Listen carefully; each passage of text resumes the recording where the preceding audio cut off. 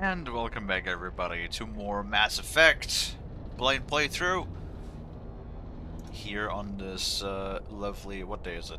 Wednesday evening. Let me quickly post my live notification for my Discord.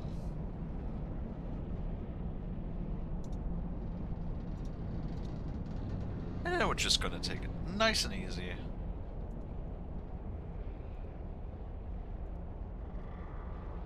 Boopity boopity boop. Give everybody a little bit to trickle in. I have my last Capri Sun right here.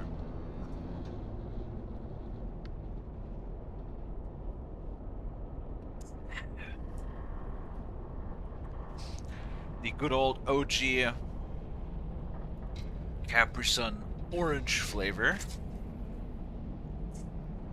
which is the best flavor.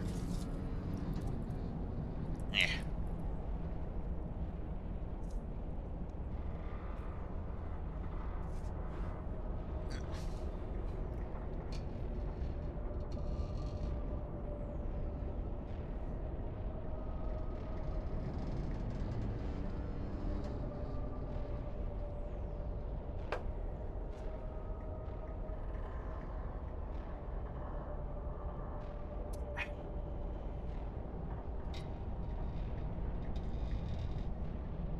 Okay.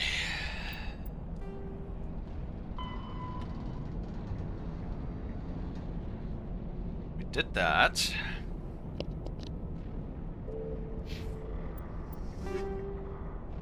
Oh boy.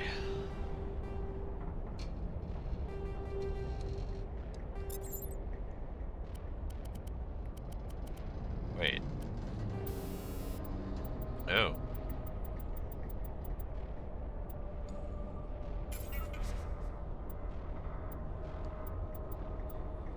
Man.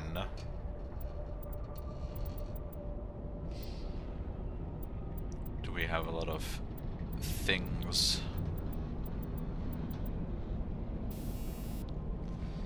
What do we have in here? Like a heat sink. Level 3,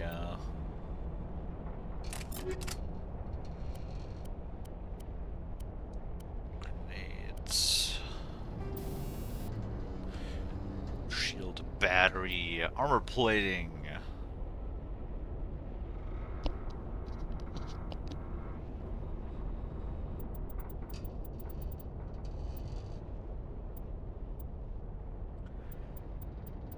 We have a lot of shit.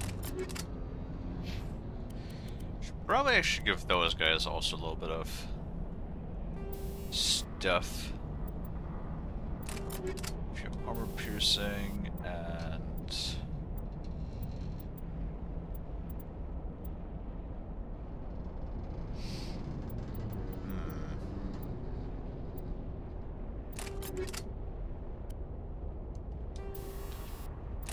stability.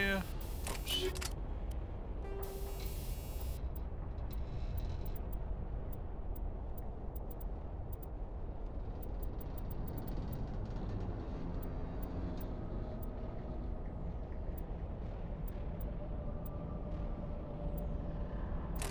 Sure.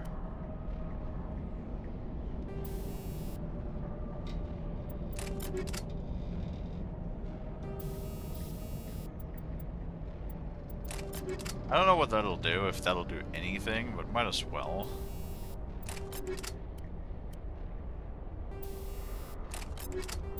Not what I meant to do, but oh well.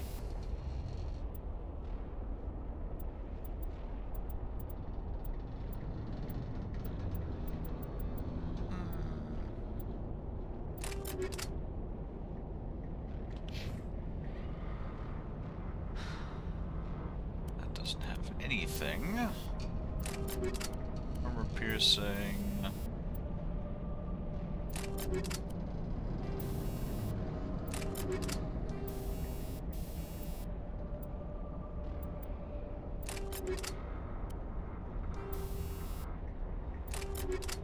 Sure, we can slap some chemical rounds in there. Why not?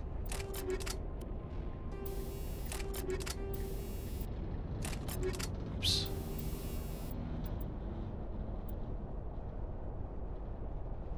Huh. Sure, why not? And then you get more shields. Alright. Should upgrade those guys a bit.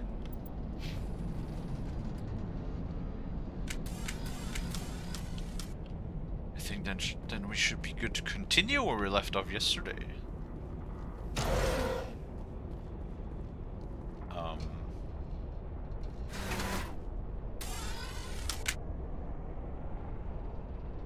Did we already go down an elevator yesterday?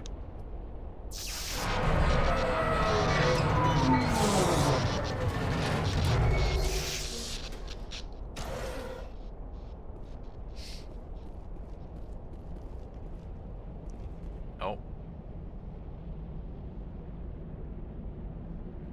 That looks like Our Lady.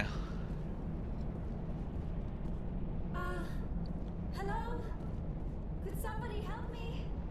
Please? Hold on. What the fuck? Can you hear me out there? I'm trapped. I need help. That is not at all what I thought her voice would sound like. Hello, Tayal. I don't know if that's what the game induces on you, but if it does, great. Liara Tassoni, I presume? Thank the goddess. I did not think anyone would come looking for me. Listen, this thing I'm in is a Prothean security device. I cannot move, so I need you to get me out of it, all right? Your mother is working with Saren. Whose side are you on? What? I am not on anybody's side. I may be Benezia's daughter, but I'm nothing like her. I have not spoken to her in years. Please, just get me out of here.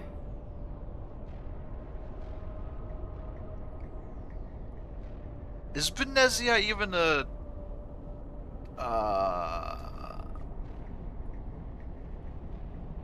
What species is Liara? Paragon or Renegade? So far we actually are pretty even on both.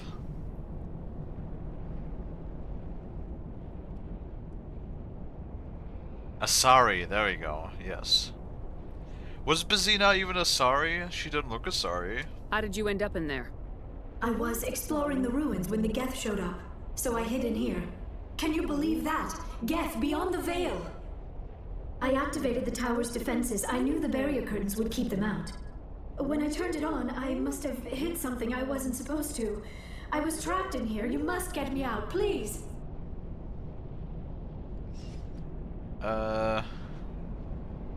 Stay fucking calm! We'll find some way to help you.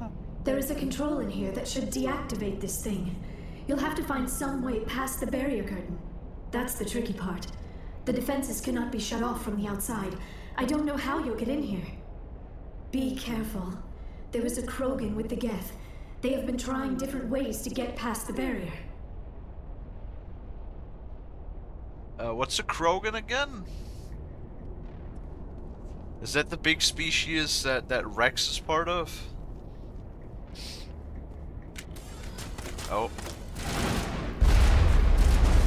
Hold on. Sniper rifle.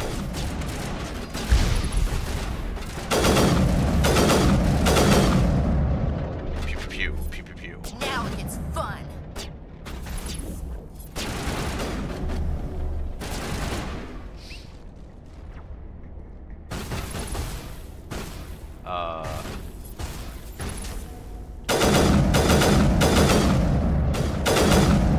It's funny how they ragdoll.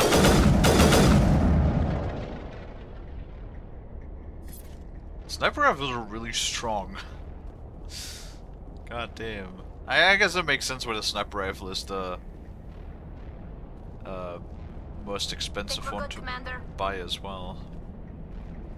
Thanks, Talia. You know, Talia, Engaging target. I liked your other armor better, but that one gives you more defense. you guys shooting at?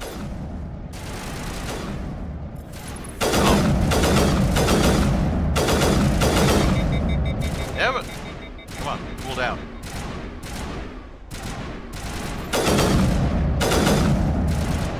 Oh, he's still alive. There we go. All targets The down. turtle people that can't have baby. For some reason, everybody always points out that they're like infertile, which is apparently a very tough subject for them. What the fuck?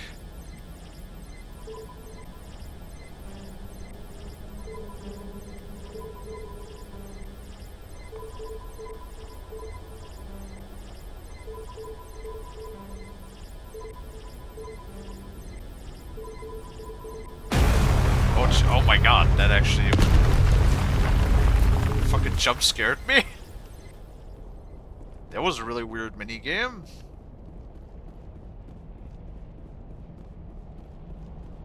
But alright. There's probably shit back here, isn't there? Ah! I knew it!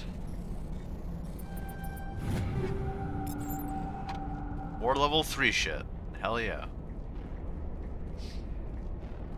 Dude, even more shit.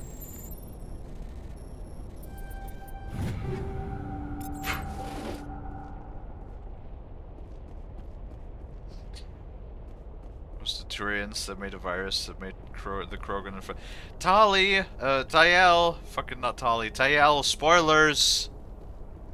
I'm playing this blind, I don't know anything about the Mass Effect games.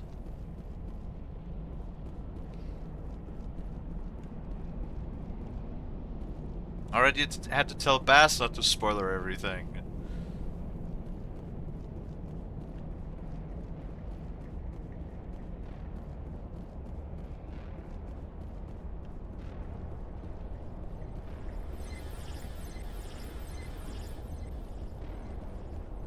Alright, let's see here.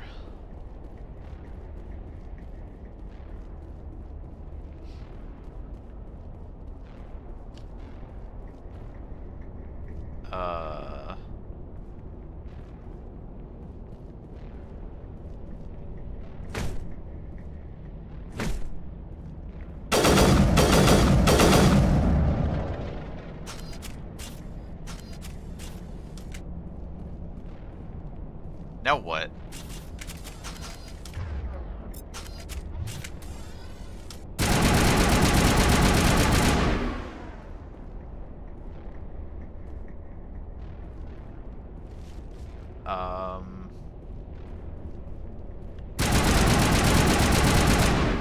Wait, did I switch my assault rifle? Whoops. Whoops. Just hit all of the buttons, that's fine. I did up. Oh yeah, I had the Avenger 2, I think. On me!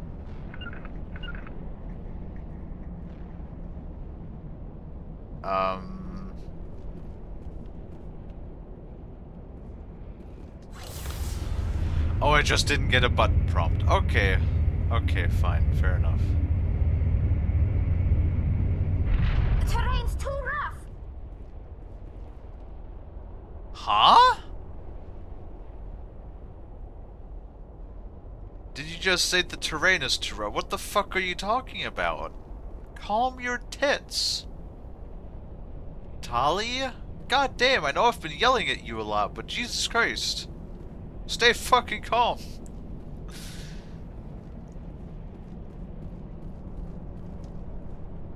Now what?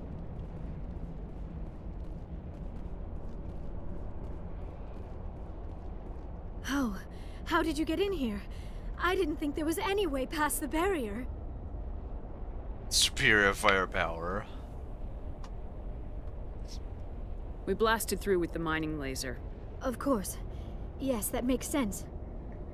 Please, get me out of here before more Geth arrive.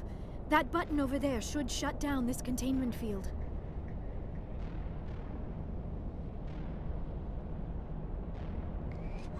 A beep boop.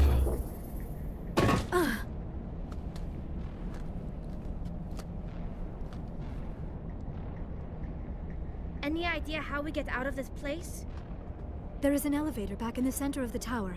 At least I think it's an elevator. It should take us out You of here. think? Come on. What if it's a... I still cannot believe all this.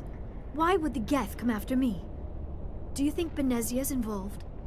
Saren's looking for the conduit. Think fast, Miss Prothean expert.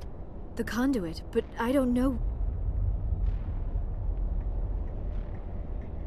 What the hell was that?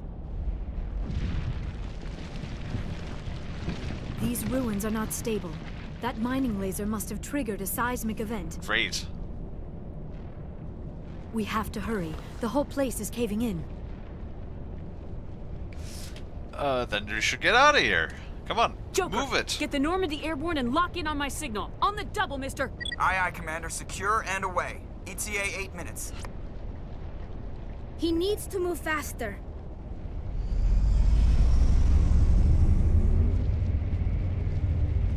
My lord, every time.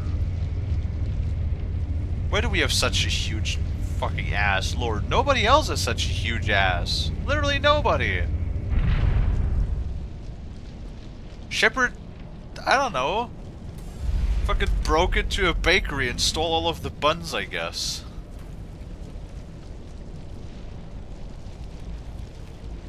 Hello? Surrender. Or don't. That would be more fun. What do you want? There a reason you're in my way? The same reason you're here. The Asari. Thanks for getting rid of those energy fields for us. Hand the doctor over. Whatever it is you want, you are not getting it from me.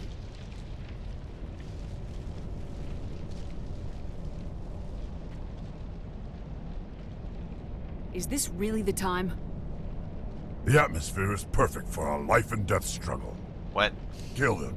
Spare the Asari if you can. If not, doesn't matter. Wow.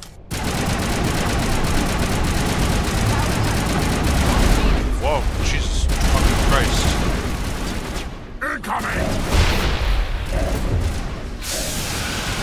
That hurt. Wait, is Krogan dead? He is.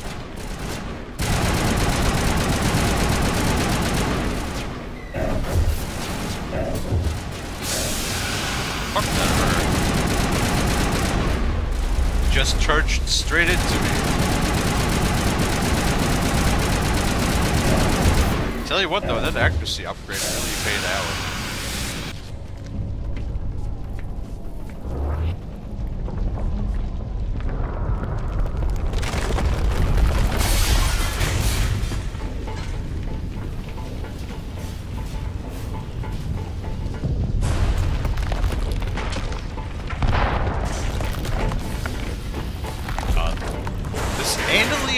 An action movie, Jesus Christ, we don't need like 12 more jump cuts. Move, move, move! Christ. Why is the camera always like zooming in on their butts? What the fuck?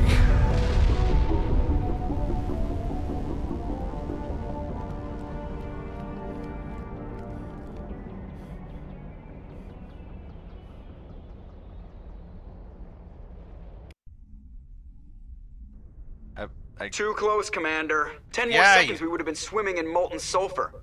The Normandy Sulfur. isn't equipped to land in exploding volcanoes. They tend to fry our sensors and melt our hull. Just for future reference. We almost died out there, and your pilot is making jokes?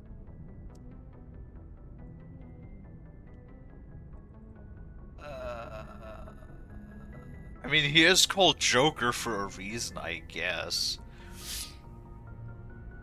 This was made by a horny nerd. I think it was made by a development studio, actually. It's a coping mechanism. You'll get used to it. I see. It must be a human thing. I Lol. don't have a lot of experience dealing with your species, Commander. But I am grateful to you. You saved my life back there, and not just from the volcano. Those Geth would have killed me or dragged me off to Saren. What did Saren want with you? Do you know something about the conduit? Only that it was somehow connected to the Prothean extinction.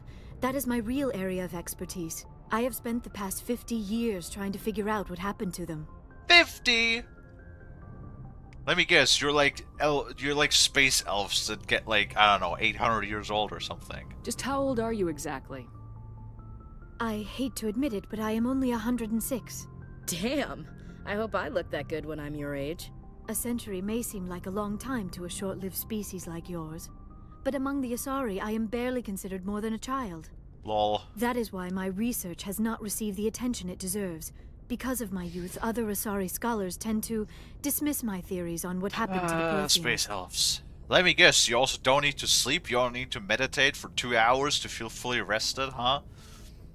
Let me guess, you also have a super strong immune system and you never get sick, and let me guess, you probably have an average IQ of, comparatively to a human, 256. I should probably keep an open mind and not be like a prejudice against somebody that I just met. I'm just saying, elves are nerds. Like in every fantasy setting, they're always like fucking elves. You know, it's always like, oh, we're so wise, we're always so much better, and we live so much longer, and we were like the perfect craftsmen. We're so smart, and blah blah blah blah. Fucking suck a dick, you entitled prick. It's not. It's hard being a human, okay? Fucking sucks. Have some empathy. Did your research turn up anything interesting? What is interesting is what I did not turn up. There is remarkably little archaeological evidence of the Protheans, and even less that might explain why they disappeared. It is almost as if someone did not want the mystery solved. It is like someone came along after the Protheans were gone and cleansed the galaxy of clues. But here is the incredible part. According to my findings, the Protheans were not the first galactic civilization to mysteriously vanish. This cycle began long before them. Cycle? What cycle? What are you talking about? The galaxy is built on a cycle of extinction. What? Each time a great civilization rises up, it is suddenly and violently cast down. Only ruins survive.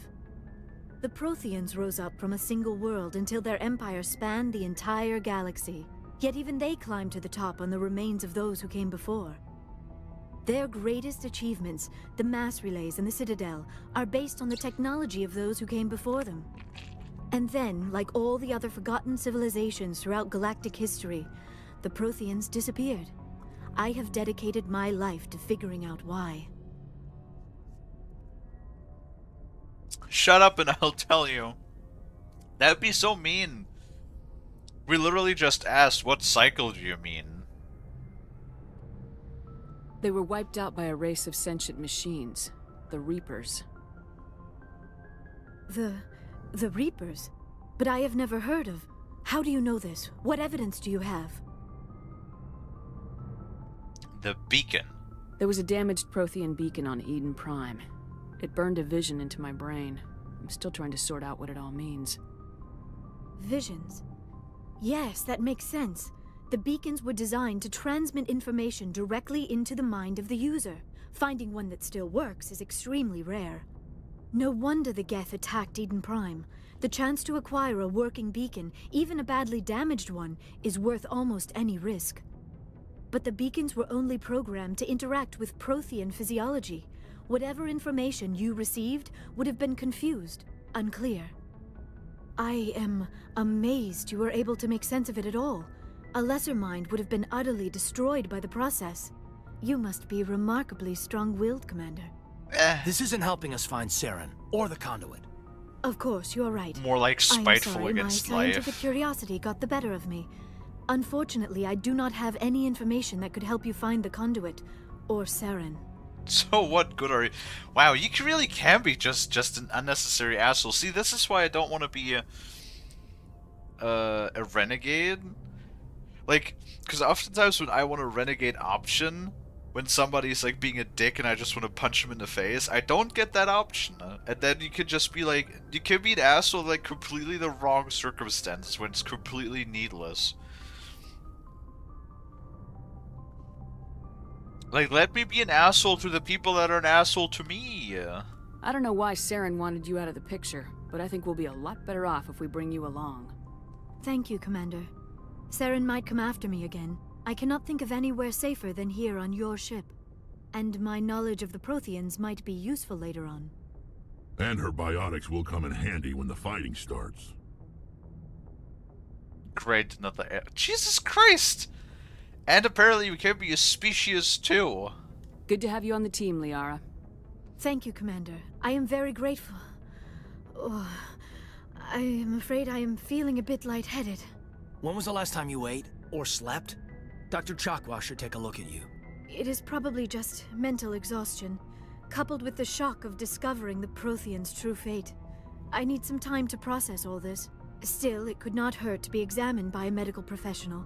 It will give me the chance to think things over. Are we finished here, Commander? We can talk again after you've seen the doctor. The rest of you, dismissed. Mission reports are filed, Commander. You want me to patch you through to the Council? That's an interesting choice now. That is an interesting choice. Yes or no?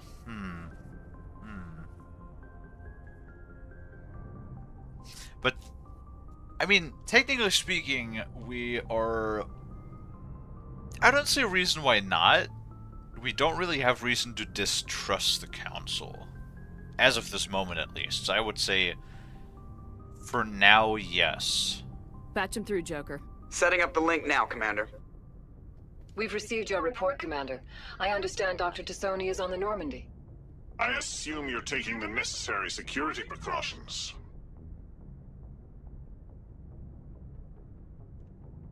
Don't tell me how to do my job. You are free to act as you see fit, Commander. Our role is to offer guidance and advice. It's up to you if you're smart enough to listen. Disconnect? Wow. Liara's on our side. The Geth were trying to kill her. Benezia would never allow Saren to kill her daughter. Maybe she doesn't know. Or maybe we don't know her. We never expected she could become a traitor. At least the mission was a success. Apart from the utter destruction of a major Prothean ruin. Was that really necessary, Shepard? It was. The Geth were crawling all over those ruins. We were lucky to make it out alive. Of course, Commander. The mission must always take priority. Damn right. Good luck, Commander. That's why you hired me. Remember, we are all counting on you. That's it? That's the briefing. You don't want to ask me anything else. Okay.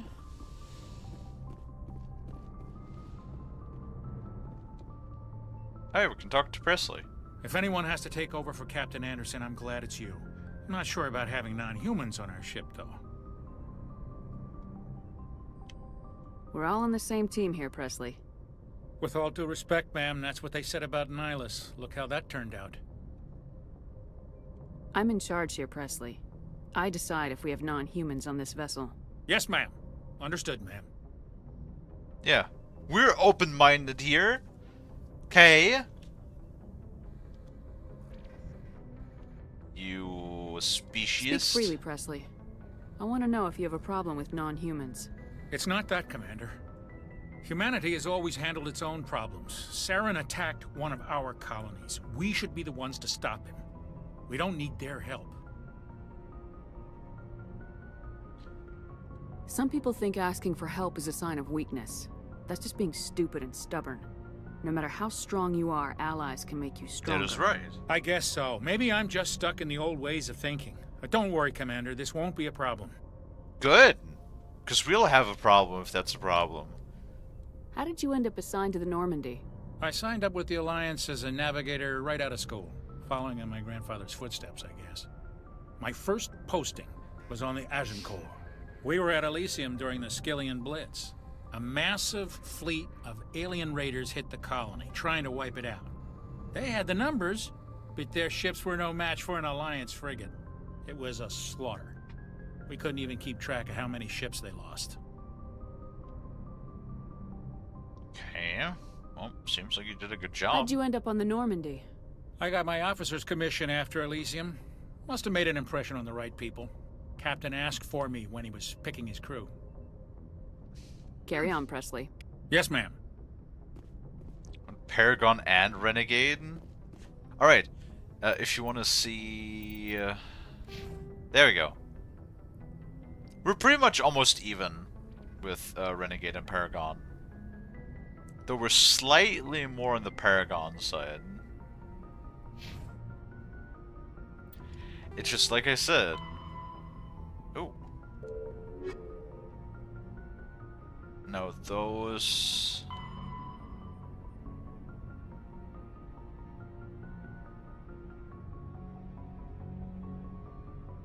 Oh boy, we have to go back to scan the keepers. Where are all the keepers?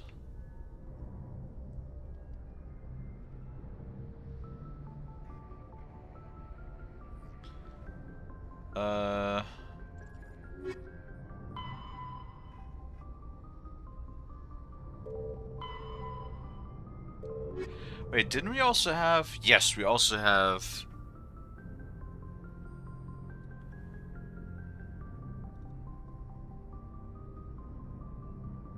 We also have this. So we have two things we can do on... Two side quests we can do on the Eden Prime.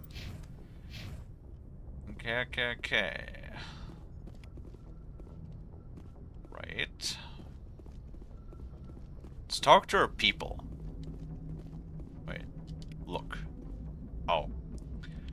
That just all gives us codex points. I mean, hey. Codex points and... Or codex and experience. Hi, Joker. I prefer gold to silver, you know, for my medal. I figured you'd recommend me for one since I, pulled your boots out of the fire. Sure you want that? If we present you with a medal, you'll end up sitting on stage listening to politicians make speeches for a couple of hours. That's a good point. They'd probably make me shave, too. I spent the last 7 weeks working on this baby. No medal's worth that. So, Commander, why don't you tell me why you're really here? 7 weeks? I mean, I know people with like a much bigger hair, like stronger hair growth, but then again, like, I can't grow a beard for shit. So... I like to know my crew. Mind if I ask you a few questions? I can see where this is going. You did a background check on me, didn't you? Well, I'll tell you the same thing I told the captain. You want me as your pilot. I'm not good. I'm not even great. I am the best damn helmsman in the Alliance fleet. Top of my class in flight school, I earned that. All those commendations in my file, I earned every single one. Those weren't given to me as charity for my disease. Are you contagious? I can't have you on this ship if you're going to infect my crew. Oh, you're... Infect the crew? Oh man, you have no idea what I'm talking about, do you? I thought it was okay, we were being sarcastic. I've got Rolex syndrome, brittle bone disease. The bones in my legs never develop properly. They're basically hollow, too much force and they'll shatter. Even with crutches and my leg braces, it's hard to get around. One wrong step and crack! It's very dramatic, but I've learned to manage my condition, Commander. Put the Normandy in my hands and I'll make her dance for you. Just don't ask me to get up and dance unless, you know, you like the sound of snapping shin bones. Huh. Interesting. I don't like how tense things got immediately. I literally just thought, you know, the contagious was a joke. And then Commander, the fucking Shepherd was just dead serious. Let me be sarcastic. Okay? I just want to be sarcastic. I like being sarcastic. I need to know more about this Rolex syndrome if I'm putting my ship in your hands. Yeah, of course you do. It's an extremely rare condition. Nobody knows exactly what causes it. Genetic, maybe. It's treatable, but there's no cure. They classify my case as moderate to severe.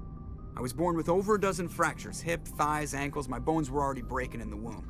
100 years ago, I wouldn't have survived past my first year. Lucky for me, modern medical science has turned me into a productive member of society.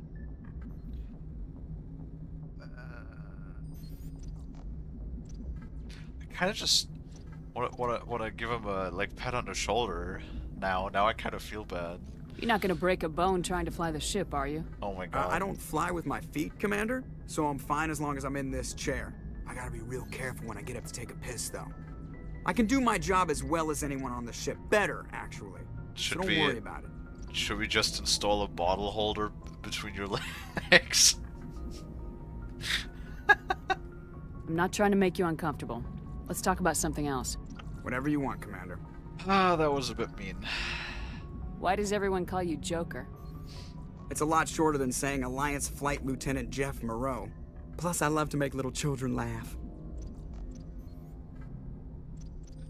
I was just thinking how much you remind me of Santa Claus. Look, I didn't pick the name. One of the instructors in flight school used to bug me about never smiling. She started calling me Joker, and it stuck. But really? Really? That's what you got. Okay. And I thought it was because you're telling jokes the entire time. Why didn't you ever smile? Hey, I worked my ass off in flight school, Commander. The world's not gonna hand you anything if you go around grinning like an idiot. By the end of the year, I was the best pilot in the academy. Even better than the instructors, and everybody knew it. They'd all got their asses kicked by the sickly kid with the creaky little legs. One guess who was smiling at graduation? Oh my god, Tael. That would be, so mean. How'd you end up joining the Alliance? Look, if you're looking for an inspirational tale of the crippled kid overcoming impossible odds, you're gonna be disappointed. My mother was a civilian contractor working for the Alliance. I basically grew up on the Arcturus station back when they were building up the fleets. Spend all that time around Alliance ships, there's a good chance you'll end up going to the Academy. Okay. How's the Normandy performing? Is she everything they said she'd be? She's the best ship in the fleet, if you've got a pilot who knows how to handle her. Balance isn't what you'd expect. Takes a while to get used to that oversized drive core we got stuffed in the back, and her power can sneak up on you if you're not careful. The Normandy's probably too much ship for your average Alliance pilot, Commander. Lucky for you, I'm anything but average. I mean, you're really full of yourself, okay? I like to know my crew. Mind if I ask you a few questions? I can see where this is going. You did a background. You want me. Top of my class in flight school, I earned that. All those commendations in my file. I'm sorry, Joker. I didn't even know you were sick. You mean you didn't know? Oh, crap. Okay, I've got Vrolik syndrome, brittle bone disease, even with crutches and my leg. Put the Normandy in my hands and I'll make her dance for you. Okay. Just don't ask me to get up and dance unless we got it. I have to go. All right, see you. Whew.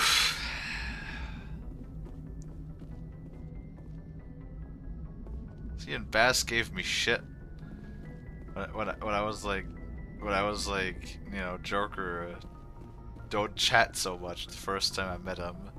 It's like, Joker's one of the most beloved fucking characters. I don't know why he's so beloved. Right now he's just a bit... He comes over as being pretty arrogant.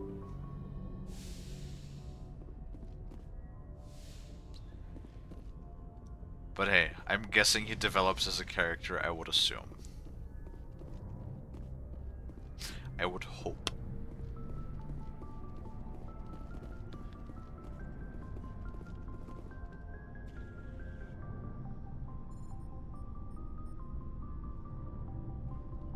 Commander, do you have a minute? I always make time for my officers. Why is it so Off quiet the record, now? I think there's something wrong here. This Saren is looking for records on some kind of galactic extinction, but we can't get backup from the Council? Sorry, Commander. There's writing on the wall here, but someone isn't reading it. The Council doesn't want to believe anything's wrong. I'd call it human nature, but... I hear you. It just seems like a group that's been around as long as the Council should see this coming. I mean, it's funny, we finally get out here, and the final frontier was already settled. And the residents don't even seem impressed by the view. Or the dangers. Well, well. You're a romantic. Did you sign on for the dream, Malenko? Secure a man's future in space?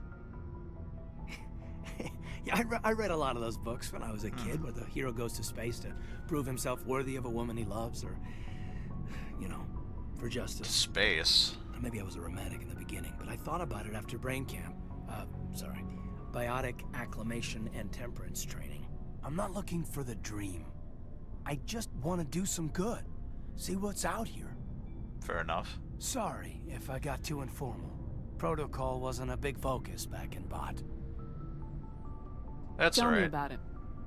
Biotic acclimation and temperance didn't last past the airlock. To the kids they hauled in, it was brain camp. Sorry, hauled in is unkind. We were encouraged to commit to an evaluation of our abilities so an understanding of biotics could be compiled.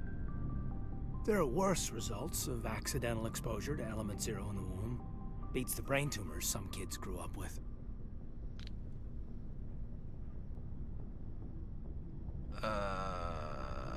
Is there some question about how you were exposed? My mother was downwind of a transport crash. It was before there were human biotics, a little after the discovery of the Martian ruins. It only gets iffy around 63 when Kinetics was running out of first-gen subjects. Until then, they'd relied on accidentals. A bunch of guys in suits show up at your door after school, and next thing you know, you're out on Jump Zero. Sounds rough? Jump Zero's a long way from home. Jump What was it Zero. like? The grand gateway to humanity looks a lot better in the vids. Anyway, this was supposed to be a casual debrief, not a bull session about stuff that happened years ago.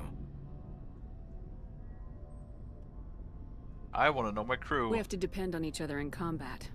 I like knowing what kind of man I have at my back. I understand, ma'am. I won't let you down. You, make a habit of getting this personal with everyone? Of course. But I don't enjoy it with everyone. We'll talk again later. I'll need some time to process that, Commander. But, yeah. What? I'd like that. No, no, no, no. I'm not flirting with you. God damn.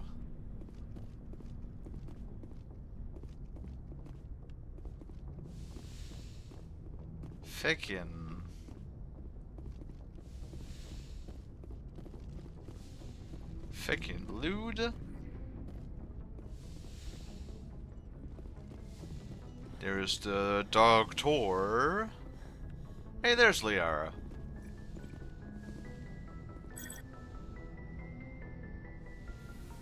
Hi. Commander, are you coming to check up on me? No. You look much better. How are you feeling? Dr. Chakwas assures me I am going to be fine. I was impressed with her knowledge of Asari physiology. You're in good hands. Dr. Chakwas knows what she's doing. I never properly thanked you for saving me from the Geth, Commander. If you hadn't shown up... I'm just glad we got there in time. So am I. I know you took a chance bringing me aboard this ship. I have seen the way your crew looks at me. They do not trust me. But I am not like Venezia. I will do whatever I can to help you stop Saren. I promise. Don't worry, Liara. I trust you. I know you won't let me down. It means a lot to hear you say that, Commander. Thank you. I'd like to... That's a weird sentence to say, but sure. Tell me about yourself, Liara. Me? I am afraid I am not very interesting, Commander. I spend most of my time on remote digs, unearthing mundane items buried in long-forgotten Prothean ruins.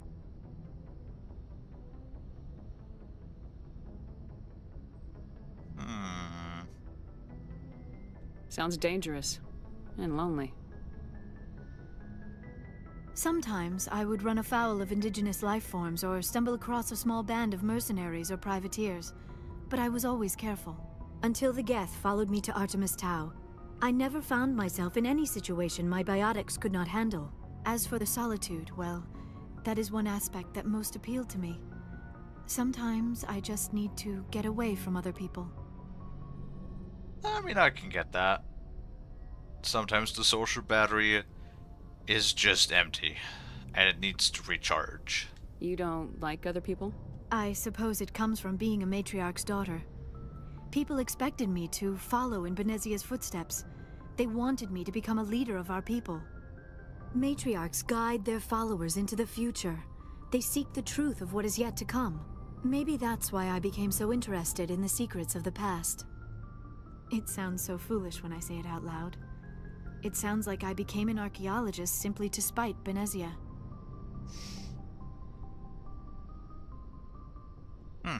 All children rebel against their parents. It's a natural part of growing up. You share the wisdom of the matriarch, Shepard. That is exactly what Benezia said when I told her of my decision. But there was more to it than that. I felt drawn to the past. Well, at least she the didn't force Protheans you. were these wondrous, mysterious figures. I wanted to know everything about them. That is why I find you so fascinating. Oh? You were marked by the beacon on Eden Prime. You were touched by working Prothean technology. I'm fascinating? Sounds like you want to dissect me in a lab somewhere. What? No, I did not mean to insinuate. I never meant to offend you, Shepard. I only meant that you would be an interesting specimen for an in-depth study. No, that's even worse. Relax. Calm down, Liara. I was only joking. Joking? Oh, by the goddess, how could I be so dense? You must think I am a complete and utter fool. Now you know why I prefer to spend my time in the field with data disks and computers. I always seem to say something embarrassing around other people. Please, just pretend this conversation never happened. Goddamn. Ah. Well, she is kind of cute. Do you know why Benezia joined up with Saren? I don't understand it. She was always outspoken about the need for the Asari to become more involved in shaping galactic events. Maybe she thought allying herself with Saren would somehow be for the greater good in the long run. At least I hope so. Maybe she's just evil. Yeah, some This people hurts you, just wake up doesn't in the morning and want to kick None puppies. of this makes any sense to me. I have not spoken to Benezia in many years, but I know her, and this was not like her. Something changed. I'd like to know more about the Asari. We were the first species to discover the Citadel. We were instrumental in forming the Council, Okay. and we always strive to be the voice of peaceful cooperation in galactic disputes. My people believe we are all part of a single galactic community. Each species contributes something to the greater whole. Although we seek to understand other species, it seems few of them seek to understand us. The galaxy is filled with rumors and misinformation about my people. Like what? Like what? Hey, that's what I Most of said. the inaccuracies are centered around our mating rituals. What? My species is monogendered. Male and female have no real meaning for us. We still require a partner to reproduce. This second parent, however, may be of any species and any gender. What? Hold on, what? That's disgusting. The opposite of that would be highly fascinating. Tell me more. I don't understand. Your species can mate with anyone? Mating is not quite the proper term, not as you understand it. Physical contact may or may not be involved. What? But it is not an essential element of the union. The true connection is mental. Our physiology allows us to meld with other beings. We can touch the very depths of their minds. We explore the genetic memory of their species. We share the most basic elements of their individual and racial identities. We then pass these traits on to our daughters. It is how we learn to grow as a species and how we develop a greater understanding of other races. Okay, hold on. Hold on. There's a problem with that, though. Why? Okay. That might sound a little weird, but why does she have breasts in that case?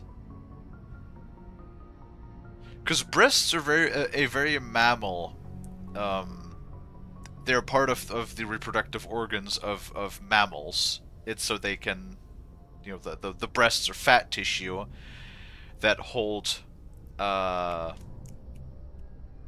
fuck, what's the word? I can't think of the word right now. That basically hold organs that are suspended in the fat that produce the milk. And then the milk that is used during the pregnancy and after birth, which has a very high fat content, which is to feed and nourish the newborn. It is something that is exclusive to mammals, at least in our like real life world. But if she, how would that even work?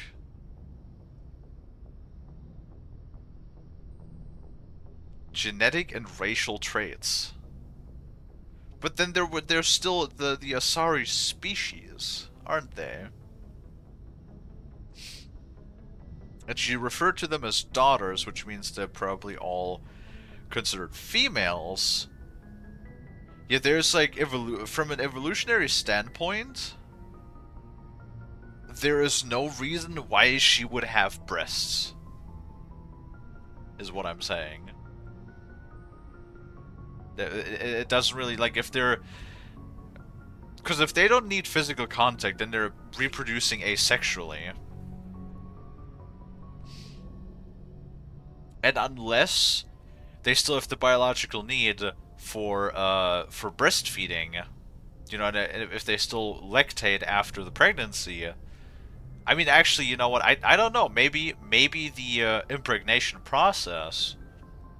This all sounds really weird, but I like to like think about the realism of aspects like that, of like alien oh,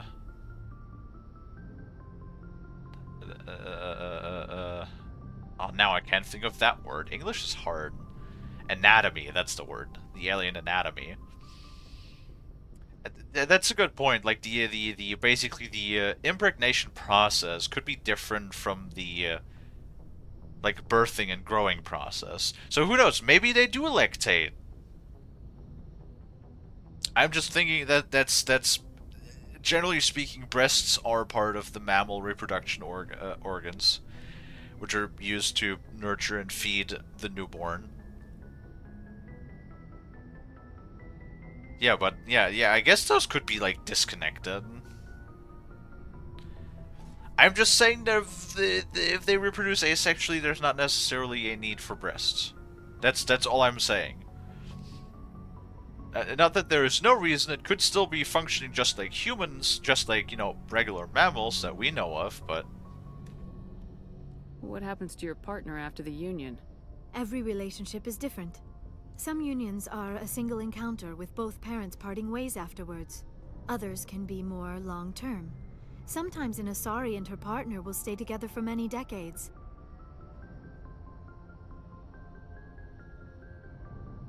Oh, damn. Who was your father? Do you know who Matriarch Venezia chose as her partner? She rarely spoke of her partner. Though I know my father, if you want to use that term, was another Asari. You can do that? What, with another Asari? I thought you always needed another species to serve as one of the parents. Oh. Think about it, Shepard. If we were not able to mate with our own species, we would have died out long before we ever mastered spaceflight and left our homeworld. That is a good point. Union with our own kind is no longer common, not for the purposes of reproduction. Most Asari believe it weakens our species. Huh? Asari daughters inherit racial traits from the father species. If both parents are Asari, then nothing has been gained, or so conventional wisdom would hold. I am what is sometimes called a pureblood. Though no Asari would ever be cruel enough to say the word to my face, it is a great insult among my people. It is possible Venezia's partner was embarrassed by their union. She may have been too ashamed to publicly acknowledge me as her offspring. I gotta admit, that is at least the whole concept of how that works, their social structure and their, like, I guess, partner and mating rituals. That is interesting. That is more unique than the regular type of alien you would come across. Maybe she wanted to meet you but couldn't. Maybe something could have happened to her. Maybe she passed away. You might be right. I hope you are. But I have no way to know for sure. Venezia never spoke of her partner. Whatever happened, it caused her too much pain to dwell on it. She raised me by herself, though that is not uncommon. Many Asari raise their children alone, particularly if the father species is short-lived. Often the partner will pass on long before the child reaches maturity.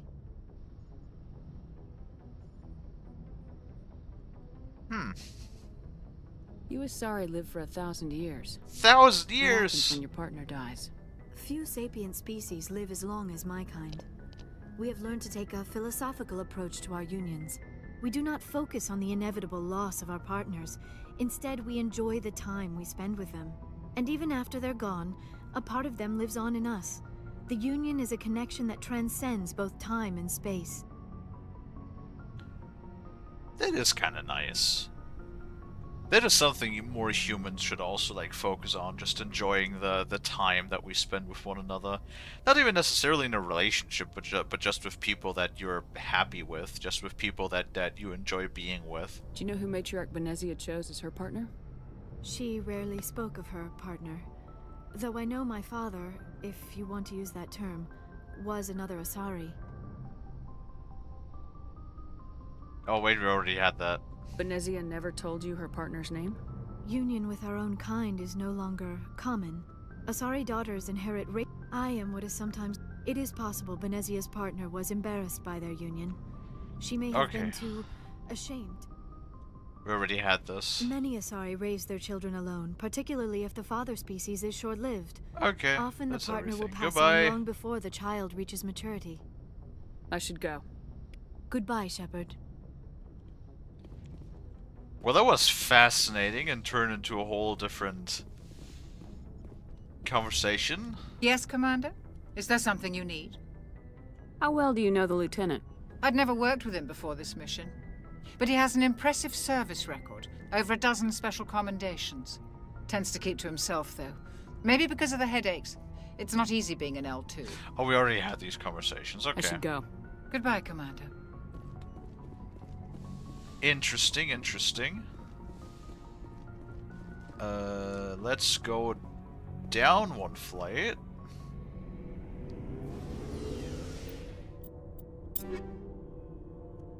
Let's see. Noob.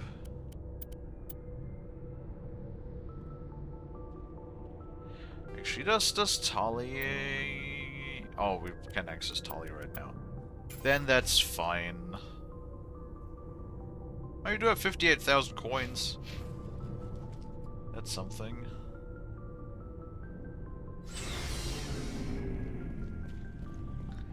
Let's talk to all of the other peoples. Shepard, what can I do for you? Personal inquiry. What's your story, Rex? There's no story.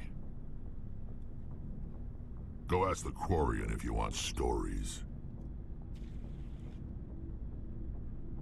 You Krogans live for centuries. Don't tell me you haven't had a few interesting adventures. Well, there was this one time the Turians almost wiped out our entire race. That was fun. I heard about that. You know, they almost did the same to us. It's not the same. It seems pretty much the same to me. So your people were infected with a genetic mutation? An infection that makes only a few in 1,000 children survive birth? And I suppose it's destroying your entire species? See it now. We gotten slight hints of what happened. I suppose it isn't all the same. I don't expect you to understand, but don't compare humanity's fate with the Krogan. Touchy subject. Sorry, Rex. I wasn't trying to get you upset. Your ignorance doesn't upset me, Shepard. As for the Krogan, I gave up on them long ago. The genophage infected us, but it's not what's killing us.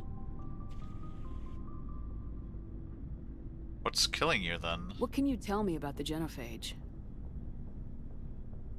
Ask the Solarians if you want details. They made it. All I know, it makes breeding nearly impossible. Thousands die in stillbirth, and most never get that far. Every Krogan is infected, every one, and no one's rushing to find a cure. Really? Not even your own species? Why don't the Krogan try to find a cure? When was the last time you saw a Krogan scientist? You ask a Krogan, would he rather find a cure for the genophage or fight for credits? He'll choose fighting every time. It's just who we are, Shepard. I can't change that. Nobody can. So you're basically Klingons. Well, even though Klingons had plenty of scientists. Are your people really dying? We're sure not getting any stronger. We're too spread out. None of us are interested in staying in our own system. Lots of species have left their homes and prospered. But they go to colonize new worlds. We're not settlers. We're warriors. We want to fight. So we leave. Hire ourselves out. And most of us never go back. Damn. So long, Rex. Shepard. Hi. That kind of sucks. Did really do. Hi, Ashley. Commander? How are we doing? What's your opinion of the last mission? Not sure I buy Dr. Tassoni's story about her and her mom not talking. They're family, right? That doesn't mean jack shit. That absolutely doesn't mean anything. As somebody who's not really close to one half of my family side, you can like part ways with your own family. It happens sometimes.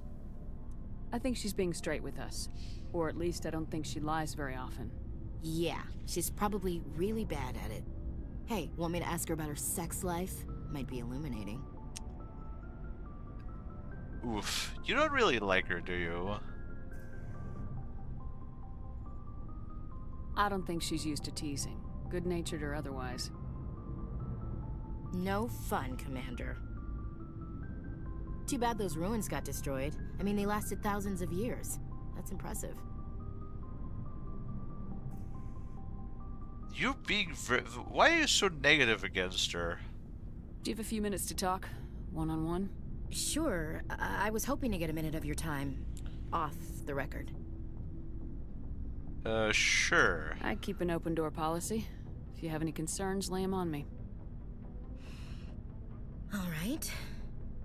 I know things are different aboard the Normandy, but I'm concerned about the aliens, Vicarian and Rex. With all due respect, Commander, should they have full access to the ship? Because they're aliens? You don't trust their motives because they're not human. This is the most advanced ship in the Alliance Navy. I don't think we should give them free rein to poke around the vital systems. Engines, sensors, weapons. You're out of line. You don't trust the Alliance's allies? I'm not sure I'd call the Council races allies. We, humanity, I mean, have to learn to rely on ourselves. How do you get from relying on ourselves to mistreating our allies? I don't mean we should mistreat them, Commander. I just think we should be prepared to go it without them. As noble as the Council members seem now, if their backs are against the wall, they'll abandon us. I don't see that as inevitable. Look, if you're fighting a bear and the only way for you to survive is to sick your dog on it and run, you'll do it. As much as you love your dog, it isn't human. It's not racism, not really. Members of their species will always well, yeah, be it more would be important to them than speciesism, humans not are. racism, but...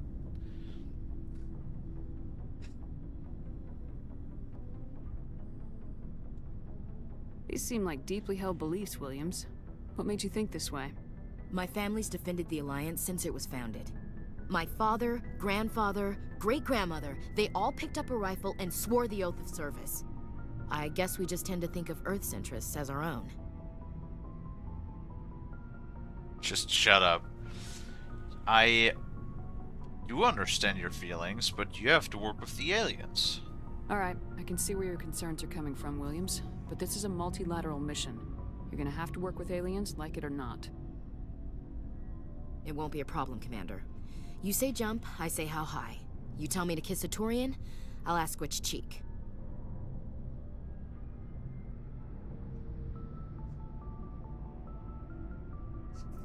I mean...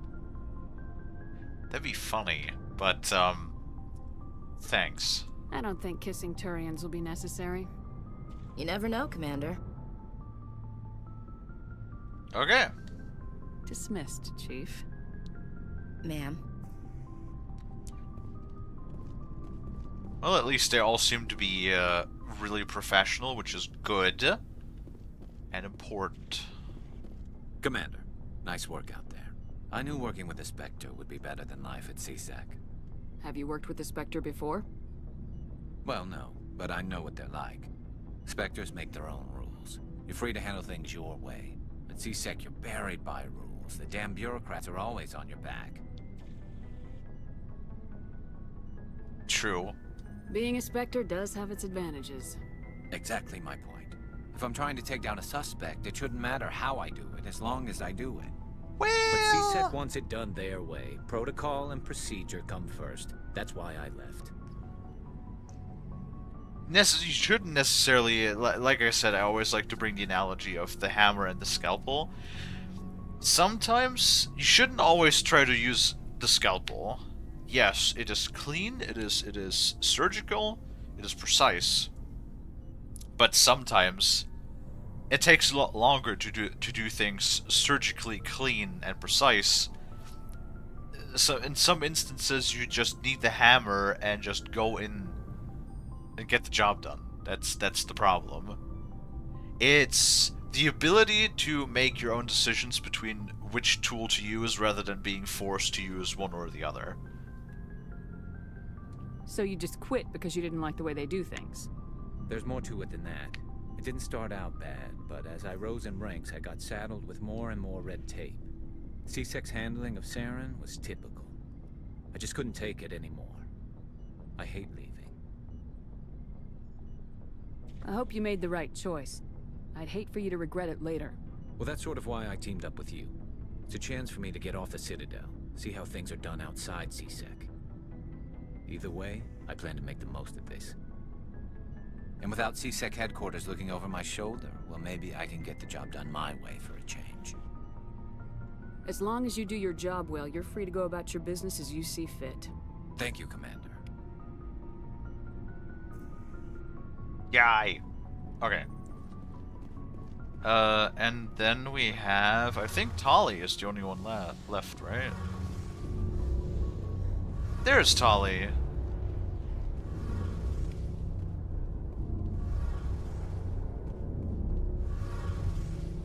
Man, supposedly our ship is like so big, but it doesn't feel that big. Hey, Commander, you know that Quarian, Kalie? She's been spending all her time down here asking me about our engines. I'll tell her to leave you alone. What? No, she's amazing. I wish my guys were half as smart as she is. Give her a month on board and she'll know more about our engines than I do. She's got a real knack for technology, that one. I can see why you wanted her to come along. I figured she'd be a real asset to the team. You got an eye for talent, Commander, but I'm guessing that's not why you came down here. Stealth systems. Fill me in on the IES stealth system. How does it work exactly? You can't hide a ship out in space. They emit too much heat and radiation. Too easy for sensors to pick them up, unless you find a way to capture those emissions. So our stealth systems trap the energy we give off in storage sinks built into the ship itself. No emissions to give away our location. Eventually the sinks have to be vented. More than a few hours silent running and they overheat. Cook us inside our own hull. A few hours is pretty good, though. There's no way for anyone to detect us? A visual scan can still pick us up. Anyone looking out a window can see us plain as day. But you have to be pretty close to get an actual visual out in space. Most vessels rely on scanners. As long as the stealth systems are engaged, they can't see us. Not unless we accelerate to FTL speeds. Why doesn't it work with faster-than-light travel? Cranking up the FTL blue shifts our emissions, pushes them into frequencies too high to capture in the sinks. As soon as we make the jump, it's like setting off a flare. Sensors can pick up our location whenever we enter or exit FTL flight, but for short-range missions, our stealth systems are amazing, and we've got the only one. Okay. Where else have you served, Adams? If you name a class of Alliance ship, I've probably served on it. Everything from dreadnoughts and carriers right down to frigates like the Normandy. My last assignment was on the Tokyo, only a cruiser, but she was a good ship. Couldn't hold a candle to the Normandy, though. I want to know more about the Normandy. She's the best ship I've ever served on, probably the fastest vessel ever designed. and she's the only one using the new Tantalus drive core. Drive core? What's so special about the Tantalus drive core? Proportionally, it's about twice the size of any other vessel. Not only are we faster, but we can run at FTL speeds longer before we have to discharge the core. Well, if that sounds pretty good. Carry on, Adams. Aye, aye, Commander. It's very bright. I feel like you should wear glasses when you look at that. Hi, Tali. Your ship's amazing, Shepard. I've never seen a drive core like this before. I can't believe you were able to fit it into a ship this small. I'm starting to understand why you humans have been so successful. I had no idea Alliance vessels were so advanced. The Normandy's a prototype, cutting-edge technology. A month ago, I was patching a makeshift fuel line into a converted tug ship in the flotilla. Now, I'm sitting on board one of the most advanced vessels in Citadel space. I have to thank you again for bringing me along. Traveling on a vessel like this is a dream come true for me. So you're a nerd. That's why Bass said she's a nerd. I had no idea you found ship technology so interesting. It comes with being a Quarian. The migrant fleet is the key to the survival of my people. Ships are our most valuable resource. But we don't have anything like this. We make do with cast-offs and second-hand equipment. We just try to keep them running for as long as we can. Some of the fleet's larger vessels date all the way back to our original flight from the Geth. 300 years ago. I can't believe your fleet's still using ships that are 3 centuries old. They're constantly being repaired, modified, and refitted. They aren't pretty, but they work. Mostly. Mostly. We've tried to make ourselves as independent as possible on the flotilla. Grow our own food, mine, and process our own fuel. But some things we just can't make on our own. A patch to maintain the hull integrity requires raw materials we just don't have. That's why our pilgrimages are so important. Huh. Interesting. Quarians. Tell me about your people. Our lives aren't easy. Resources are scarce, and we are constantly on the move. Everything we do must in some way contribute to the continuation of the migrant fleet. There are 17 million Quarians in the flotilla, and each of us relies on the others for survival. The bonds among my people are strong. Unfortunately, we have had to surrender many of the freedoms and civil liberties other species take for granted.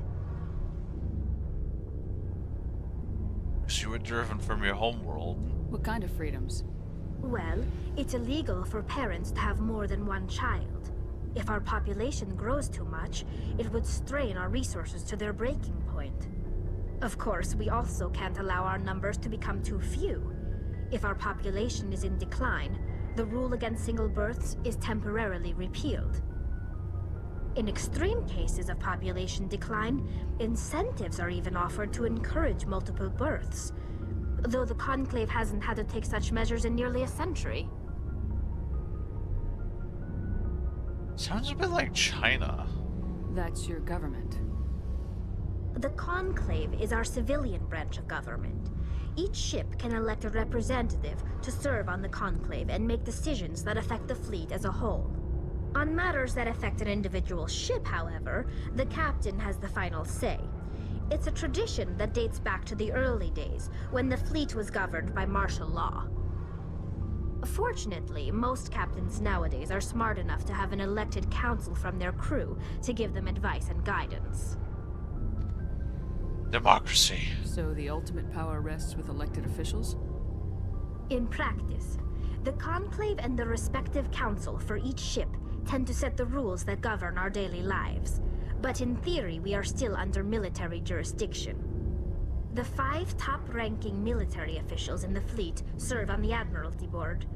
These 5 have the power to overrule any decision by the Conclave in case of emergency. To do so requires unanimous agreement among the Admiralty, and they can only do this once. After that, the entire board must resign their posts. It's a safeguard that served us well.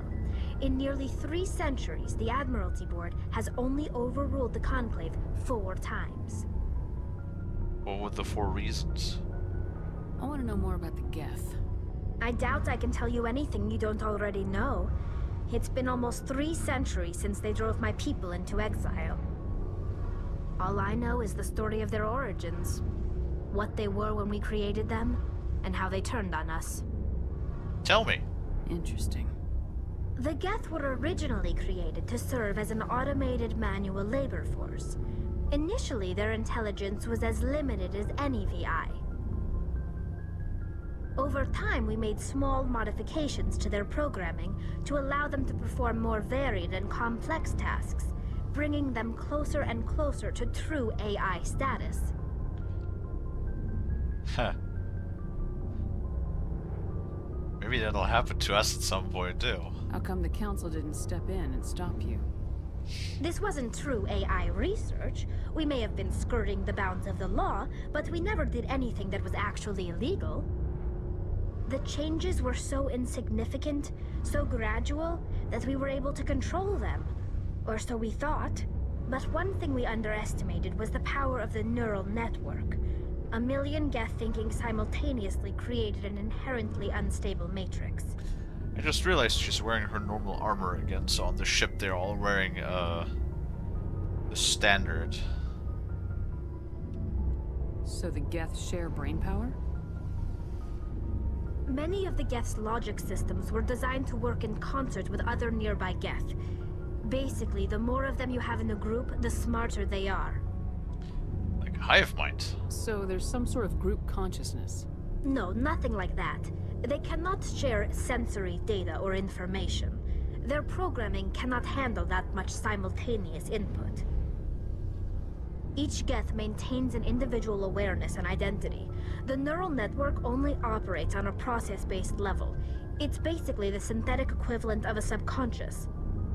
But when they're in close proximity, they can coordinate low-level functional processes, freeing up more capacity for original or independent thought. I don't get it. What made them rebel?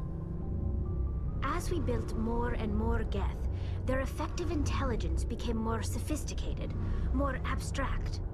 One day, a Geth began to ask its Quarian overseer questions about the nature of its existence. Am I alive? Why am I here? What is my purpose? As you can imagine, this caused a near panic among my people. Ivy! What happened next? What did you do? It was inevitable the newly sentient Geth would rebel against their situation. We knew they would rise up against us, so we acted first. A general order went out across all Quarian-controlled systems to permanently deactivate all Geth. The Geth responded to this order violently. Oh, and now I have just 3 options to blame her. Hey, you can't blame them for fighting for their survival. We had no other choice. The Geth were already on the verge of revolution. By acting quickly, we had a chance to end the war before it began. The hope was that most of the Geth would still be little more than machines, incapable of organized resistance. But they had progressed much further than anyone anticipated. The war was long and bloody. Millions upon millions of Quarians died at their hands. In the end, we were forced to flee our own homeworld.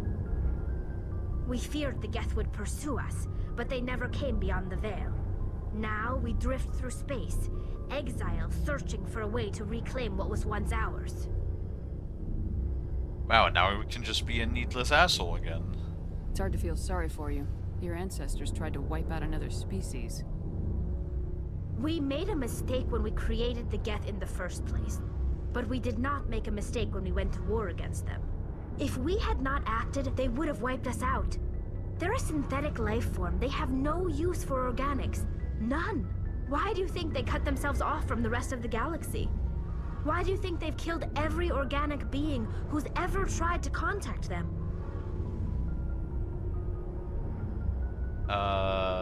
Because they're probably really hurt and they just need a hug. I didn't mean to offend you. I'm sorry. I didn't mean to get so worked up. Most Quarians tend to have pretty strong opinions about the Geth. I want to know more about the pilgrimage. When my people reach maturity, we leave our birth ships and seek acceptance with a new crew. It's necessary to maintain genetic diversity among the fleet. But no ship wants to accept someone who will be a burden on them. So, to prove our worth, we embark on a pilgrimage. We set out alone, leaving the flotilla and our families behind us. We only return once we have found something of value we can bring back to the fleet. This is presented as a gift to the captain of the respective ship we wish to join. If the gift is accepted, we are welcomed into the crew. Well, too bad, Tali. You're part of this crew now. Hi, Brad! Can a captain choose to reject the gift? That doesn't happen often. Most captains are eager to increase the size of their crew. It increases their own standing in our society. Even when a gift is not particularly valuable, the captain usually accepts it out of a sense of tradition. However, there is a stigma to presenting a substandard gift. It's not the best way to make a good impression on a new community. Most pilgrims don't return until they find something worthwhile. Why can I just... Why can I ask that do they always accept? We literally just got the answer for that. Can a captain choose to reject the gift? Wait, that is the same thing. That doesn't happen often. Even when a gift... It's not the best way to make a good impression on a new community. All good. We just the other option. Return until they find something How you doing, Brad? worthwhile. How you doing, Evie? I can't believe they just send you off alone. It's not like they just cast us out. Deja vu. Before we leave, we are given lessons in how to survive outside the flotilla, and given gifts to help us on our journey. We also receive implants to fight off sickness and disease. Generations of living in an isolated and highly controlled environment have left our immune systems weaker than most.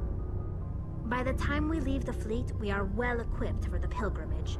This is a rite of passage for all Quarians. If it were dangerous, our numbers would suffer.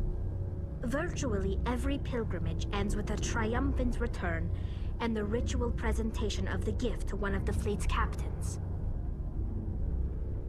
You're doing good? That's great. I always like hearing when my peoples are doing good.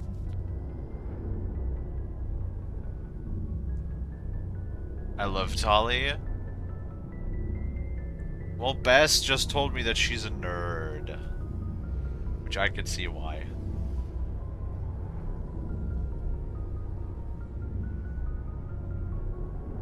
Let's change topics. I want to talk about something else. Like what? I think that's everything. Yep. I should go. See you later. Yay, so much experience. I mean, Tali and Liara are definitely the most interesting. They seem the most innocent. Out of all the people. Rex is just... Well, he's just always angry. Ashley is a bit of a racist. Garrus is, What is Garrus? He just wants to get shit done and not be tied down by a bureaucracy. No matter the cause. He's like he's the typical, you know, the means justify the ends guy.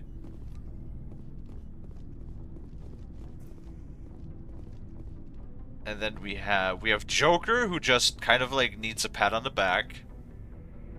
A pat on the back, and he needs to shut the fuck up every now and then, because he's pretty full of himself.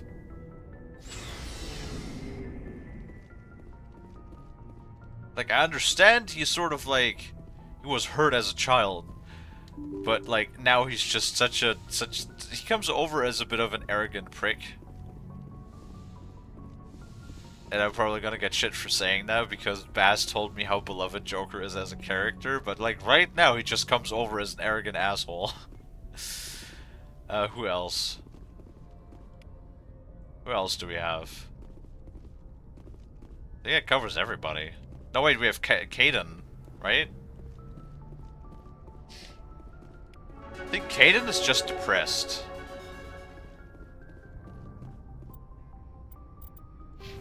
That is what I feel. You know what? I'm gonna wait with the level up until we actually deploy it on a planet, so I can level up everybody.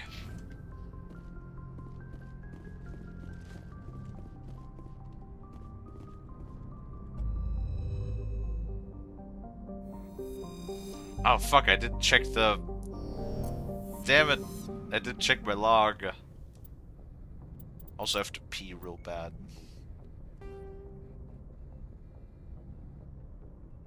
Minerals.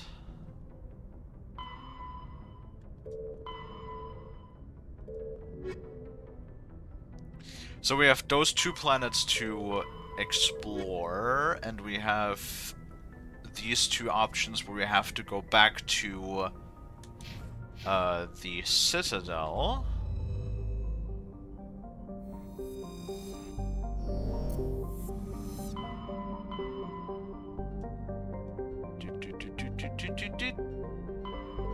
Citadel. Whee! Whoosh. Commander, urgent message from Alliance Command coming in. I'll patch it through. Oh boy. Shepard, this is Admiral Hackett from Alliance Command. We've got a situation here, and you're the only one that can handle it. Brad, I don't know if you ever played it. Did you know that fucking General Hackett is the same voice actor that voiced Shepard, General Shepard in Call of Duty Modern Warfare 2, the original from 2009? I don't trust him simply because of that. He's very sus because of the voice. I know the voice, it's not the voice actor's fault, but I can't trust the person that voiced General Shepard in Modern Warfare 2, okay? I just can't. He might be like the best character in the entire game or whatever. I can't personally trust him. There's no way.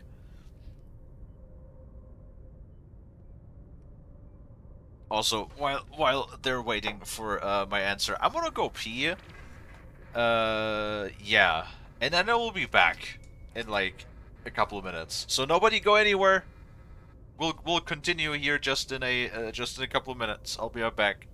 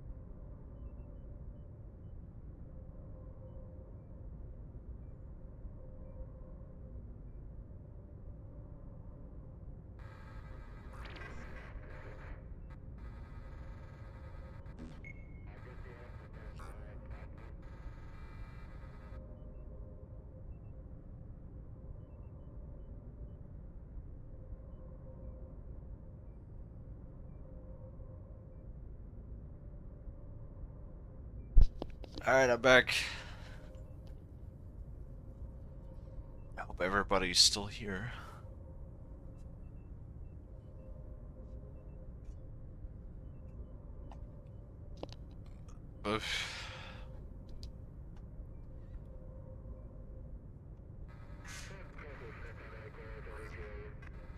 What is wrong? What do you need, Admiral? There's an Alliance training ground where we test weapons and technology in live fire simulations. One of the VIs we use to simulate enemy tactics in the drills is no longer responding to our override commands. It's gone rogue. What?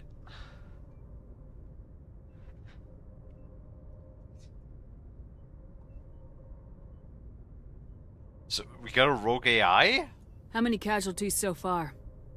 17 Marines were killed in the simulation exercises before we realized what had happened. That's when we contacted you. God damn! VI support is critical to our military success. They process thousands of status reports and react in nanoseconds. No human can do that. But as advanced as this thing is at military strategy, it's still just a VI. It's not self-aware, and it's completely disengaged from any networks. That's where you come in.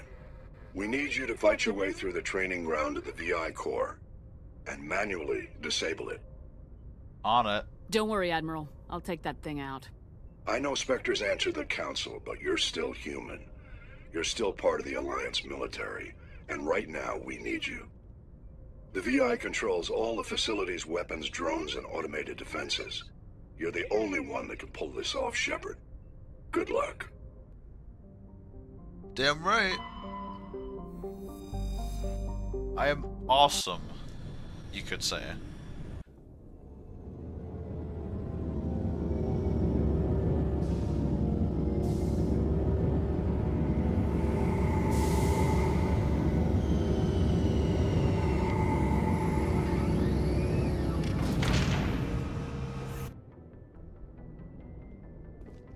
I think the exit was over here?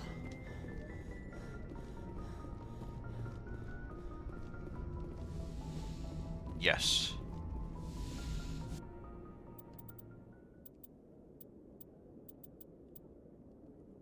Interesting.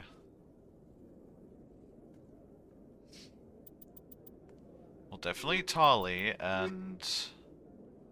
I mean... If I bring the combat strength, Kalie is the engineering, and Liara is the biotic. Is that a good combo? Sure. Equalizing interior pressure with exterior atmosphere. Logged. The commanding officer is ashore. Exo Presley has the deck.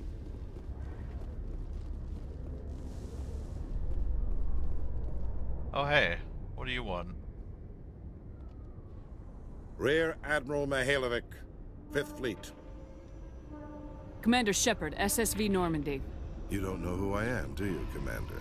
I command the 63rd Scout Flotilla. You and the Normandy were slated for my unit after shakedown. Then the Council got their paws, claws, tentacles, whatever. They got them on our ship and you. Okay. I still serve the Alliance, sir. As a Spectre, I can advance our interests to the Council. Bit of an attitude, that guy. You still know what color your blood is, Shepard? I don't begrudge the politician's decision to throw you to the Council. It's an opportunity. I do begrudge this over-designed piece of tin, though.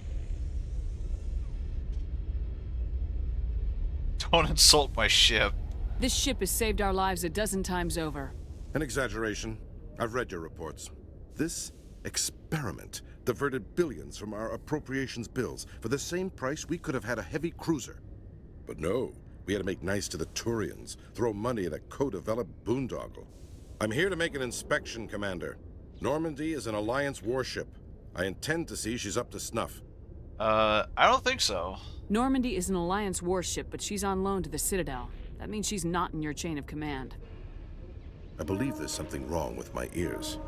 Did you just contradict me? Damn right I did. This ship is Council property right now. So respectfully, please clear the gangway. Have it your way, Commander. But expect me to file a report on this. Send it directly to my office so I can wipe my ass with it. Get the fuck out of here, bitch! You don't tell me shit! I don't... See, this was good. This is where I need renegade options. If somebody gives me shit, then I'll take a big handful of shit out of my own ass and smear it in their face, alright? That is how we're gonna do this. You fuck with me, I fuck you back twice.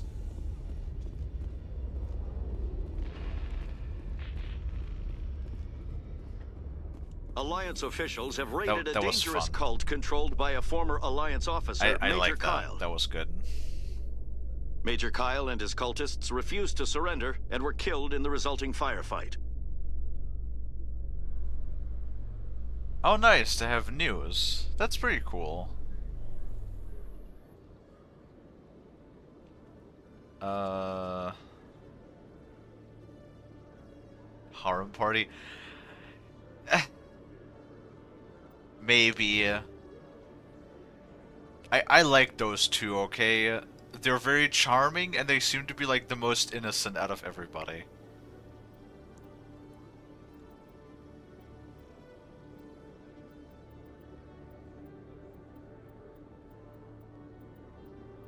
What do we have here?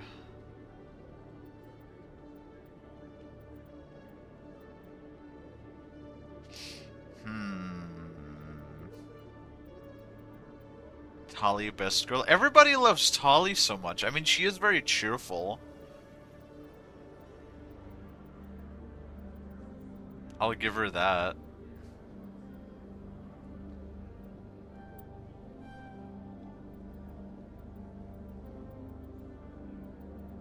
Finesse is just health, right? How do we unlock... How do we unlock finesse?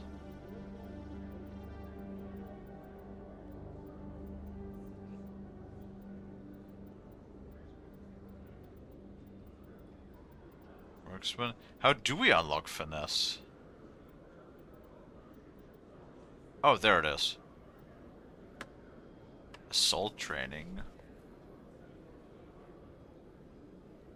Assault training it just gives a single % though per level. That's so little.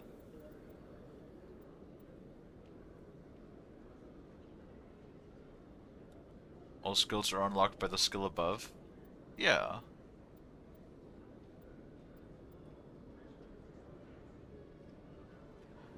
Hmm.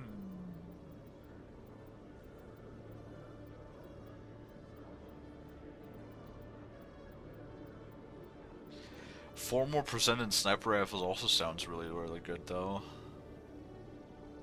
I think I'm gonna level up the sniper rifles first.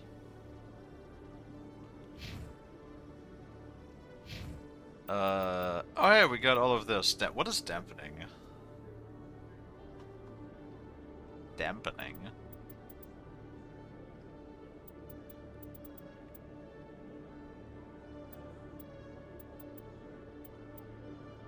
Basic armor.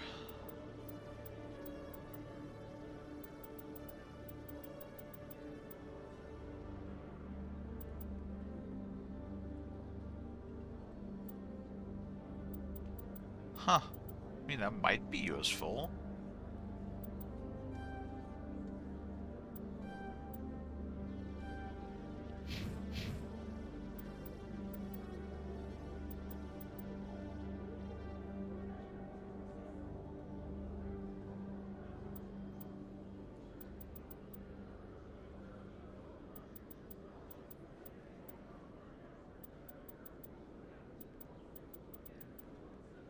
Wait. She has no, like, weapon skills, she just has her biotic skills? Auto level up. Oh my god. She just put, like, everything across the board. Interesting. She leveled out the scientist, though. I'm sure it'll be fine.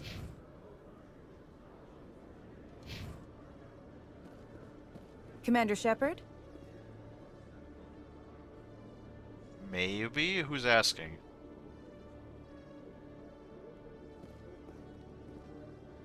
Kalisa been seen in Al-Jalani, Westerland News. Would you answer a few questions for our viewers? Depends. What sort of questions? People back home have heard a lot of wild stories about you, Commander. I can give you the chance to set the record straight. What do you say? Alright. What do you want to know? You've been given a unique position to represent our race. People want to get a sense of how you'll do that.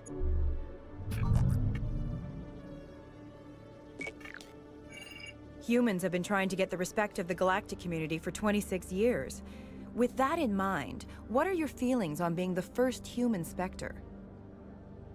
Honored. The Spectres represent the best of every species in the galaxy. To be asked to join them is an honor. Some have said your appointment is the Citadel throwing humans a bone. Have you encountered any situations where the Citadel asked you to place its needs before the needs of Earth?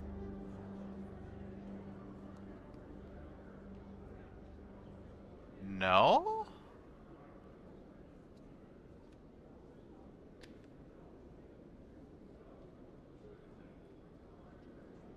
I mean, they haven't. The Council is concerned with the needs of the whole galactic community. We're part of that community now. Our needs are on their agenda, but we're one of many. You really do believe that, don't you? You've been given command of an advanced human warship for your missions. Is there anything you'd like to say about it?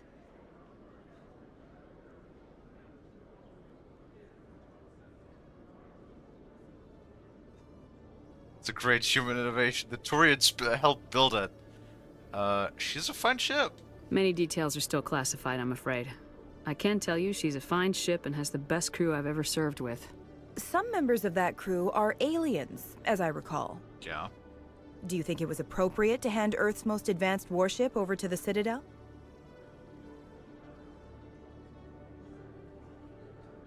Shut up. I wasn't aware it had been handed over to anyone. I'm in command, and last I checked, I'm human. Same goes for my crew. Human, yes, but you do work for the Citadel now, Commander. One last question, Commander. Rumors back home say you're tracking a rogue Spectre named Saren. Do you have any comment on that?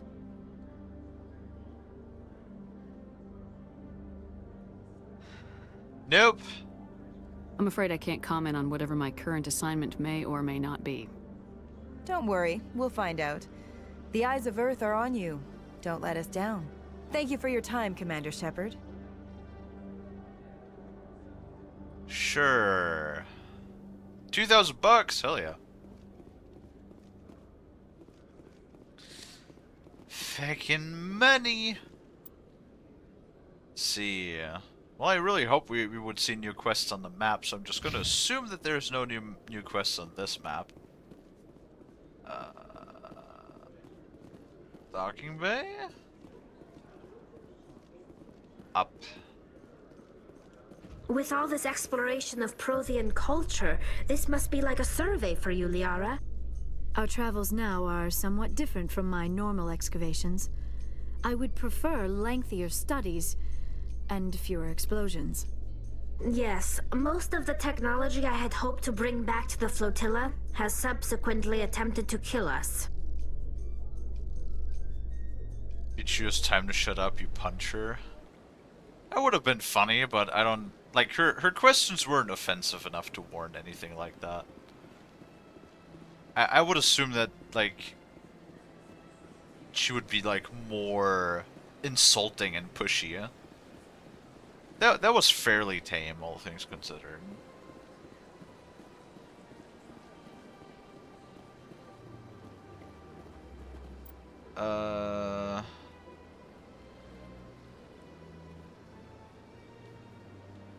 Ah, yes.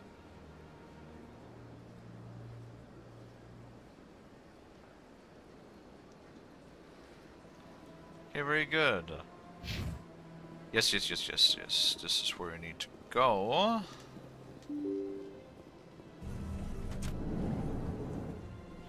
She gets a bit worse depending on the answers, but yeah.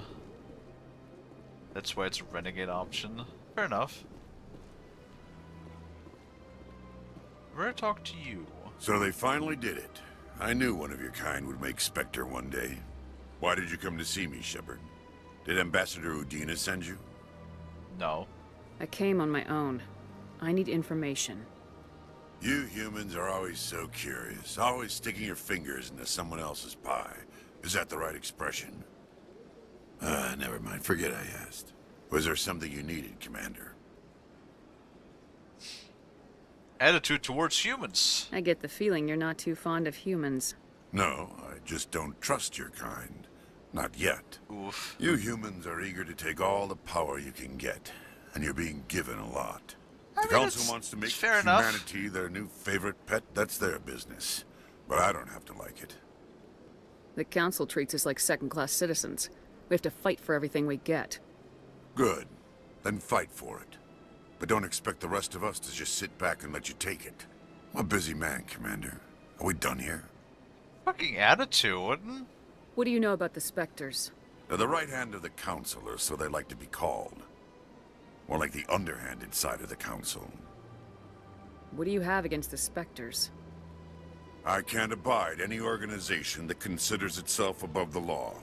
Especially when it's left up to each individual Spectre to decide when and how to bend the rules. I'm above the law. I don't bend the rules. I transcend them. I hover over them. My ass doesn't even touch them. Sometimes you have to bend the law to keep people safe. I've been with CSEC for 30 years. I've never had to break the law to do my job, not once. Spectres walk a slippery slope, Commander. Operate outside the law and it changes you. Look what happened to Saren. That is not a completely accurate analogy, Executor. You cannot deny that some CSEC officers are corrupt. There are over 200,000 CSEC agents. Some of them are going to be bad. But we don't turn a blind eye to corruption like the Spectres do. We do our best to find and punish any officer who breaks the law. Spectres, they'll never come under that kind of scrutiny.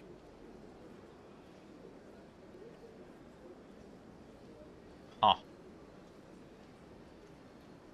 I mean, I don't think we're gonna blow up an orphanage, but you never know. If Saren hides inside of an orphanage, you know, what's like 200 orphans, right? Right? Guys? Alright, I'm moving on. The galaxy needs people like that. People who do the dirty jobs. I agree. But they need to be held to a higher standard. They need to be accountable. Saren's out of control. We both know that. But because he's a Spectre, the Council doesn't want to do anything about it. Ex-Spectre. Is that the kind of person this galaxy needs? But not all Spectres are like Saren. True. I hope that's something you'll take to heart, Shepard. I am better than him. Tell me about CSEC. I think. CSEC provides necessary police and security services throughout the Citadel. We're a civilian government agency, though many of our members have had military training. And unlike the Spectres, we work within the bounds of the law. Oh, you know what? You know what I just realized? Fucking Saren is when you play the game in full Renegade mode. Sometimes you have to bend the law to keep people safe. I've been with CSEC for 30 years. I've never had to break the law to do my job, not once. Spectres walk a slippery slope, Commander. Oh, we already had this. That is not a completely... We do our best to find and punish any officer who breaks I'll be the law. going now. Goodbye, Commander. Bye. Have a good time. Wait, can I just talk to Liara? This is truly magnificent. Most Prothean architecture I see is in ruins. Oh. Well.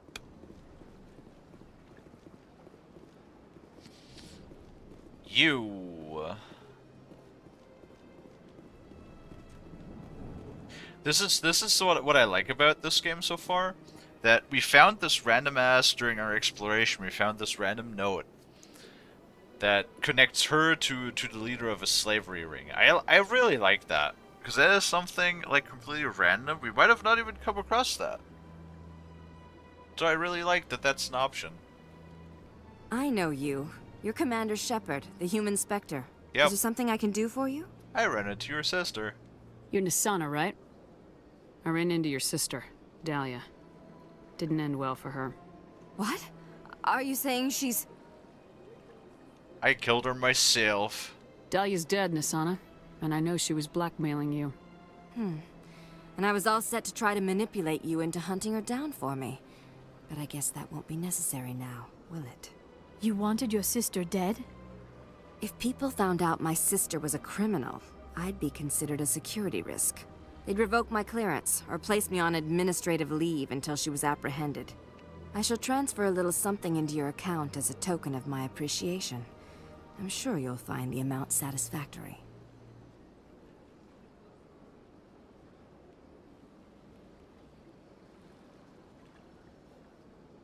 I've got a better deal. Credits won't cut it. You're a diplomat on her way up the ranks. Could be handy to have a Spectre who owes you a favor. You make a good point. Anyone can come up with credits. But I can give you authorization to purchase prototype Asari mods. I will get you added to our manufacturer's preferred client list. I think you'd be very interested in what they have available. Where did I get Goodbye, those? Shepard. It has been a pleasure doing business with you. Where did I get those? Tell me where I get those mods. Hello, Commander. Can I get you something? Why not? What have you got? Information, mostly. Would you like to know about some points of interest nearby? You're a bartender. Probably on your ship. Oh, I thought I have to get the license first or something, but fair enough. But you're a fucking bartender. Give me a drink. I want to get fucking hammered. What's going on around here? Well, you found the embassies. Not much going on here. Across the bridge, you'll find the bank, the Emporium, and Shaira's. If you haven't heard of her, you soon will. If you need supplies, you can try the markets one level below. For entertainment, I'd try Flux or Cora's Den. I already know all of that, though. Goodbye. So long, Commander. Have a pleasant day. Oh, hey, a keeper. Skin. That sucks. Where am I going to find all of the other ones? Right, diplomat. This place seems strange. Wish there were more humans around. Oh, right.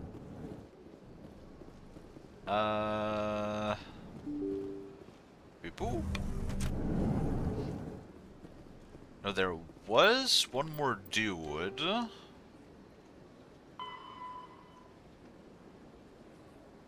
Citadel Tower. Run, run, run, run, run. Run, run, run. Boop. City locations, Citadel Tower. There's like 7 more guys to scan.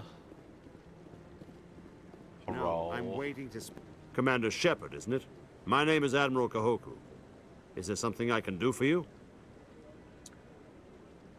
Oh yeah, he was the, weren't those Marines attacked by Geth? You sent a recon team out into the Artemis Tau cluster? Yes, that's right. They went missing a few days ago. I've been trying to find out what happened to them, but I keep getting the runaround from Alliance brass. Do you know something about this, Commander? They were killed by a Thresher Maw. A Thresher Maw? That's not... My men wouldn't just stumble into a Thresher nest. Not the entire unit. Somebody lured them there with an Alliance distress beacon. Placed it perfectly so they'd land right beside the Thresher nest. Damn it. I had a bad feeling about this ever since my team disappeared. An Alliance beacon used as bait, my unit wiped out, and nobody seems to know anything about it. Commander, I appreciate what you did. Now I need to do my part. The families of those Marines deserve to know why they died. Anything you need from me? Not right now, Shepard, but I'll let you know as soon as I find something out.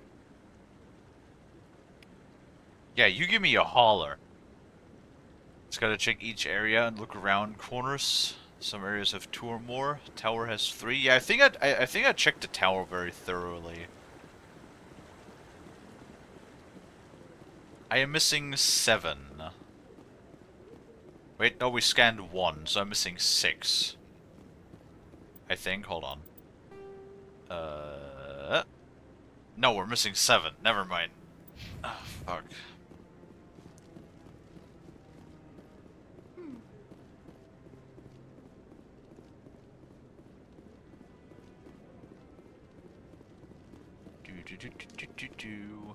How are you enjoying the game?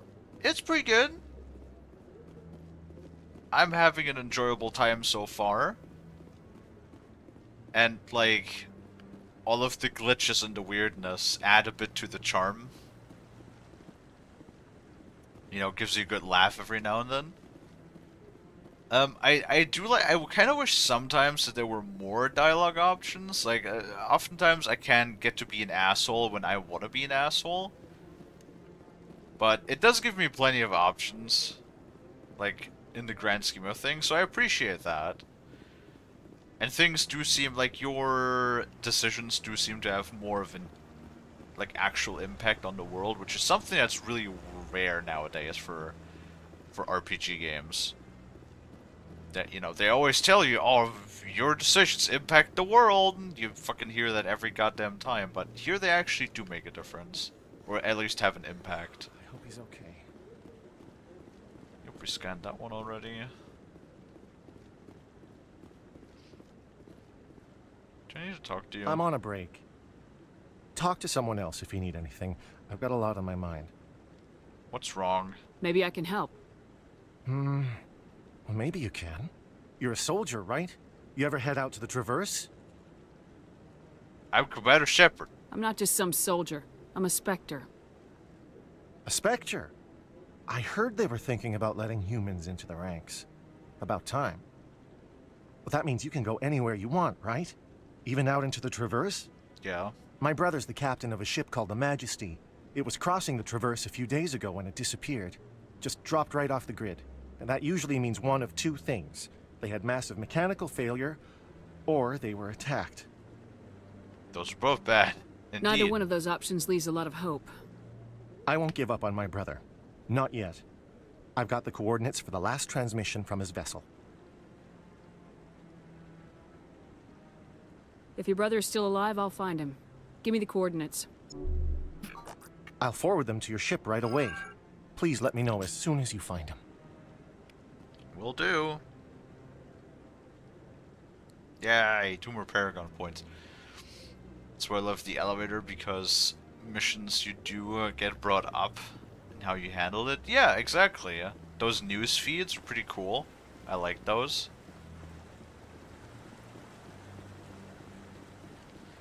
Now we talked to the guy, and now we can do the VI thing.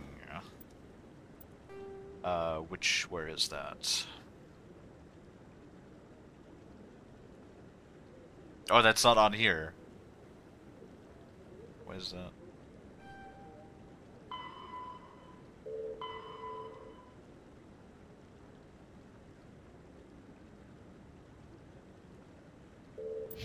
Okay, well, I guess we gotta leave. Interesting.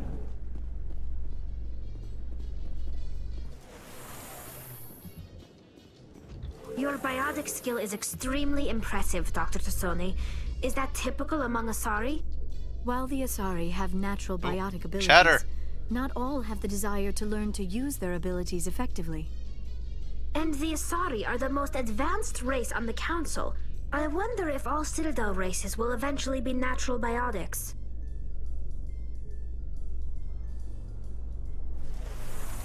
Okay. Sounds good. Examine. Please do not disturb the keepers. Shut up. Not talking to you. Please do not disturb the keepers.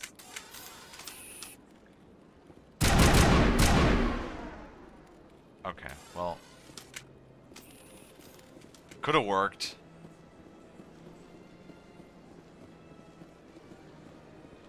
Let all races herald the glory of the Enkindler. It makes me happy there are no random raiders like the muggers in Skyrim, always stupid that some street thug wants to fight the god of destruction for a few coins.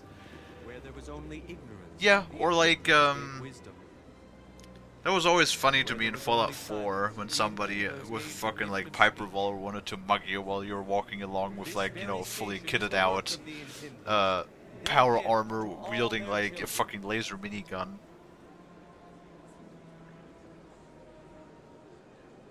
The Hanar is back? He sure is, but he has a license this time. And I can't even talk to... Nope, can't even talk to him. I basically did the Ricky Sanchez thing from Trailer Park Boys. I basically told him, you know, I'll give you 150 credits for your license if you go away.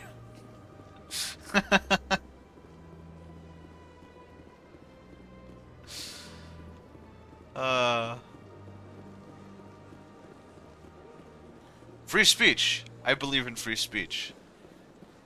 I'm open to admit that. Even if it's like, even if you don't agree to the religious babble, everybody should be open to speak their mind. It's the thing with free speech. You might not like it or agree with it, but everybody is entitled to have it. Because otherwise it's not free speech.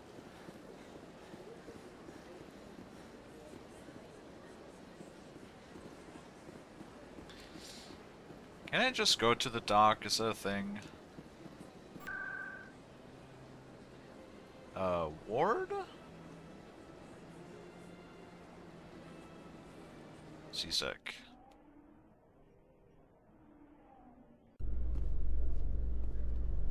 Same, he just needs the proper paperwork first. I mean, it's understandable why, sort of. Especially on the Citadel. Like, they don't want people to just go around and bother everybody, because that's like a bit of a problem with religious scholars, that they just try to shove it down everybody's throat. And if they have specific areas where they can do their preaching, then people who are interested in hearing those preaches and hearing those you know, those religious talks, they can approach on their own volition. I can agree with that. You must welcome civilization after so long a time in the Prothean ruins. No, cities and stations were always my mother's area of comfort. I actually enjoy the solitude of dig sites. The ship I grew up on was always full of noise and people. The solitude of a dig site would drive me crazy. You know, you guys are fucking adorable.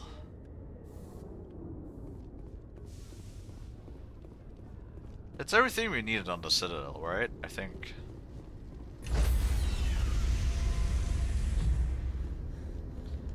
Boop. Stand by, shore party. Decontamination in progress. Just lasering us. Logged. The commanding officer is aboard. XO Presley stands relieved. Yay. Okay. We need to open this goddamn door. There we go.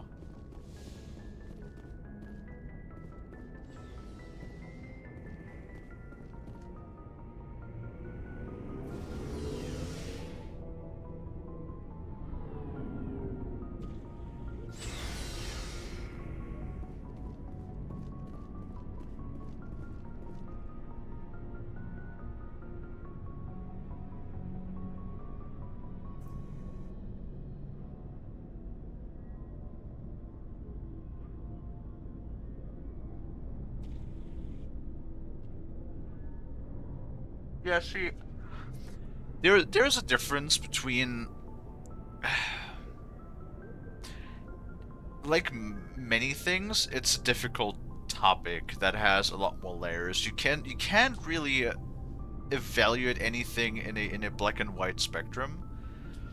When it comes to free speech, in my personal opinion, and again, this is not like free speech, I don't think should be political, right? Because I try to keep politics out of my streams as best as possible. And in my opinion, free speech is not a political subject. Everybody should be entitled to free speech, period. Because otherwise we would not be living in a democracy. But that's like, you have to acknowledge that everybody, if you want true free speech, or if you want free speech, because at the moment, that's like why I have a bit of a problem here in Germany. We sort of like, our law says that we have free speech unless you say something that is against the law. And that's a problem, because that is not free speech, because there are certain things and subjects that you actually can't talk about, because you can be legally fined, or in severe cases even be arrested. So that in and of itself eliminates the aspect of free speech. Because no matter what it is, and again, you might don't like it, you might even hate what some people are saying, or what opinions some people have. But if you want free speech, everybody is entitled to it. No matter what their opinion is, how bad it may be, or how controversial it may be, it is still their opinion, which everybody is entitled to. Now, there is a difference between free speech and, like, protesting or whatnot. Because you can say, in my opinion, you can say whatever you want, pretty much. Unless, of course, again, I guess maybe not everything. Like, if you go out of your way to threaten people, or, like, you know, just go out of your way to basically verbally abuse people, or threaten people or shit like that, that you also shouldn't do. But then it moves more from having an opinion of something to attacking somebody verbally. So don't threaten people, right? Hate speech should not be covered under free speech. Yeah, sure. But then again, there's the problem. Who defines what hate speech is? Because it could be somebody's opinion, even if it's, you know, something completely outlandish that you don't agree with, that to them is completely normal, and to you could be considered, because it always comes down to who defines what. It is very hard to define, because what, especially like where we live in first world, at least I'm going to assume that we live in first world countries, our definitions are much different. Like, let's say, I'm just going to assume that everybody present right now lives in the western hemisphere of the planet. Our cultural and social standards are vastly different from the ones in further west, right? So, like, our definition on different subjects might be completely different than from what the social, especially our social standards, could be completely different from what the social standards are, you know, over in Asia, the Middle East, those sorts of places. They're vastly different, right? So it is very hard to make a proper definition of what should be considered what. You know what I mean?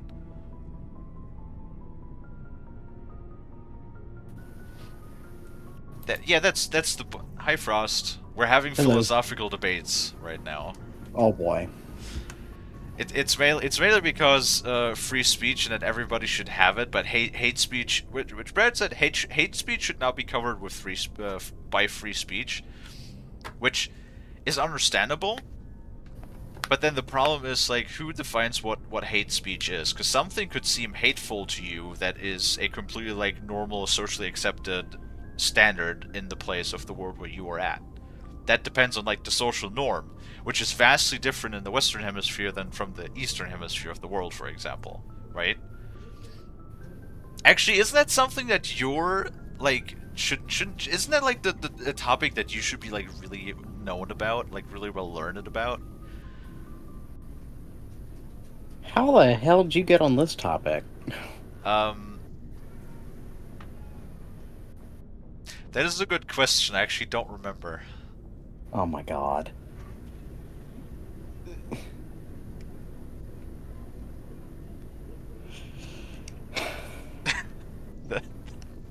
Looking for supplies? The sigh. Oh yeah, the Hanar. That's right. The preaching guy was back, and I was. Really, the Hanar?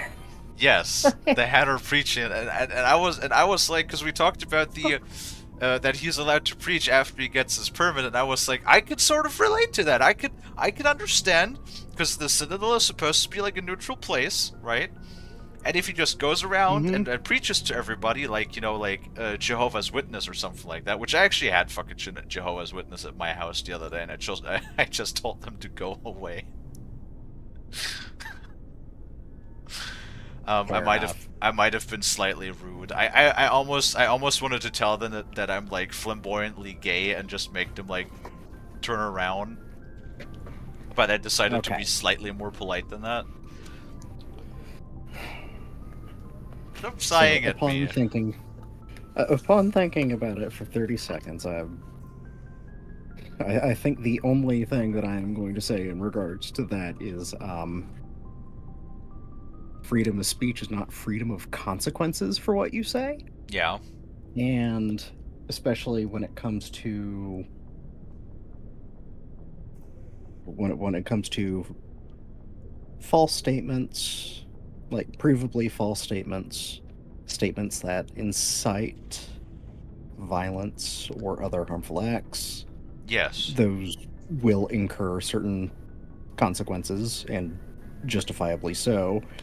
And also, when it comes to social media, I mean, it's kind of the same way where it's, you're a customer of the site, you're welcome to go speak elsewhere.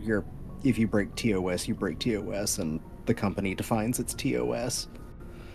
Oh yeah. No, like for example, Twitch is not a place of freedom of speech, because there's a lot of certain different things that you can't actually say, because then you would just get banned off of Twitch. And people who suggest that it is like legally obligated to be, it's stupid. It's not how that works. That's not. Yeah, no. Free speech is not. It's like how you can't go into your local Walmart and start ranting. They don't take too kindly to that.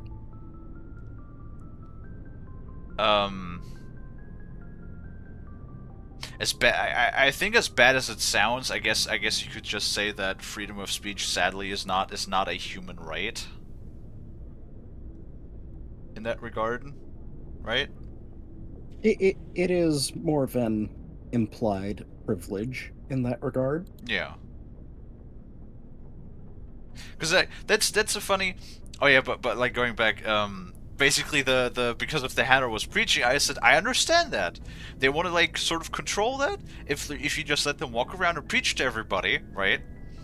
They're just gonna try to shove down their beliefs down everybody's throat, like, you know, like Jehovah's Witness or people like that do that nowadays. They just come to your house and annoy you and bother you, basically, right? And I was like, I understand if they want to have them get a license, get registered as like a scholar or something, and then restrict them to their specific locations where they can openly preach, and then everybody who's interested in the preaching can approach on their own volition. That idea, I actually approve. Like, I can get down with that. Now, it shouldn't be that the license costs, like, you know, I don't know, like $1,000 or something. Make it affordable. Make it something like, I don't know, $50 or something, just to cover like the processing fees for the bureaucratic paperwork and whatnot. And so they are registered in the system, basically, and then they can do what they want. Like, I think that in its of itself would be a good system, in my opinion.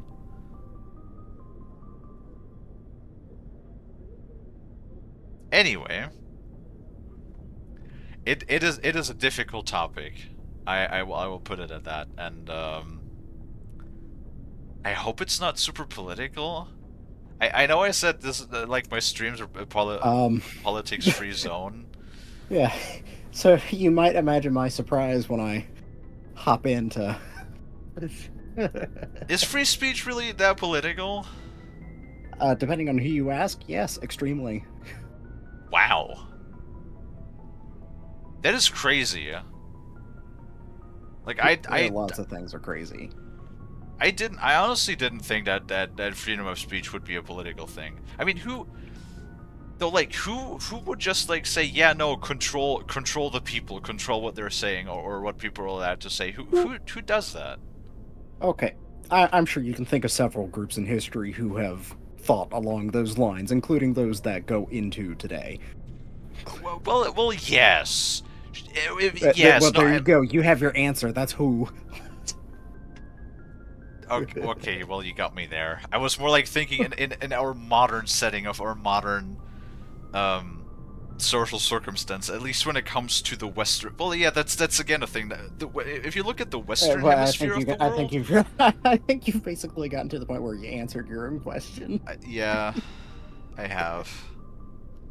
Everything is political, depending on who you talk about. Yeah.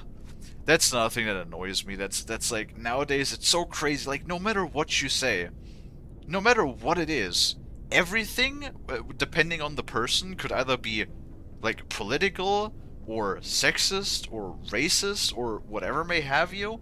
No matter what it, even if you're just having a neutral like debate about it, or like just a neutral analytical conversation, but that be the internet. As long as you guys know me, and I don't mean anybody harm, that's just like, just hang around for a little bit, get to know me, and you'll find that I might be a little bit of an asshole, sure. Do I like trolling people every now and then to have a laugh? Sure. Do I make bad jokes? Sometimes at the expense of other people? Sure. But like, in the grand scheme of things, I don't mean harm to anybody, right? I just want to play my silly little video games and make people laugh. Or just have conversations. I like having conversations, okay? We don't always need to laugh. Fucking life ain't a...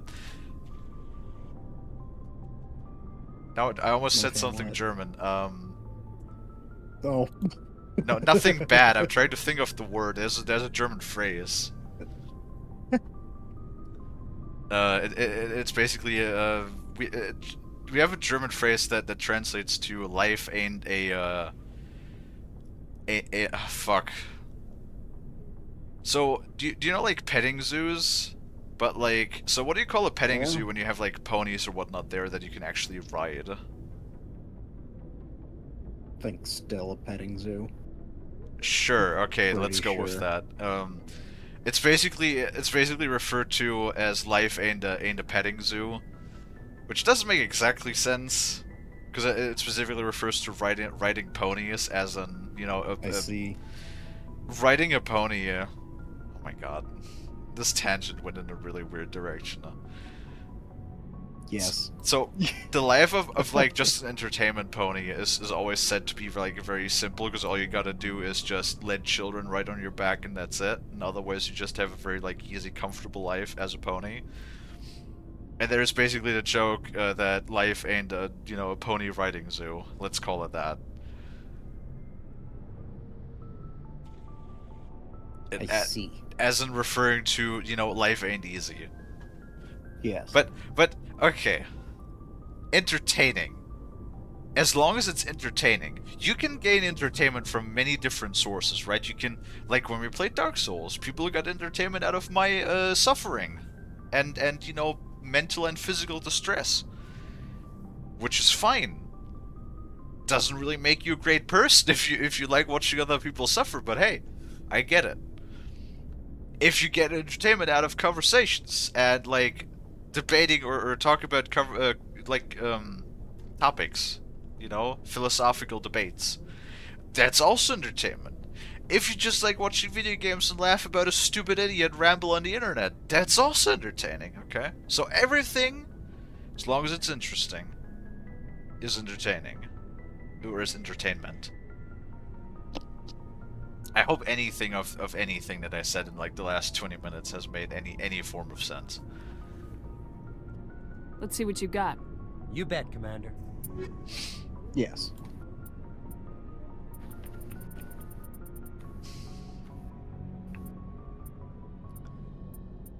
I don't know, maybe everybody left, I have no idea. Maybe. Yep. Maybe. Who knows? Dude, it's not even worth selling all of those weapons in my backpack. Like, they only give up, like, the most expensive one only gives 200 bucks. I have 68,000. I'd rather take those apart for gel. That's fair. We just let you get it out of your system. Oh, my friend, you don't know me. Frost could tell you stories about how I fucking love to ramble. Oh, actual literal hours. Has it really ever been?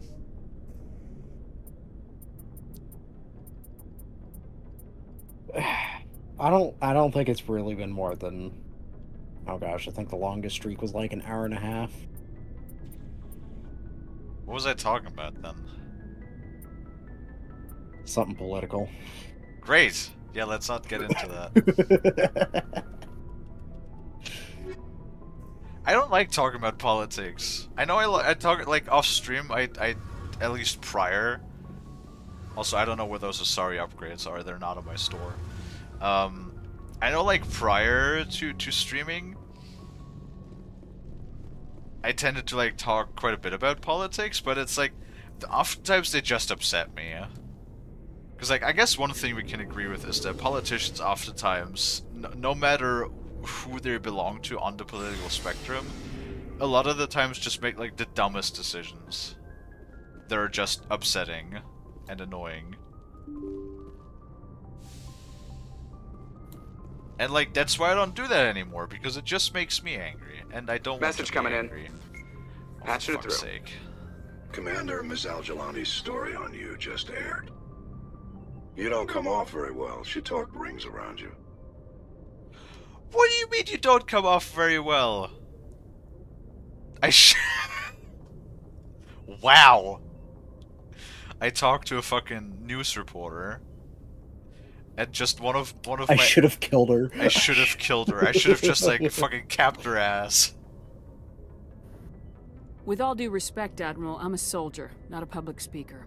She shouldn't have ambushed you. We have a press corps for a reason. Nobody's blaming you. Just wanted to let you know what the response was back home. I won't keep you any longer. Fifth Fleet out. Also, why the fuck? I literally chose two, what's the good site again? I keep forgetting the fucking name. Paragon and Renegade. Paragon. I even chose two Paragon options in that interview, and then he still tells me I came off bad. Yes. What the fuck? Is there a good outcome to that?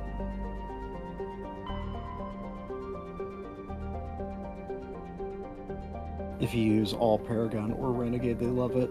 Yeah. Really? That tracks. Oh, of course. The Renegades too. Oh, yeah. Okay. Everybody hates a centrist. Come on. Well, fucking, I'm sorry for being neutral. Fuck me, I guess. Take a side. God. Dude, where's the soul system? It's... Oh, you pass by it. There it is. Go Found back. it. Okay, never mind.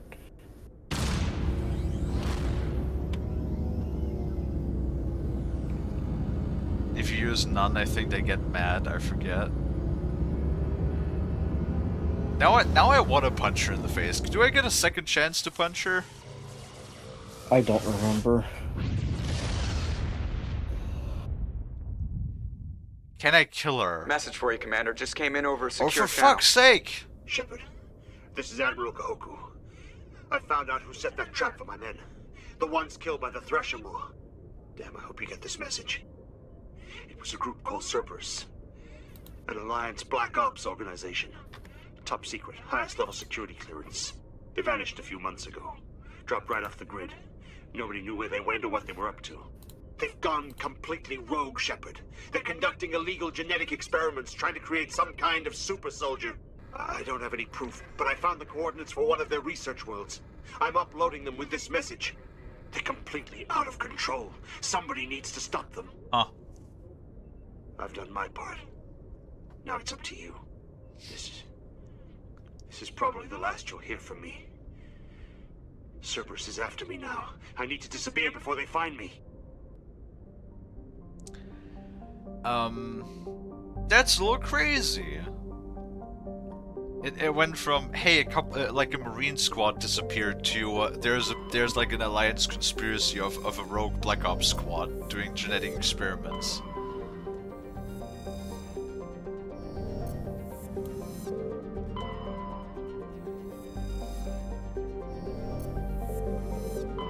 Well,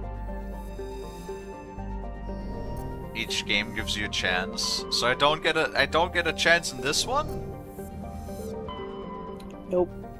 Fuck. What if I kill her? Can I kill her?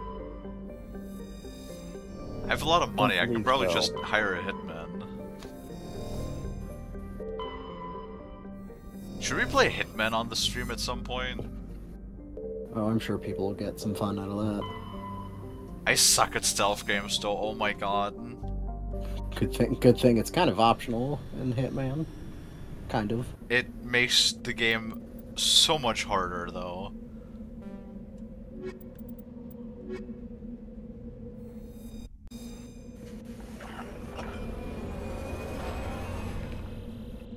Your Spectre just says she worked with Saren, but no killing sadly. God damn! Sag.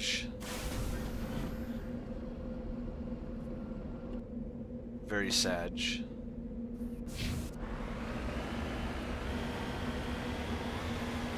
You have the Mako on the moon! I am. Wheel, wheel, wheel, wheel, wheel! Moon looks kind of fucked. I feel like our actual moon is probably a lot flatter than this.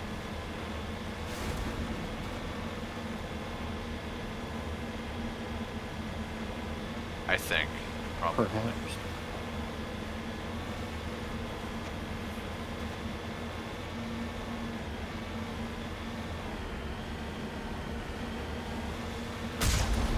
Pew. Pew. Yes. Pew indeed. You know, this armor is kind of growing on me. I thought it looked a bit weird at first, but it's kind of growing on me now. Wait. CCCP Luna 23? Isn't this the CCCP? Wasn't that Russian?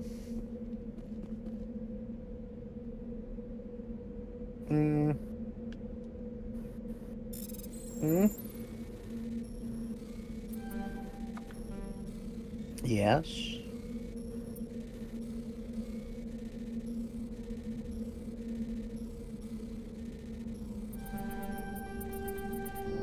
Fuck.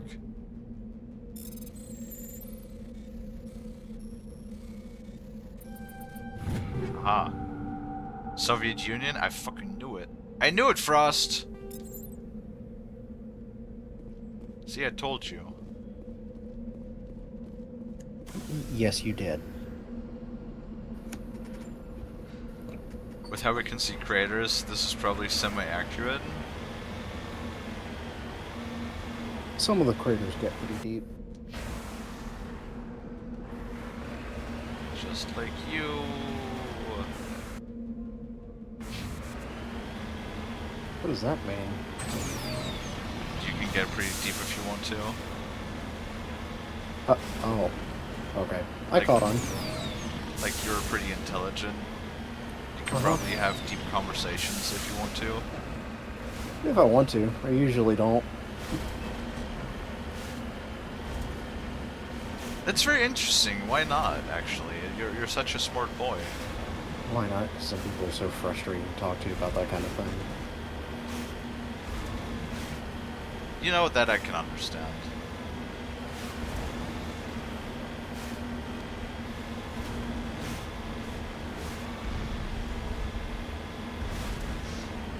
Personally, it's just... What's up? Oh, it's just that, unlike some people, I don't get a joy out of having difficult conversations about these topics. Yeah.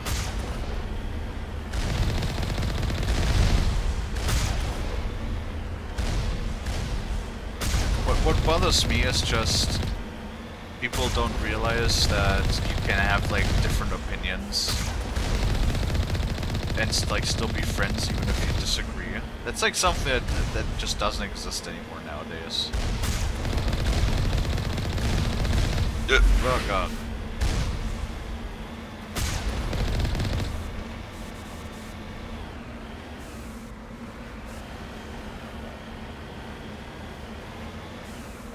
I guess it's like everybody sees things so black and white today. Like there's no nuances to everything. Like everybody's a Sith nowadays, Frost.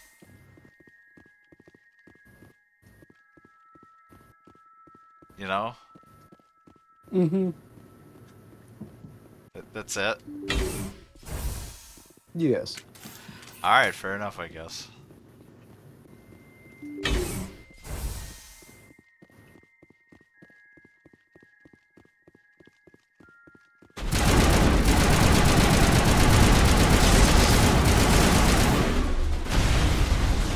Fucking ouchies.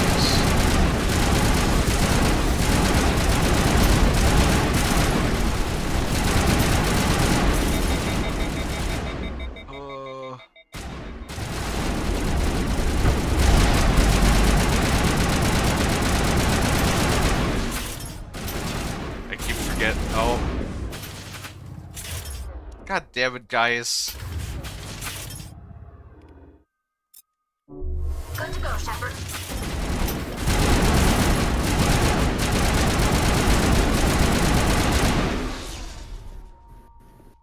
Look at everybody just falling over. Metagel deployed. There we go.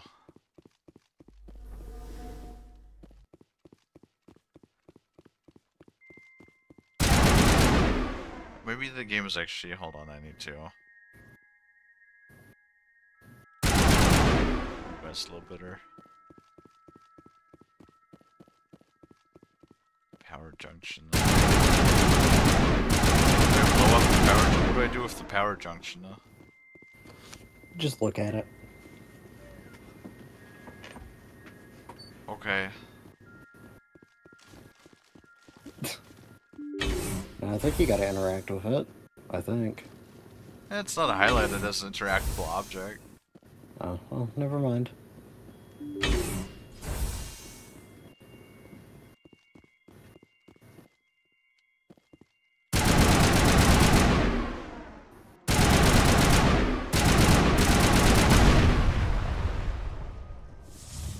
What? Toxic gas vented into the bunker. Oh no, you just have to shoot it a bunch.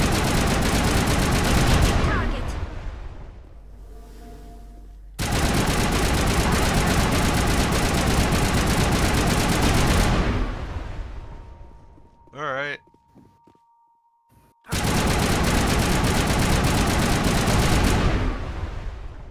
That's how I like dealing with things. Just shoot them until they pop. Oops.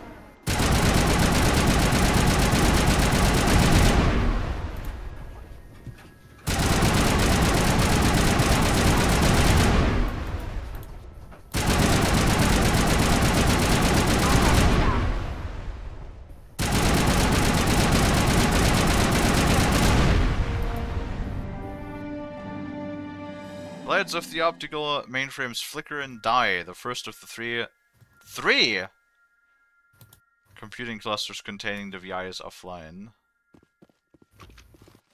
Well, That's the last of them. well, shit.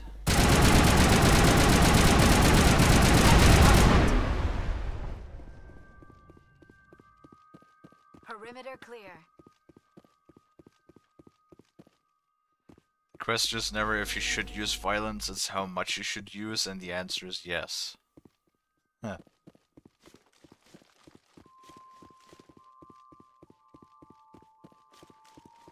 I mean, not always.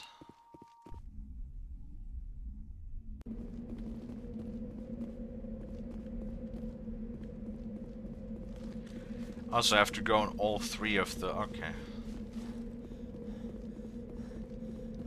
God damn. I mean, no wonder Shepard can run for all of, like, 5 seconds. When she's gotta carry around the fucking buns all the time. Negative contacts, Commander. Really weigh her down. Oh, loot!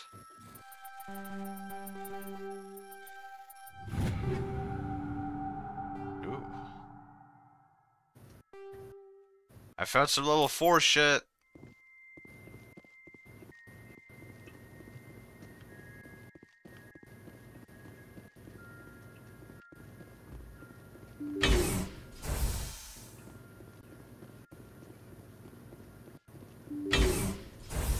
At least there's no melons.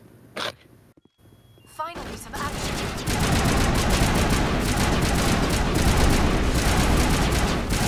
Fucking Liara just say finally some action. What the fuck?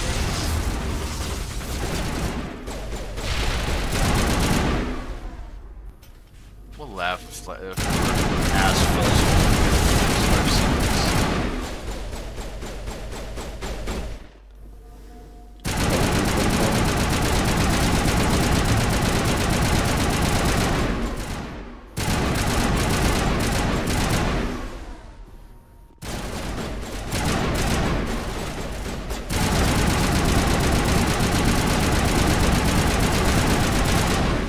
God damn, these things hit hard though. All clear.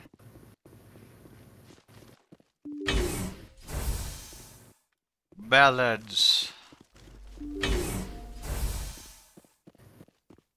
Yeah, I've never been a fan of melons. No. Yeah, I don't know, the flavor was just always kind of off. Fair. But I guess it's the same as with coffee.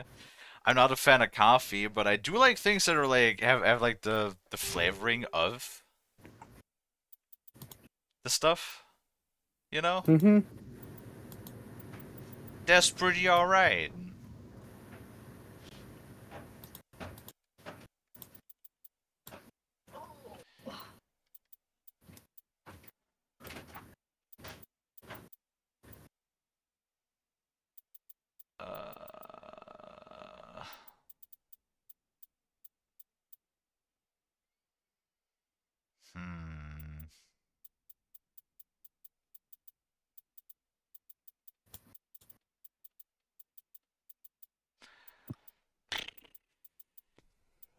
It's always such a fucking decision of what to put points into Frost.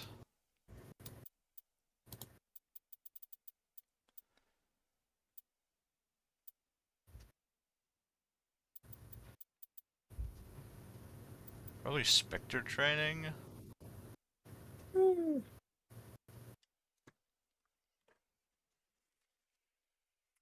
When it says increases the damage and duration of all of your powers and attacks by such amount %, by all attacks, I would hope they also mean my guns, right? Yes? Believe so. Good. I'll take your word for it. Okay. You better not be wrong about it.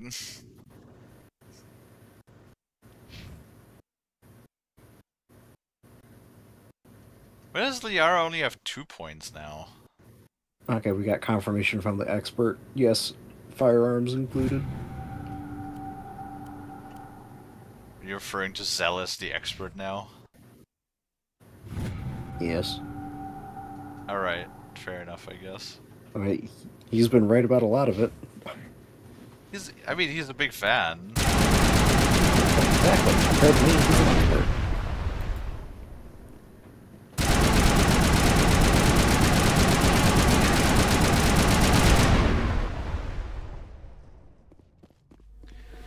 Can I melee those? I can. What, the shields? Yes. Or the conduits? Yeah, I should be able to.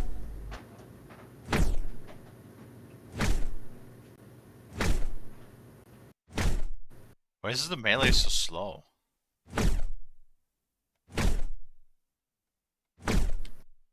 Well, you know, Shepard's got to take a breather. I guess so. I could just shoot around. Aww. That's the last of them. Get out of here. Oh, really? In front of every door now? Great. Well, of course, the VI ain't happy with it.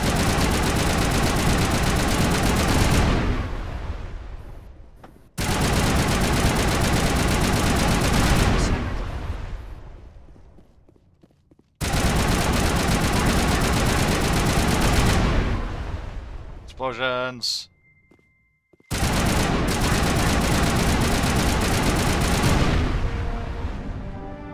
Whee! Think we got him, Commander.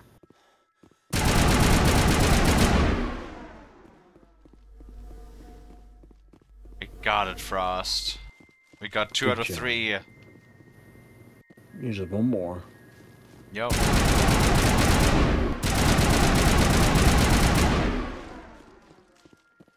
Ooh. Loot.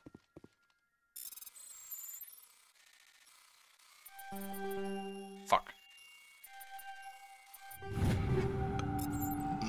Oh god. Hey, Frost, I beat the main game of Horizon today. Forbidden West. Nice. Yeah.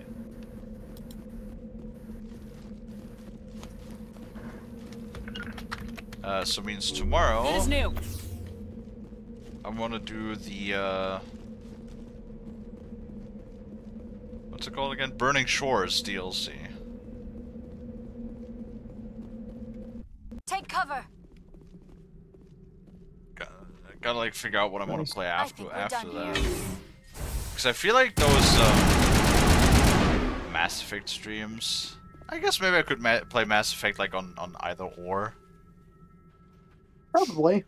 Because I know on the first stream there are generally not that many viewers. Like, sadly, European time doesn't really run that well.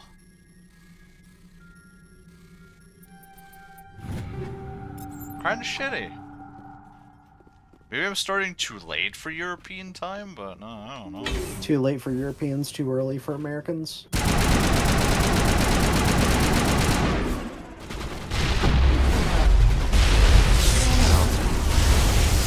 I cannot claim to be ideal.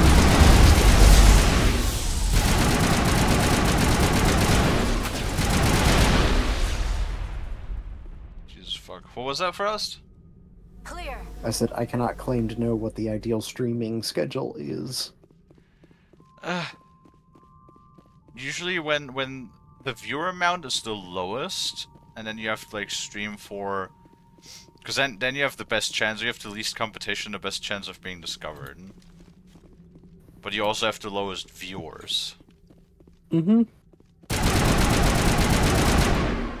There's a lot that goes into it. Like there is, of course, time is one thing.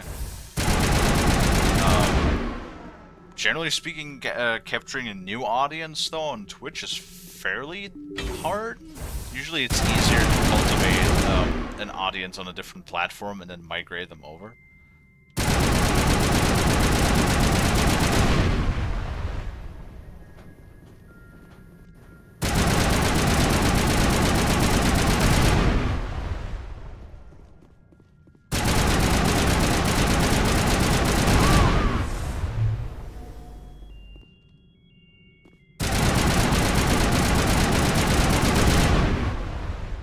But yeah. Hey, in case anybody really wants to see it, it's all on the VODs on the YouTube channel that is linked below.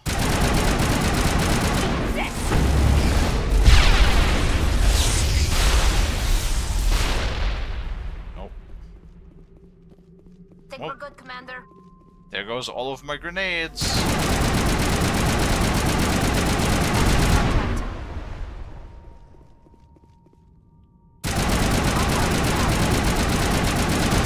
At least it makes quick work of them when they're clustered up. It does. But whole point of grenades. I don't use my grenades that much, so Yep. a burst of white noise over all frequencies nearly deafens you. Your hardsuit heads-up display interprets it into a series of zeros and ones. They repeat again and again, blanketing all frequencies until the lights of the final VI cluster flicker and die. Specialization class achieved. Your specialization class will replace your base class in the talents on the squad screen. Talent ranks in your base class transfer over to your specialization class. Go to your squad screen to view the bonuses you gain with each rank of your specialization class. Oh, okay.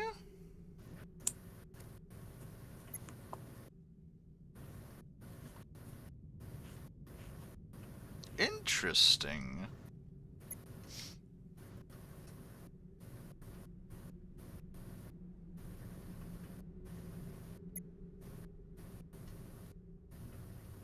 So the one gives health and damage protection. The other one gives damage with all guns. I'm turning towards damage. I like the damage. Hell yeah. Commando.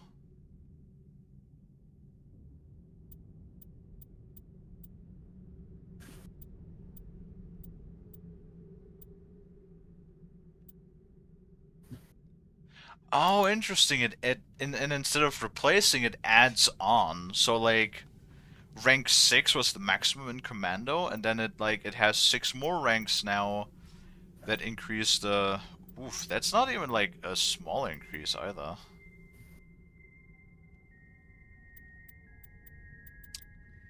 That's pretty nice. Oh shit. Oh shit.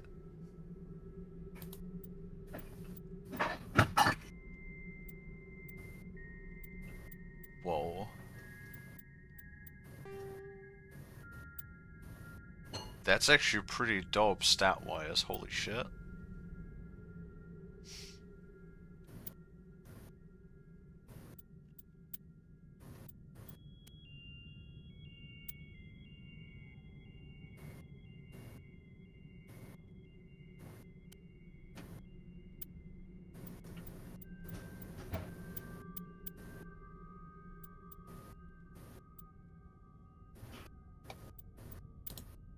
Oh my god, Frost, those things are actually pretty dope.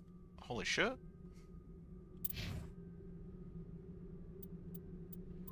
Can you believe it?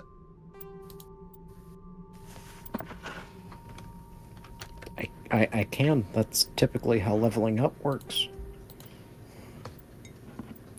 I know, you've never seen anything like it. No, especially not the other time I played this game. You keep saying that that was like a decade ago, so Yes. what? Do you remember now or don't you? No, but I am familiar with the general concept of leveling up, and things typically improve when you level up.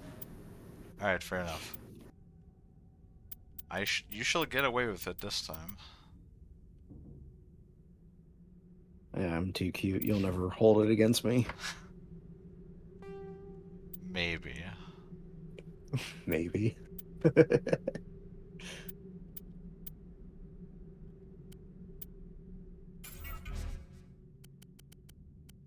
Alright, there we go.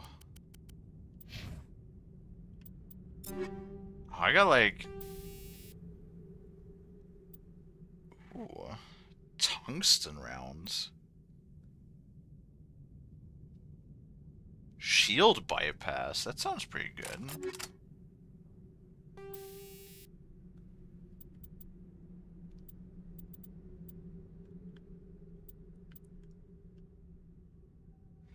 10% shield bypass, and minus 20% target accuracy. That sounds pretty good. Hmm.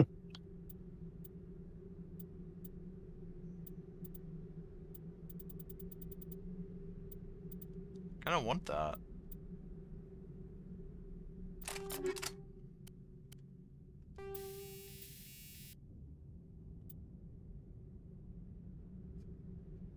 Ooh. Or could have the opposite. More shield bypass is amazing. Nice. Yeah, usually it's the shields that I chip away at. And that would give me more damage but less heat, and I currently have the heat sink installed.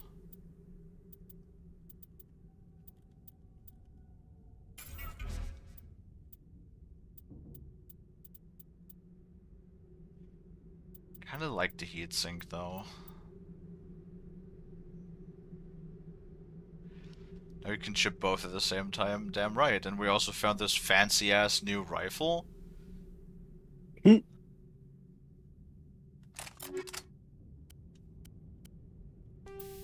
Oh man, I don't always want to like go through all of my shit though. I know I had... There we go, we can put the tungsten rounds on the pistol.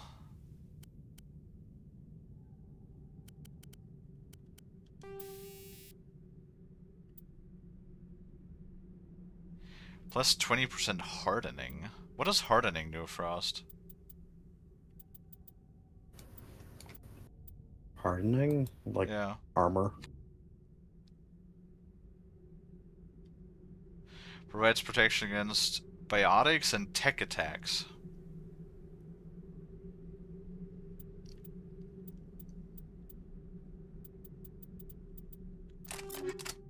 You know what? 10% damage reduction sounds pretty good.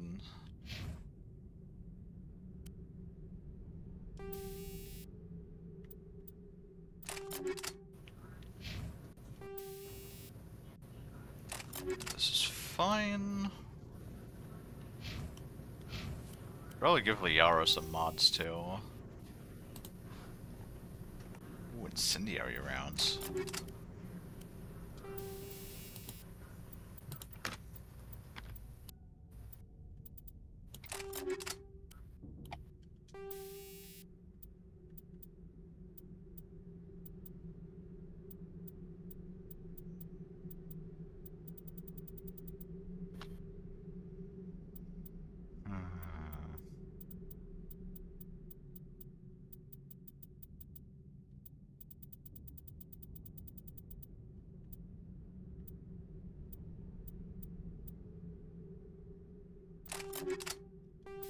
Sure.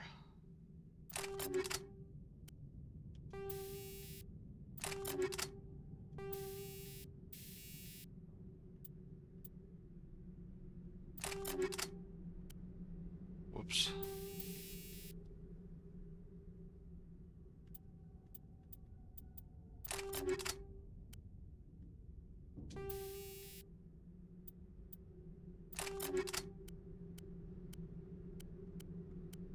Alright. Good enough.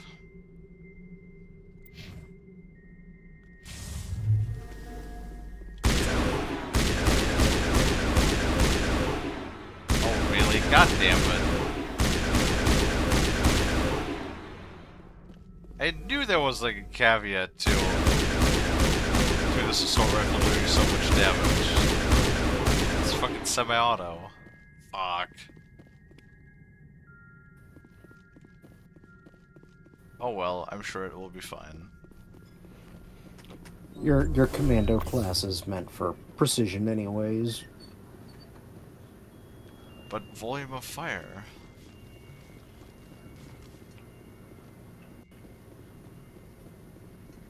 Did you mean to use your metagel? Yes. Okay. Both of them were hurt, why not? Fair enough. Fair enough. I mean...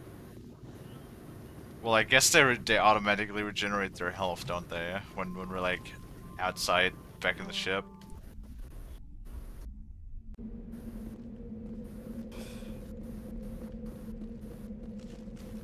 I'm sure you know that answer already. Well, I saw them not having full health, so I healed them, okay? I'm a good shepherd. It's very nice of you. I'm the best shepherd. thought you were a shark, not a dog. I know, it's confusing these days. Alright, well...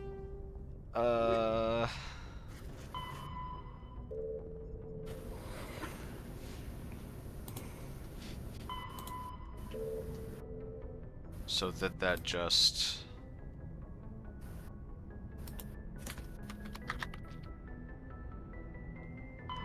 Okay, yeah, I did complete that. Go to the Yangtze system in the Voyager cluster and investigate the Cerberus activity on Benuth. Remember all of those things, Frost.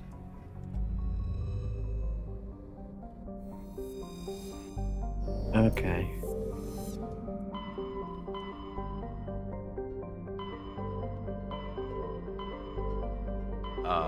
Gimini, Hades, Artemis, Voyager cluster, there it is. There you go. Yangtze. Whoosh.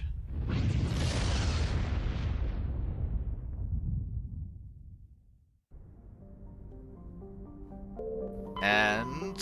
oh, survey. We could survey planets again, Frosty. Ooh. Oh, Benuth, that is where we were supposed to land.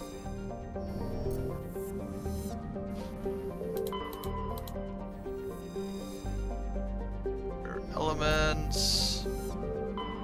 There we go. Benuth, land. How was work today? Oh, it was fine. Oh, today was fine.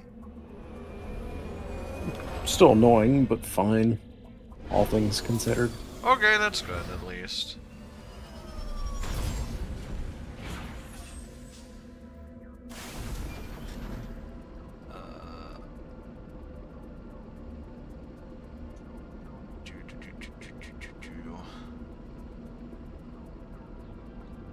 Hold on, I gotta check if... oh, Celeste's life... Yes. Yeah, makes sense. They've been playing Fallout 76.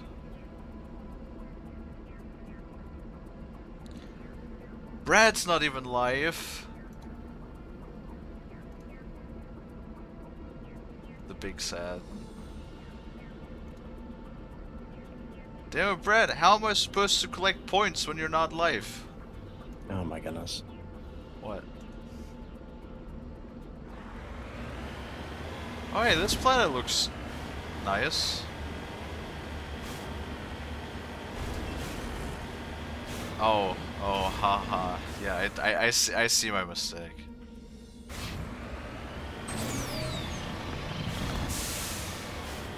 I'll be streaming tomorrow.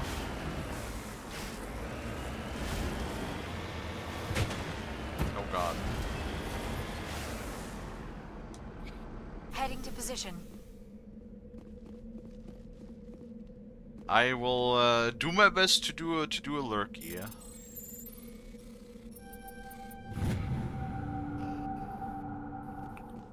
Okay, so yeah, the money does scale with your level because I just got $2,000 for just surveying this heavy metal. Horror game. Ooh. From for 5 12 hours? AM to 5 PM. That sounds very stressful and draining. We're in the right way? Not quite.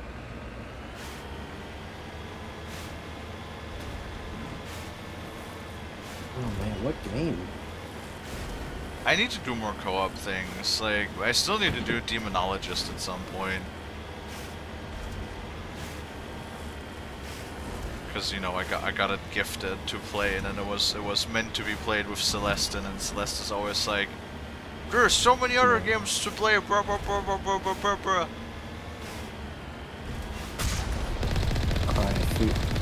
Oh, okay. Is that the one where Pyrocynical made like a 5-hour video about? God, was that Cry of Fear? I mean, he made Right. didn't he make like a fucking 6 or so hour video on Cruelty Squad? Yes, I think so. Sounds right.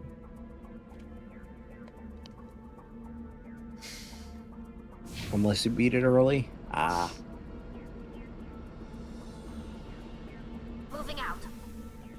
Yeah, I think Craft Fear is a fairly long game. It's a really depressing game from what I've heard. Well, yeah. Not a feel-good adventure. Yup.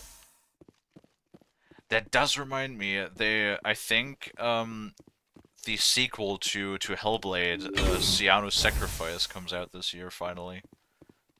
Hmm. So that's gonna be interesting to play.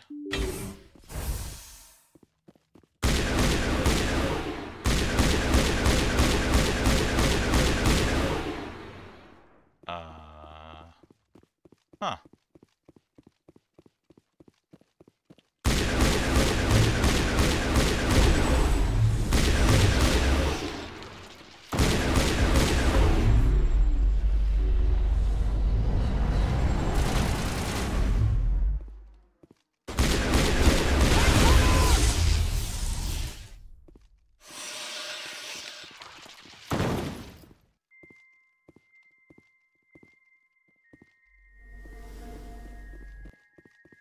Ah, that's the 1,000 follower celebration. Nice. Very nice. Oh, it's already out and it's only 5-ish hours. Yeah, but the first game was also fairly short.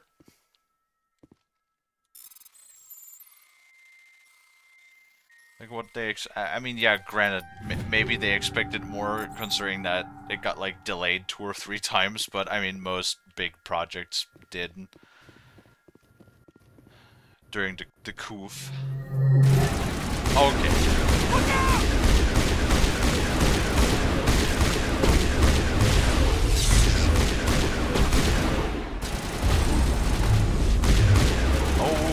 what the fuck?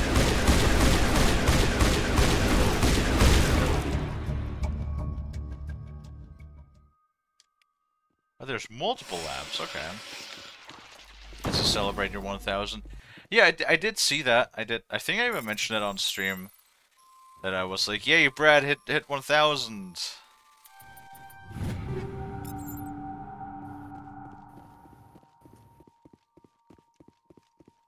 Well, I'm happy for you, Brad. You deserve it. Looks like Cerberus has other bases on this world, Shepard. I will give it to you. You are genuinely an enjoyable person to watch. Funny and enjoyable. Now, you want to talk about fucking people that I don't give it to? We just have to look at Mr. Thirstlord.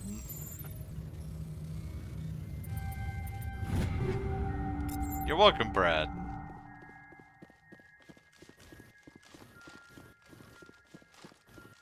And you can ask Frost. My praise does not come that easy.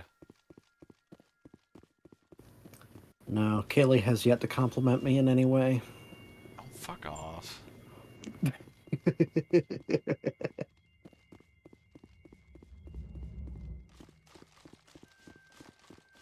I'm just saying, you actually have to... I don't kiss ass. You actually have to do something that I'm genuinely, like... yes. Impressed by, or pleased by, or entertained by, that I will give you credit for it. There's no blowing the smoke up anybody's ass.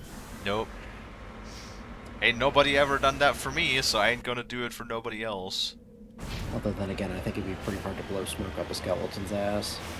It would just, like, hover right through. Yeah, exactly. I mean, then again, I guess Brad can smoke all he wants, because skeletons can't really get cancer.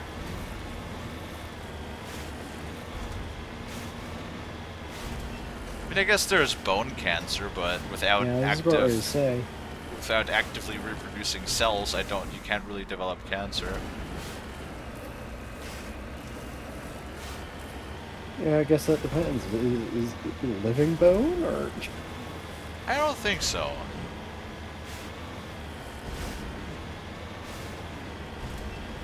See, whenever like Brad falls apart during an explosion or whatever, usually we just use super glue, and he don't grow back together on his own. Super glue, that doesn't sound very flexible. I mean, without cartilage, pure bones are also not that flexible. You know what? Damn, you right. We can rebuild them.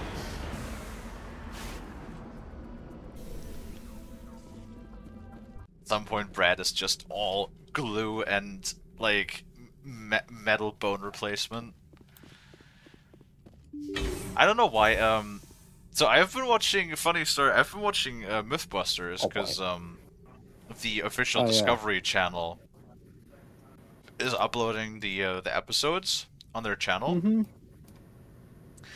And so whenever I'm like cooking in my kitchen, I usually just like put my phone on the counter, and I will just, while I'm like cutting stuff and cooking food, I will idly just watch the show basically. And it's just really fucking hilarious. Like I don't know why, but Brad in that moment just reminded me of their crash test dummy buster. You know, the poor thing that they kept abusing and then, like, destroyed God knows how many times, and then, like, completely rebuild the body dozens of times. Mm-hmm.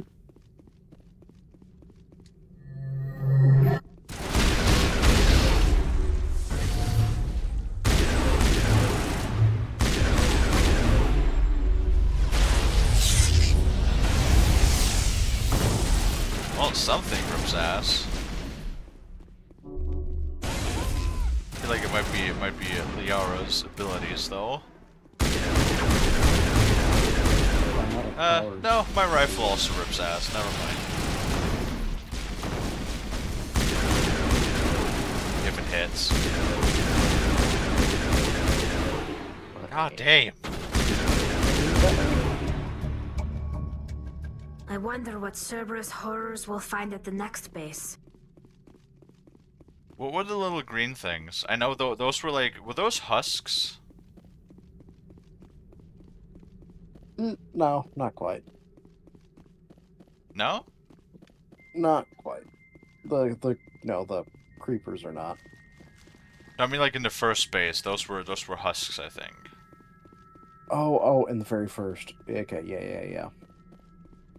Wait, no, you mean the first base in this thing? Yes. On this planet? No, those are also creepers. And those small, tiny green things were also creepers? Thought those were workers. No, the containment field, they had like small, tiny green things. Oh. Well, I don't know. I'm also trying to read, so... Shocker. Yeah, I know, doing nerd shit. I wish I had like your ability to read.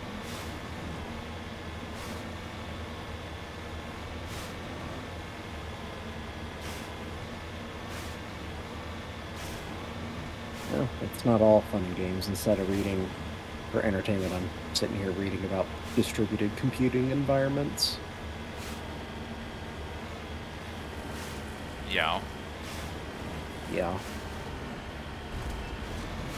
But hey, if you become, you know, IT, then you can be one of those big poppy furs. Oh Lord. Please no.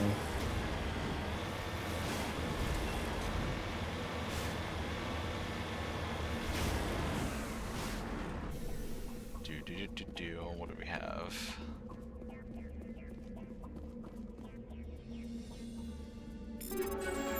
Aha. Level up! Fuck yes!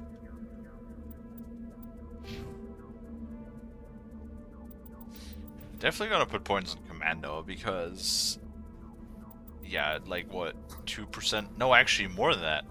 First is 6%, and then it gives a jump of 3% every level. Fuck yeah.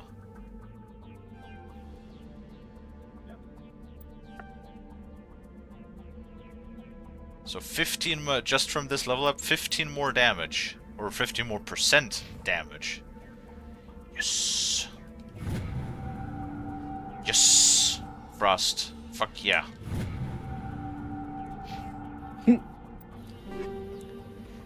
Oh no, and I found more shit.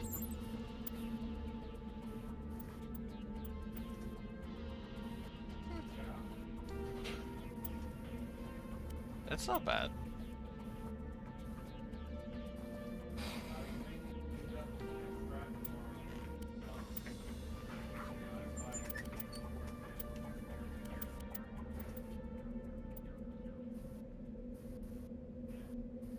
Oh, it has less shields, though. How does that look?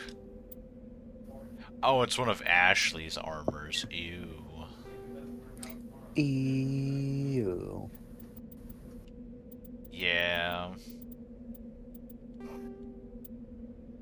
There we go, that's mine. Ashley's has more damage protection, but less shields.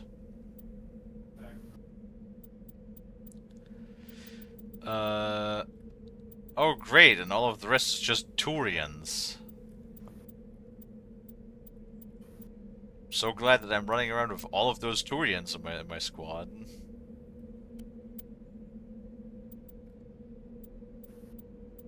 Yes. Hey, I got 400 Omni Gel.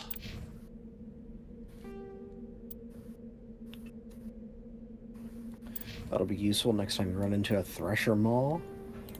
I'm sure probably wouldn't be the last time. I don't know, there's plenty of them about. Great.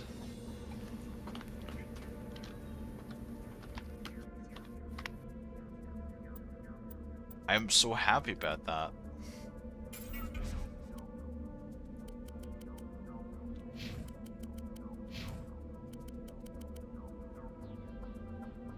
What armor is Liara wearing?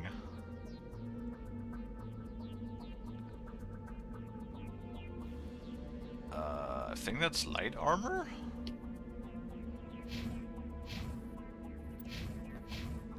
Looks like she's actually wearing the light armor version of my suit. So wait, why can't an Asari wear the armor of a human? Like Asaris pretty much have like the same body structure as a human. If I had to guess, beyond just the fact of arbitrary species limitations, well, I think they don't have a different number of fingers, do they? No. No? Okay. Yeah, if I had to guess, it also had to deal with, how, sealed the suit needs to be. Huh. Sorry, they need, like, a bunch of... They basically need to build the immune system into the suit to protect themselves. Isn't that Tali? Oh, you're talking about the one. Liara? Never mind. Yeah, Liara. Sorry, I got confused who you were talking about. I don't know, something about their whole touchy-feely bullshit. Lol. I mean, it makes sense that Talia needs a different suit, because she only has 3 fingers and, like, weird legs. Yeah, that's why that's why I kind of got confused when you said no, and I'm like, did I just completely misremember? No, I meant Liara. Okay. That's on me. Not fair. I'm just a fox on the internet trying to read.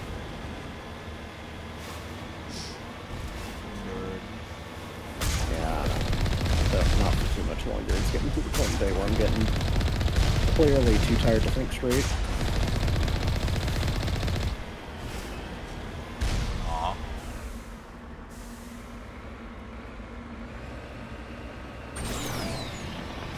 It's sad, but I don't understand that. Have to think gay instead. It's a tragedy. The fuck? What? It's a pyramid. Ah, the Egyptians were here. Oh, it's a Prothean. Prothean. Words are hard sometimes, okay? It's understandable. Good lord, people are dropping shit downstairs. 3,500 credits? Fuck yeah.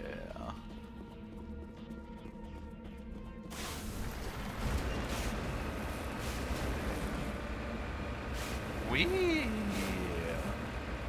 Don't slip. I mean, even if this thing is fucking indestructible.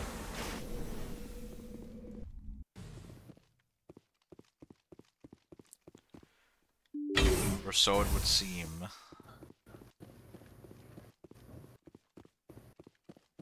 Kinda crazy we haven't had anybody to like talk to yet. Nobody wanting to grease our palms or anything. Nope, in this game, Cerberus is just more about running and gunning. Fair enough, I appreciate that. What the fuck? The Kalie approach to problem solving, shoot it until it stops. Not always. What is that thing?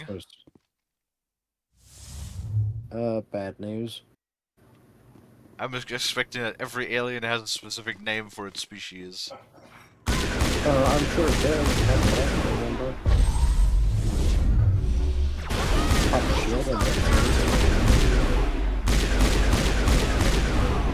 God damn! This fucking rifle rips though. Jesus Christ.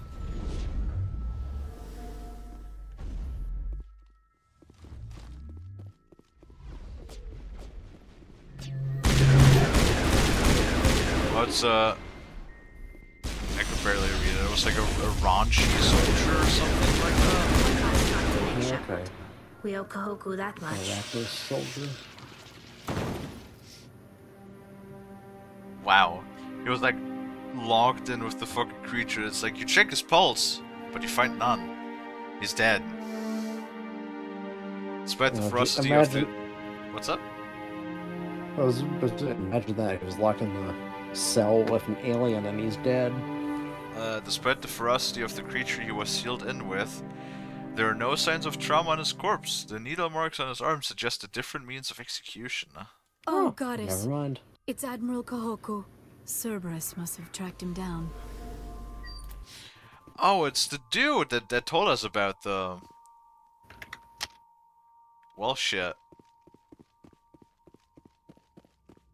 It's the guy that told us about the thing, about the group. Well, that sucks. Well, you know, Cerberus doesn't like being fucked with.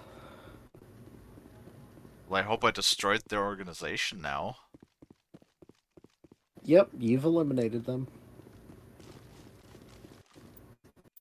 I hope so.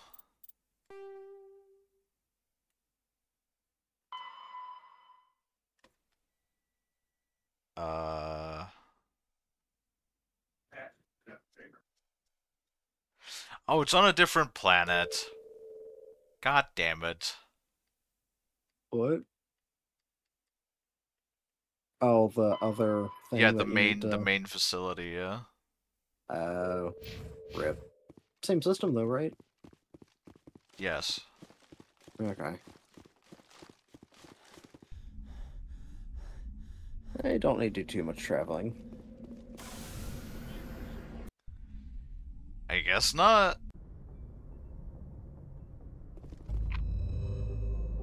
Alright, let's see.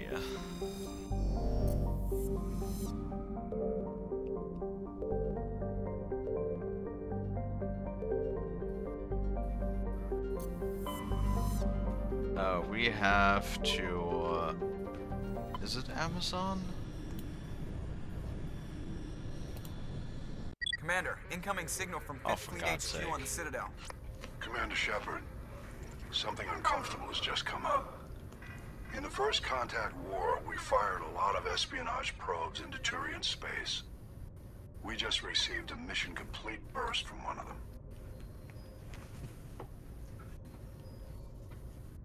Where's it been in the meantime? No idea. Lost in transit. These probes were built in a hurry after First Contact. And this is a problem, why? When these probes were launched, we didn't have any idea who we were fighting. We didn't want to risk aliens examining our technology. The probe has a demo nuke built in. A 20-kiloton tactical fusion warhead. Oh. About equal to the bomb dropped on Hiroshima back in the 20th. If somebody finds that probe, tampers with it, you don't need me to finish, Commander. I understand this must be handled, but I don't have anyone trained to deal with this sort of thing, sir. I know.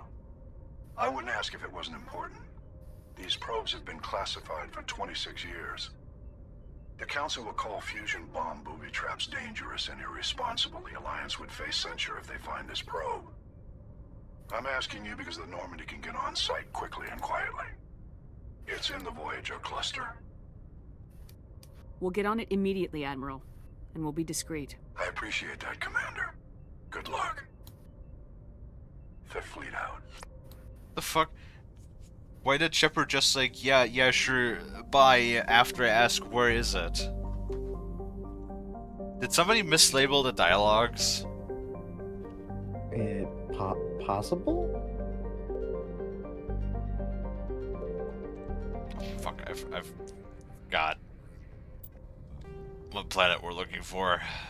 Also, yes, it's like, we didn't want anybody tampering with those things, so we just put like a 20-kiloton nuke inside those.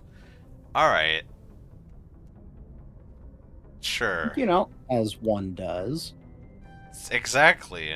As one does. It's the logical... I don't know why you seem surprised. That's just what you do. Yeah.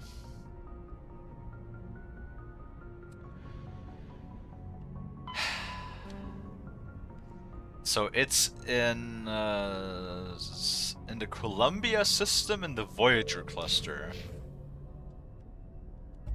I thought I was in the Voyager cluster.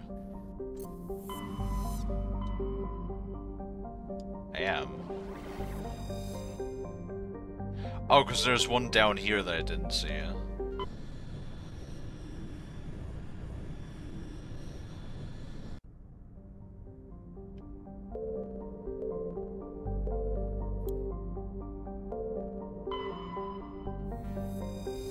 Medallion recovered.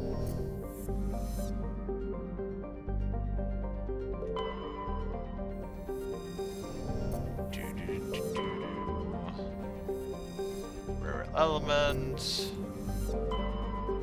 Nepheron. We're gonna do that real quick. Boop, boop. For fuck's sake!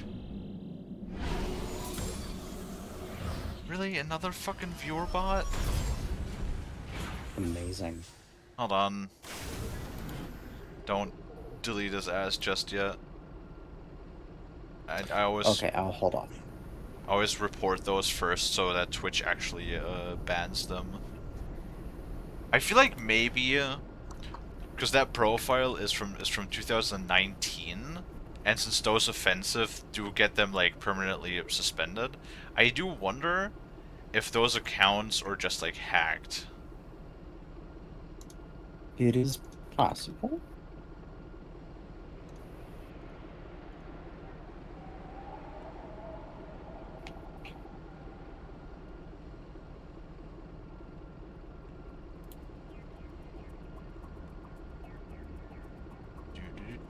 Submit, lock, and ban. There we go. God damn it! The second one I had one yesterday too. Oh really? Yeah.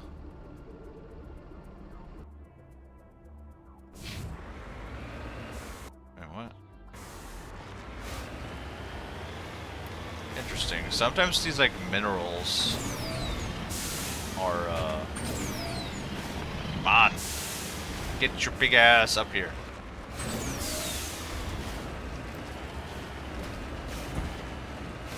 Sometimes like those singular minerals are not marked on my map. What the fuck?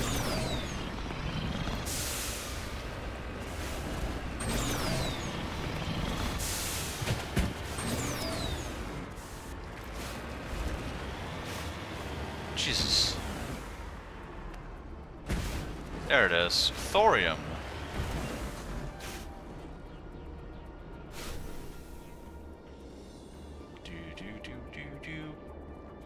Boop. See, and I know they have different mini games because we had one a little while ago. That was sort of like a Simon Says thing. So I know they have different ones. They just use this one mini game for almost everything. Yes.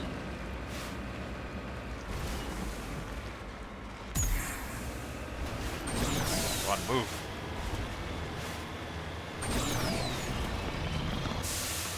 Fly!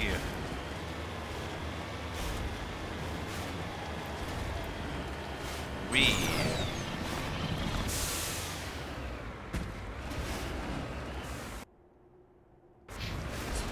I wonder where Bass is again today.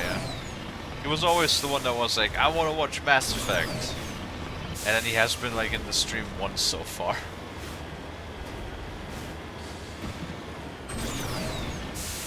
What a butt.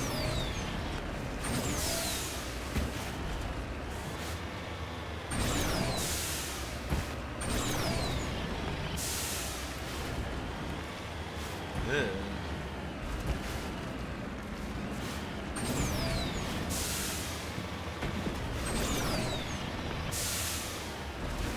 Oh my god, this terrain is so hilly.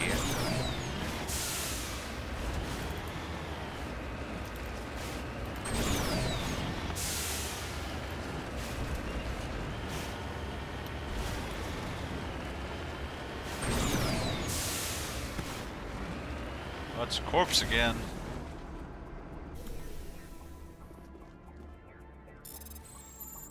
It's an artifact, apparently.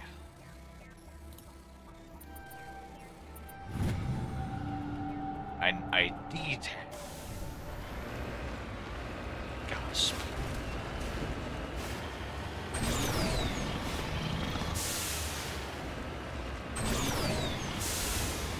Ooh.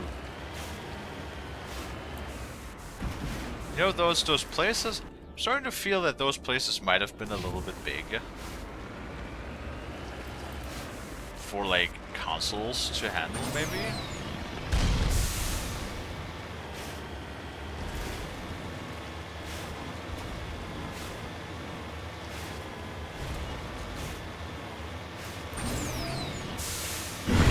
Oh, fuck you.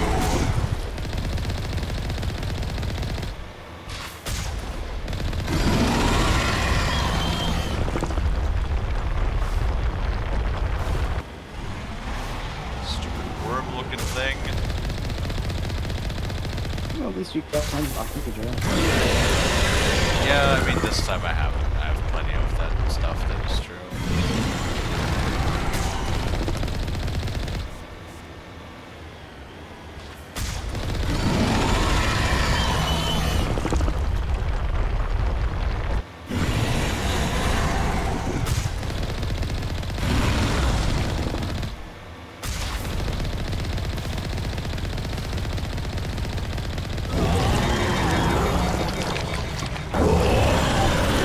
Hey, 7,000 money. Yeah, it's a pretty big deal to take one of those out. I mean, it's like my third one now. Yeah, lore-wise, it's a pretty big deal. But yes, in reality, it kind of gets trivial once you get leveled up and all that. Sadly, can't upgrade the Mako. No.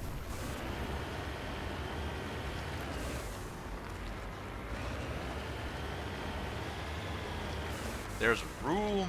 No. I keep pressing the wrong fucking button every time. Ooh. It's an actual heart!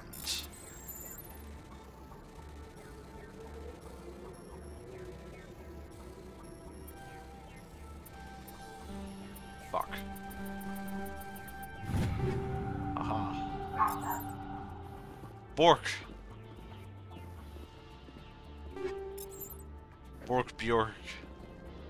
Yes.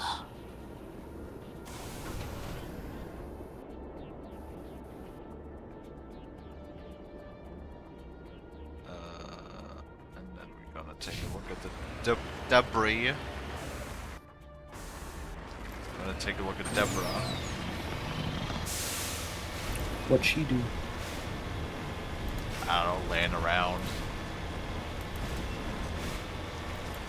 Being rock solid.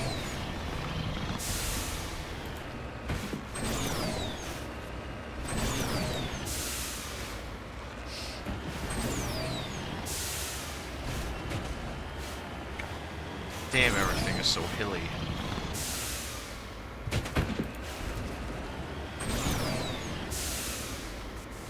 You know, I feel like it must be a mega uncomfortable ride in these things.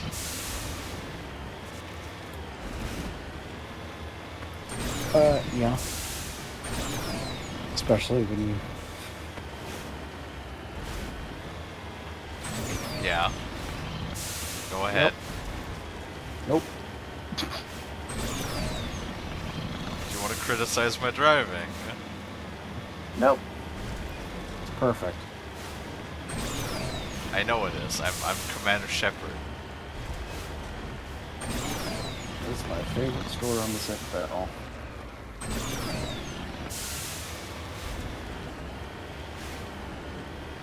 Is that like an actual thing? Yes. Very good. It's not really a major story spoiler, but in 2 you can you can give an endorsement to stores on the Citadel for a discount in prices. Hell yeah. And so after a certain point, it's just every store on the Citadel just blasting "I'm Commander Shepard" and this is my favorite store on the Citadel. Oh, you can do it more than once? Yes. Great. And you know what? Discount's a discount, right? What's up? A discount is a discount, right? Absolutely. Hey, there's another fucking metal over there that wasn't marked on my map. This planet's taking a lot longer than expected. Well, yeah. But hey, money. Shepard can only do so much. Without resources.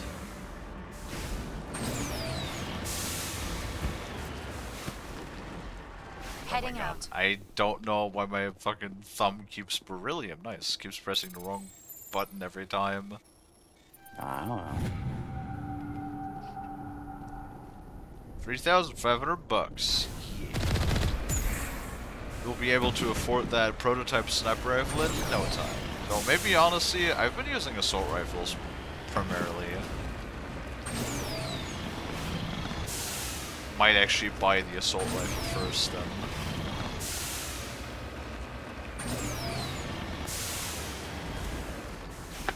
Ooh.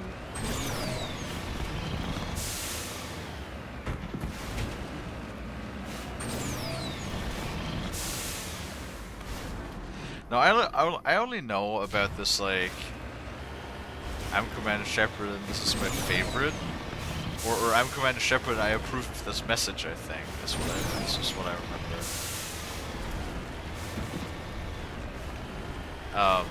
Because of you know, do you remember Manslayer? Manslayer, He made those, I think he called them YouTube poops. You know, he's the one that made the Will Bang, okay?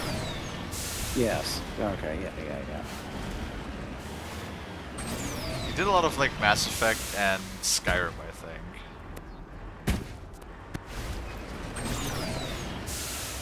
What happened to that guy? I don't think I've seen anything of him in like ages.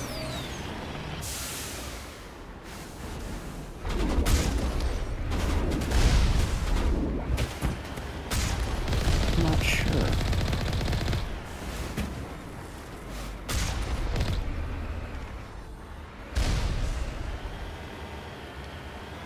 Maybe he just moved on or something. Quite possible.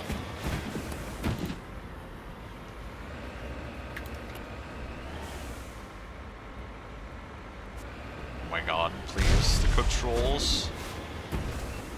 Oh my god, he's spaghettied for a moment. Oh dear. Let's see. There we go. Oh, yep, okay, yep, just saw the spaghetti. Oh, the final push gets even better. Oh boy. Oh my god. Yep.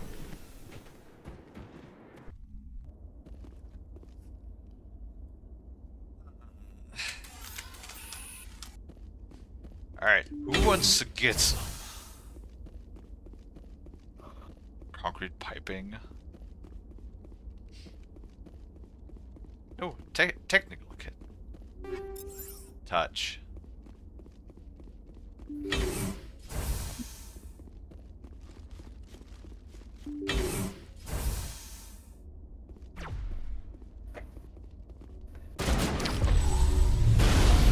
Fucking hell!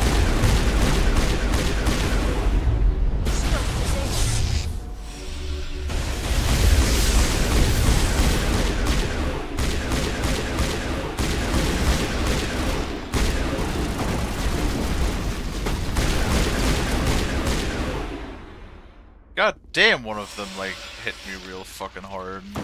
Lord.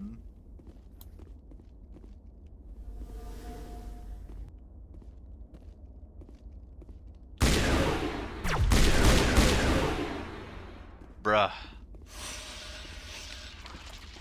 Those fucking cryo rounds, though. Like, it's only a supposedly 20% shield bypass, but god damn. Does a punch through those shields. I guess creatures don't have that much health beneath the shield.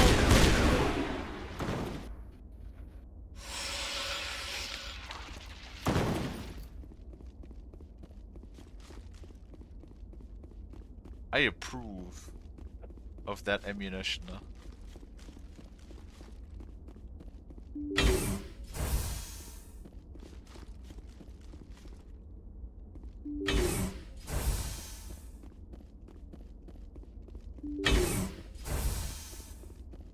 Loot. Lots of loot.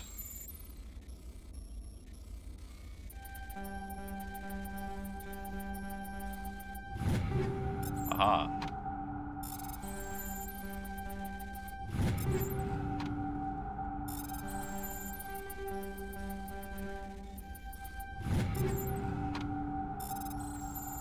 I'm so good at hacking. Yeah, you know what? If brute force attack works, then it works. It's not stupid if it works. Exactly. Especially when it comes to breaking into things. Hey, you could always just hit it with a wrench. Exactly.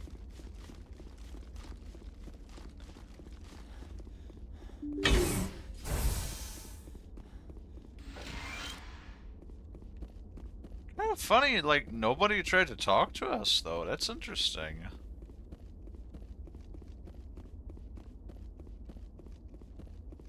You'd think maybe one of those people would want to, like, try to talk to us.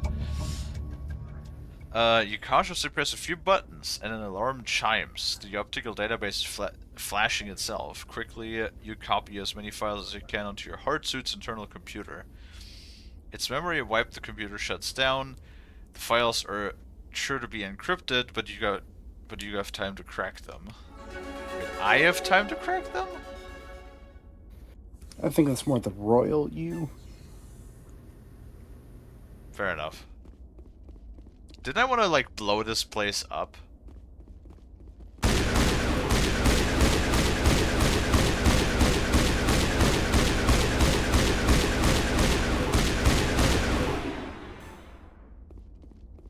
something.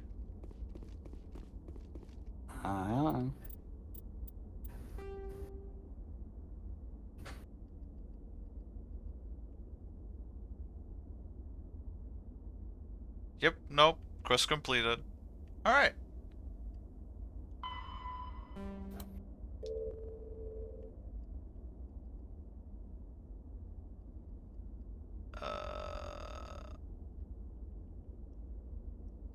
So we got privateers and espionage probe.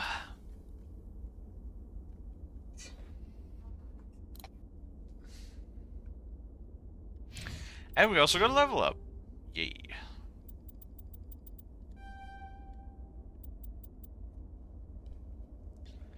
Good shit, Frost. Good shit. Yay.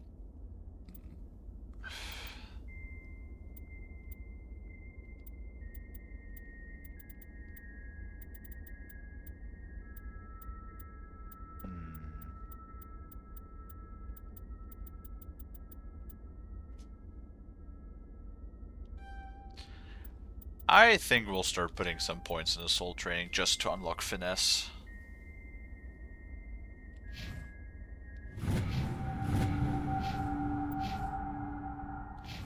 Because I won't need that extra health.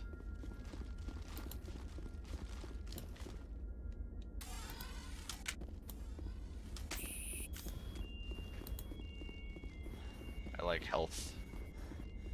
Health, good. Wouldn't that be awesome if you just like put some skill points into your body and then you just suddenly become healthier? Oh, wouldn't that be great? Really would be, wouldn't it?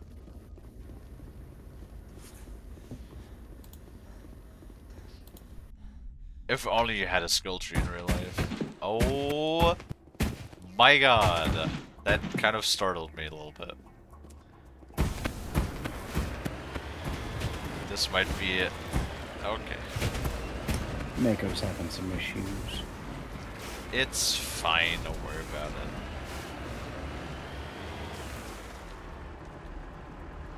At least we didn't fly through time and space. Nope.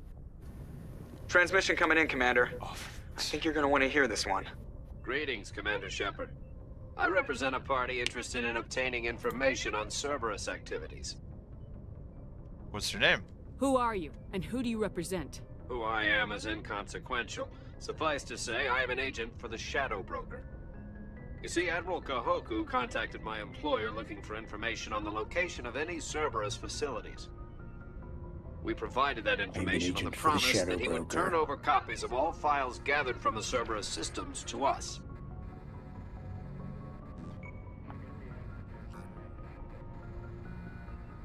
That's treason. These are classified Alliance files.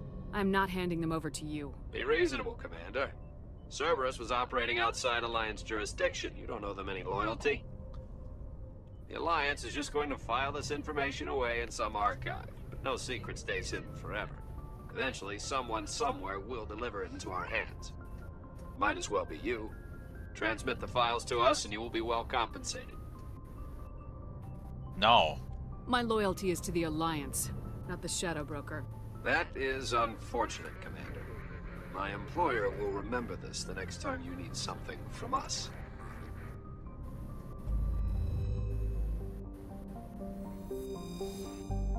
Well, at least you didn't try to fight us.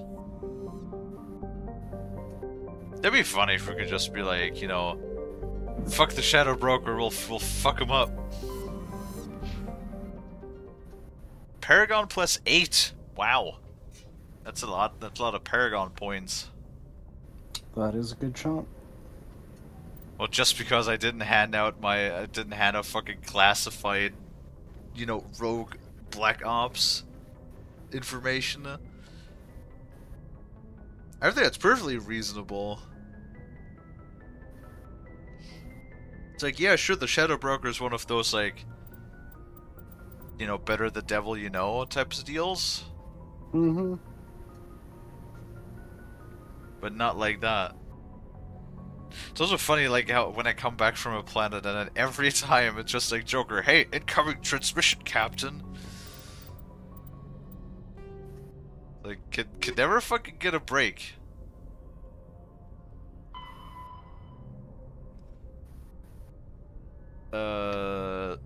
Remember the Strano system in the Horsehead Nebula?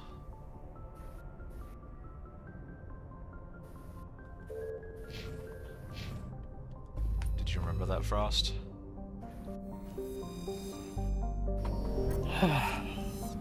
The Horsehead Nebula. Yes, yes.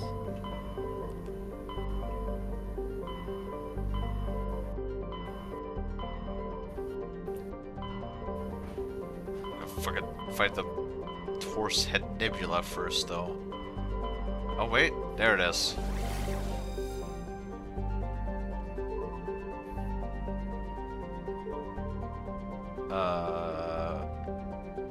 Was it Stranus?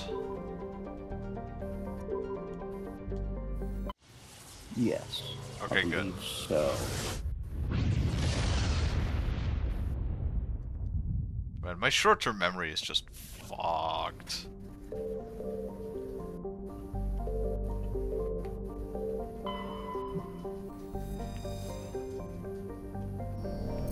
Gas deposit. Medallion. Nothing. Nothing. Nothing?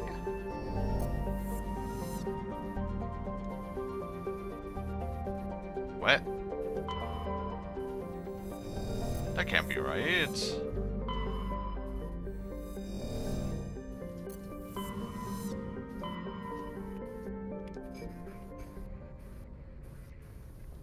Wait, 9,000 credits.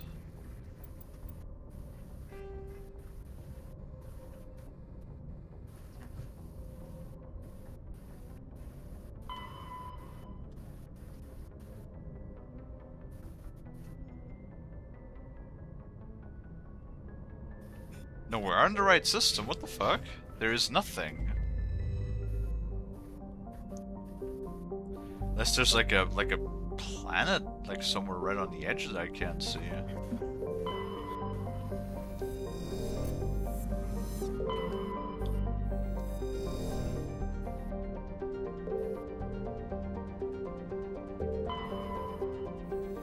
Am I crazy, Frost? Maybe. Yeah, no, we surveyed everything and there's nothing. Unless there's like a tiny moon or something behind one of those planets that I can't see. That's more of a problem with 2.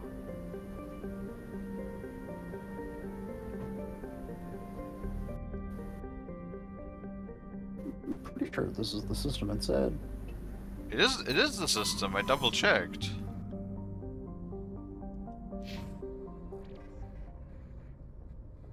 Can't land on any of them? Nope. I double checked all of the planets. Oh.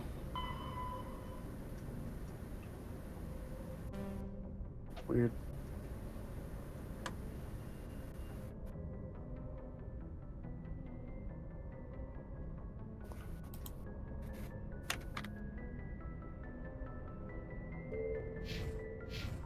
That's weird. It is.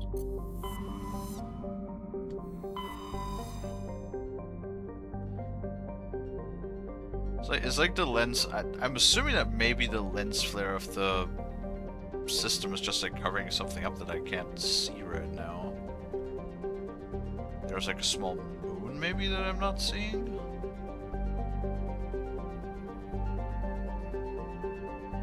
Hmm.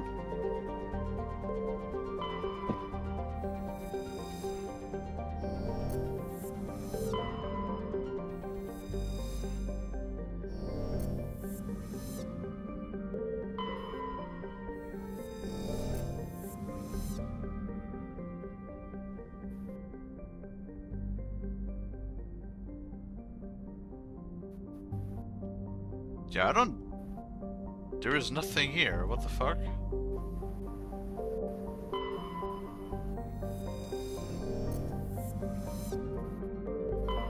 Oh, wait. What the fuck? There is a ping, like, in the nothingness that just says unknown. Oh, there you go. You found it. Congratulations.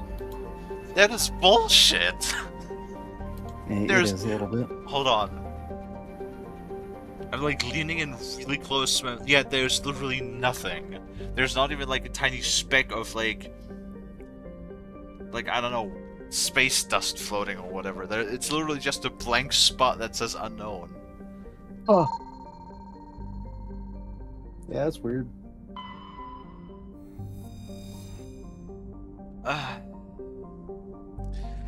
The Majesty is a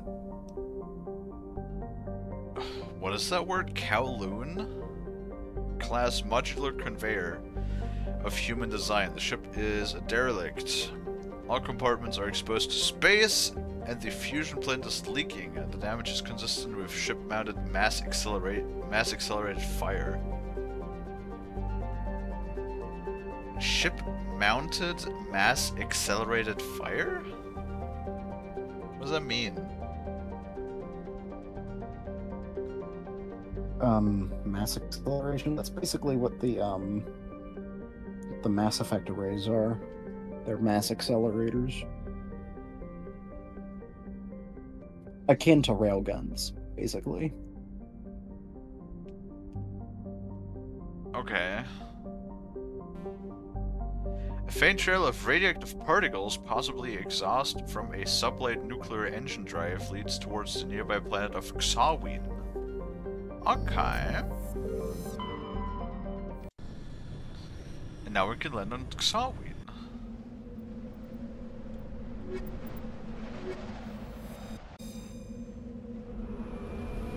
Oh, it's a nice planet again.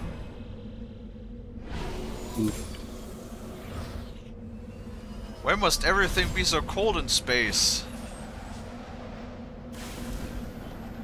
Yes.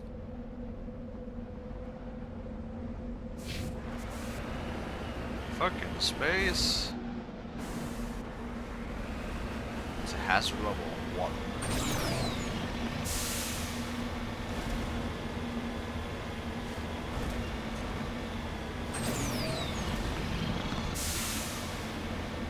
Interesting, it has a point of interest directly next to a resource deposit.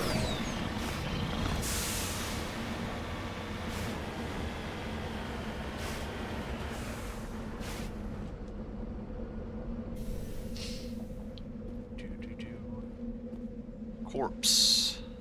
It appears this person was trying to mark nearby mineral deposits when he died, or when he was killed. Dumb.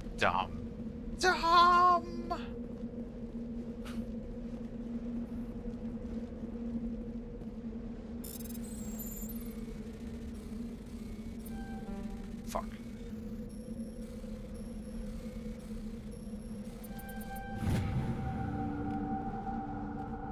I surveyed it and I'm perfectly fine. He was like cruising around in like a space shuttle too, like a cruiser. Oh, maybe it was something similar to our thing, just without the wheels.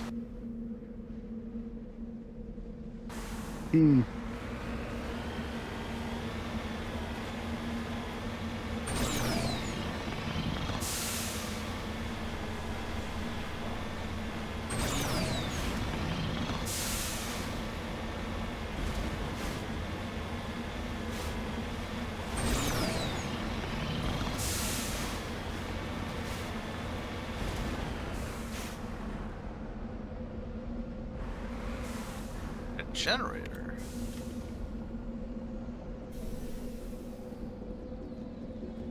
Activate.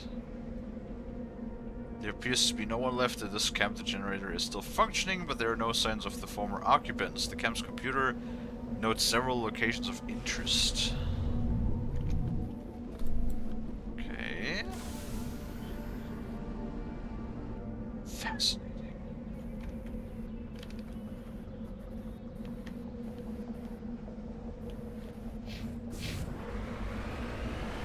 I can actually set, like, markers on the map.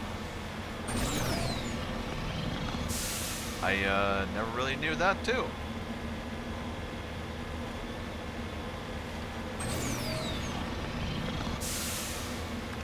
Oh well.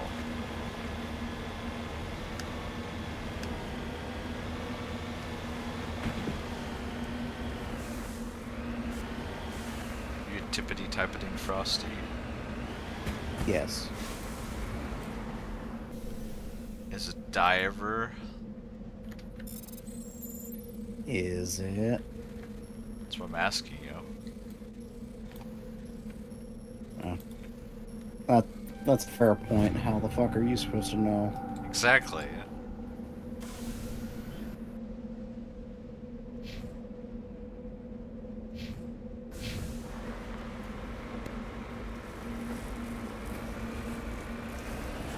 Come on, Mako, you can do it. You can do it. Come on, boy. Did he move yet? Yes. Yeah, that was yesterday. Alright. The beacon was a gift trap. Ah, nice.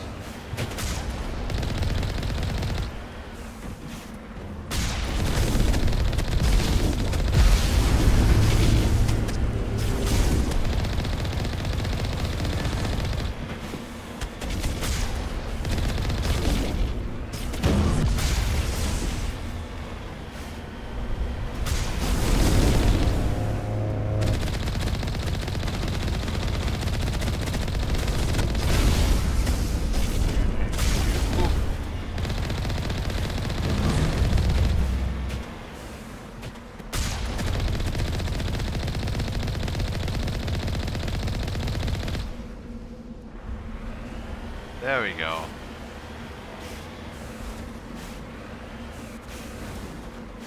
Well, it's not a good sign when there's Geth on the planet.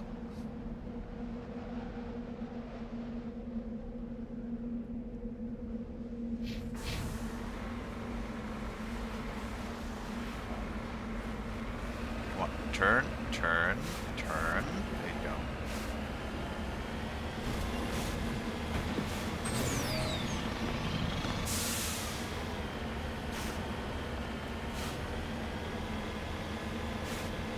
Well, Frosty.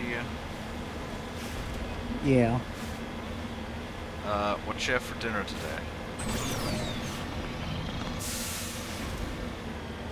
No, had some flank steak and salad. Steak sounds good. Mm-hmm. Pretty good.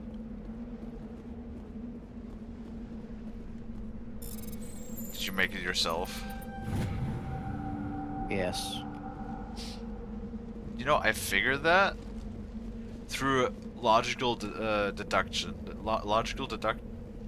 Fuck.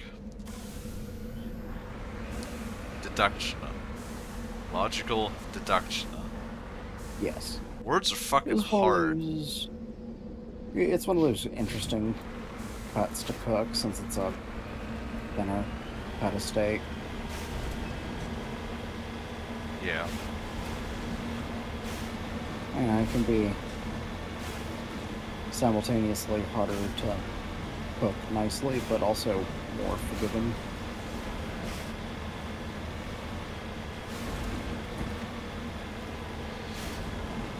Just, I've reasoned because you said it was pretty good, and I know you always complain that when your family actually does, like, cooks meat, that they always, like, overcook it to hell and back.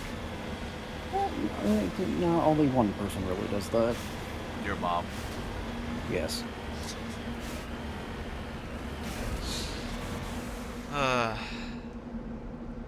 Your mom really is an interesting individual. Yes.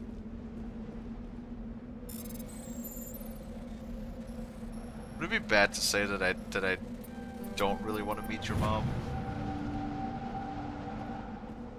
You don't?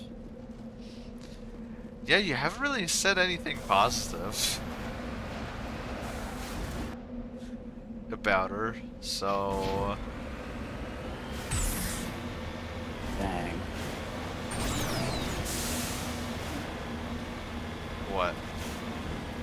afraid she's gonna watch that stream and hear you talk shit.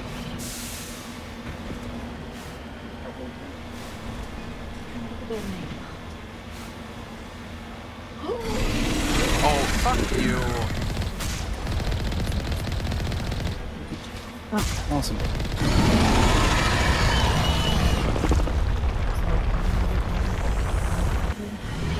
Oh, okay.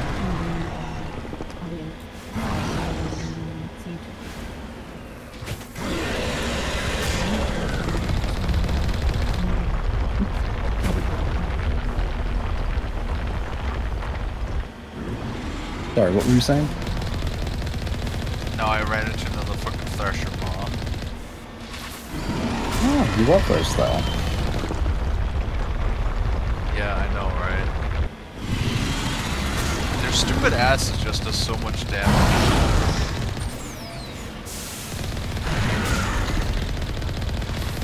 He did a double spit? Interesting. They're changing their tactics. They're learning. Hey, that one gave 9,000 credits.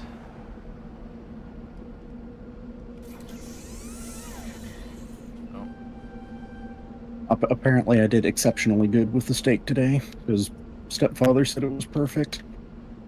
And he's pickier than me. You're picky? I know. That's shocking.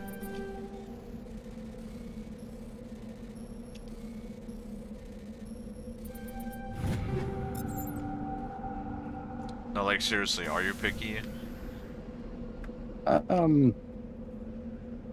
Sometimes, not always. It kind of depends. It largely depends on how much I'm going to be spending on something. Fair The enough. cheaper it is, the less picky I usually am. Yeah, that's fair.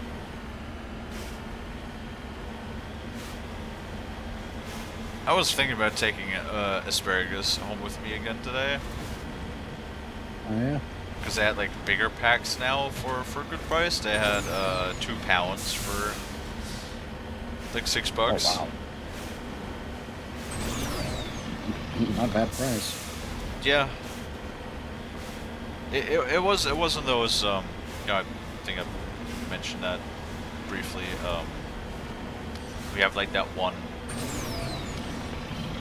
shelf that when you walk into the store, it basically has a big sign that says "I'm still edible" when it's like stuff that is either close to the best before date or is already like slightly past it or something.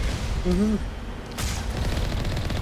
And I have like absolutely no problem grabbing that stuff because I'm not one of those people that's like thinks food spoils the moment it reaches the best before date. Oh no, I'm generally not picky. So if I could get it for a good price, then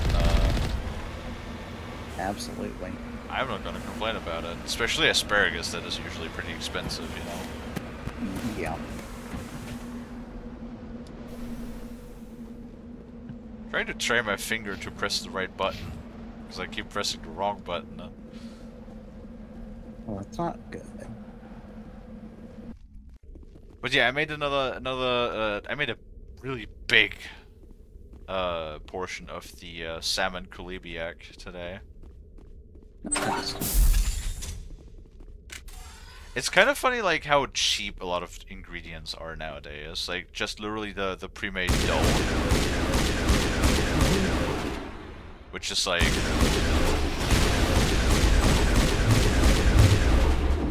I'm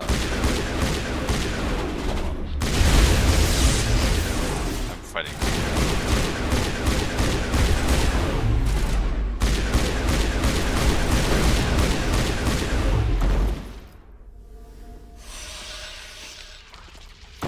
Because I was like, why did I bother back when I made those pumpkin pies last year? Why did I bother like fucking around till I got my own like butter crust dough done?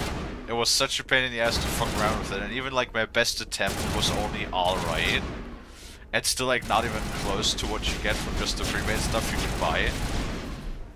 And I'm pretty Yeah, sure I that's spent fair. more on the butter that I put in like in my self-made butter crust than I actually like spent in total for the pre-made dough.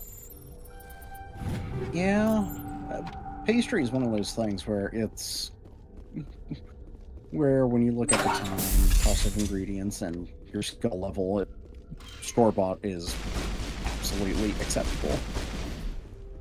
Especially since it's just pre-made dough. There's like, because I know a lot of people are like, oh, I want to, you know, cook myself, so I know what ingredients are inside, so there's no chemical stuff or whatever. But fucking pre-made dough literally is all natural ingredients. Like, or there is not like no chemicals they've thrown in that stuff. It's basically just a recipe, just made on a large scale. Depending on where you get it, yeah. Like, at least I looked at the ingredients and there's literally nothing like artificial in there. You know? So it's just like industrially made. Yep. And I like cooking myself too, but if it can save me time and there's literally like and I get a better price for it and it turns out better. Yeah. Especially with stuff like pastry. Like when there are entire subsections of cooking dedicated to pastry. Yeah. I mean, I like to think that I'm fairly alright at cooking, but it's like baking is something that I just... It's not my thing. Like everything that has to do with dough, especially yeast. Oh my god, whenever I had to make like a dough that involved yeast, I always fucked it up because apparently like I either didn't let it raise enough or I let it raise for too long. Because apparently there's like a sweet spot that you have to like catch, and I like just never. And I fucking hate that when you like go on YouTube and everybody's like, "Oh, it's so easy. Just follow these simple 29 steps in like 3 hours of time, and you can have like beautiful homemade dough." It's like, motherfucker, who has the time for that? Like just with the Kalie alone that I made today, it still took me about like an hour and a half plus the 40 minutes baking in the oven.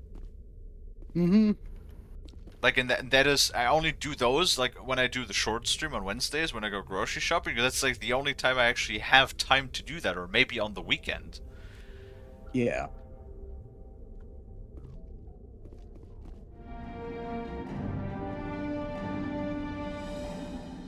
It can be tough.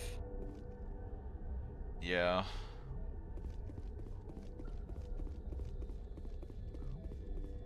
But yeah, especially when because funny enough, originally the idea to make that salmon Kalibiak was like originally inspired by you know, Mr. Sausage. Oh, that's funny. Yeah, I mean he does do a lot of like really interesting recipes and stuff, and honestly, yeah, no, if those stupid pressure cookers. Go ahead. Oh no, it was just a rant on the whole sausage thing. I mean, the guy can cook, and from what they're saying is that he is also the one that cooks in the house because his wife just can't, which is really funny to me. That yeah, you know, I know. We watched him cook a Wellington and then stuff it in a fucking sausage. You know, I think you'd be more upset over the fucking multiple Wagyu things that he threw in the grinder. Yes. Because it was just one. I think. Well, I don't think the Wagyu tallow counts, right? Because that's just tallow. I think so. Yeah. Moving out. Whoops. But like, yeah, he did. What did he do? He definitely did make a sausage out of one, and then what did he do with the other one? Was it where he deep fried it? Maybe.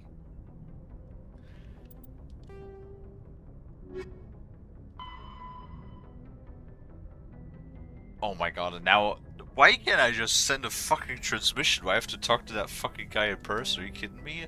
No, we're not flying back to the planet. Yes.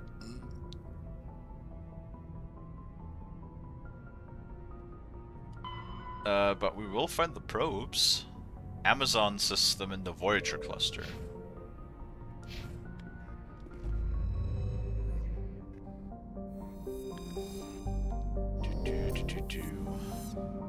And like the thing is, because when I watched it first on like honestly, all right, what I wanted to say is if I had the money for one of those stupid like pressure cooker combined pressure cooker units like that he has, oh man, those things look so nice with the different programs and stuff. Especially like cooking rice in 12 minutes. Hell yes. My rice is always nice. My stupid gas stove doesn't even... Because I still have this like a really stupid old gas stove, and that doesn't even boil water in 12 minutes. Hell, I'm lucky if I use hot water already if the water boils after 20 minutes. Yeah, that can be pretty rough.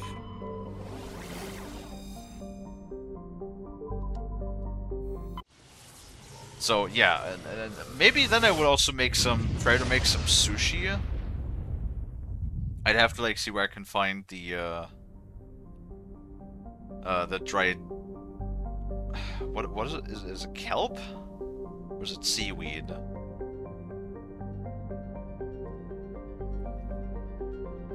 That sushi is wrapped in seaweed, right? Yes. Okay. Because like rice cooking is usually a pain in the ass, and honestly, if you could just throw it in there, slap the button, and then it's just done, that would be so nice. Or like stews, like everything with like tough cuts of meat, when you could just like ribs and stuff. That would make me like a happy camper, because then I could just also do like more elaborate dishes in a shorter amount of time, so maybe I could do them throughout the week. Whoops. Fuck, I didn't scan that one planet.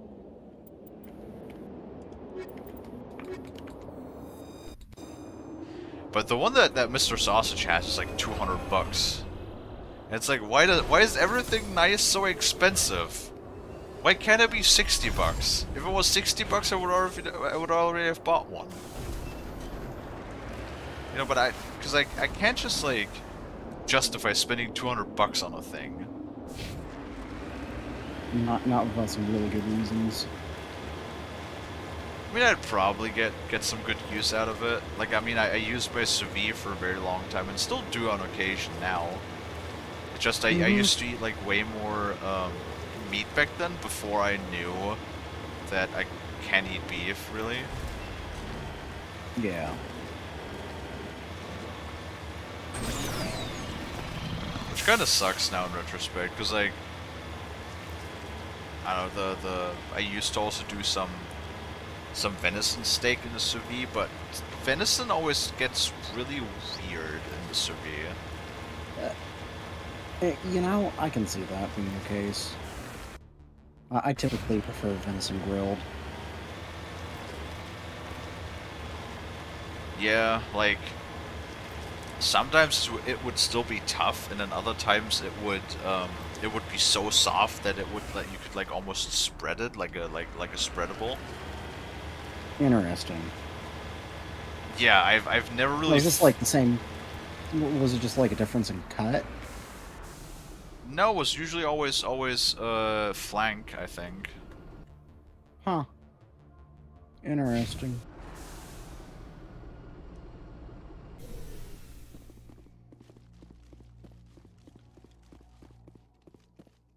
Yeah. The signal is coming from a mine? A trap. It has to be. I concur. This did not crash. Someone moved it here. There's a nuclear weapon down there. We can't abandon it. Just stay on guard. All right, Shepard. Oakley dokley. Oakley dokley. Le boop. Now let's see. Who wants to fuck us?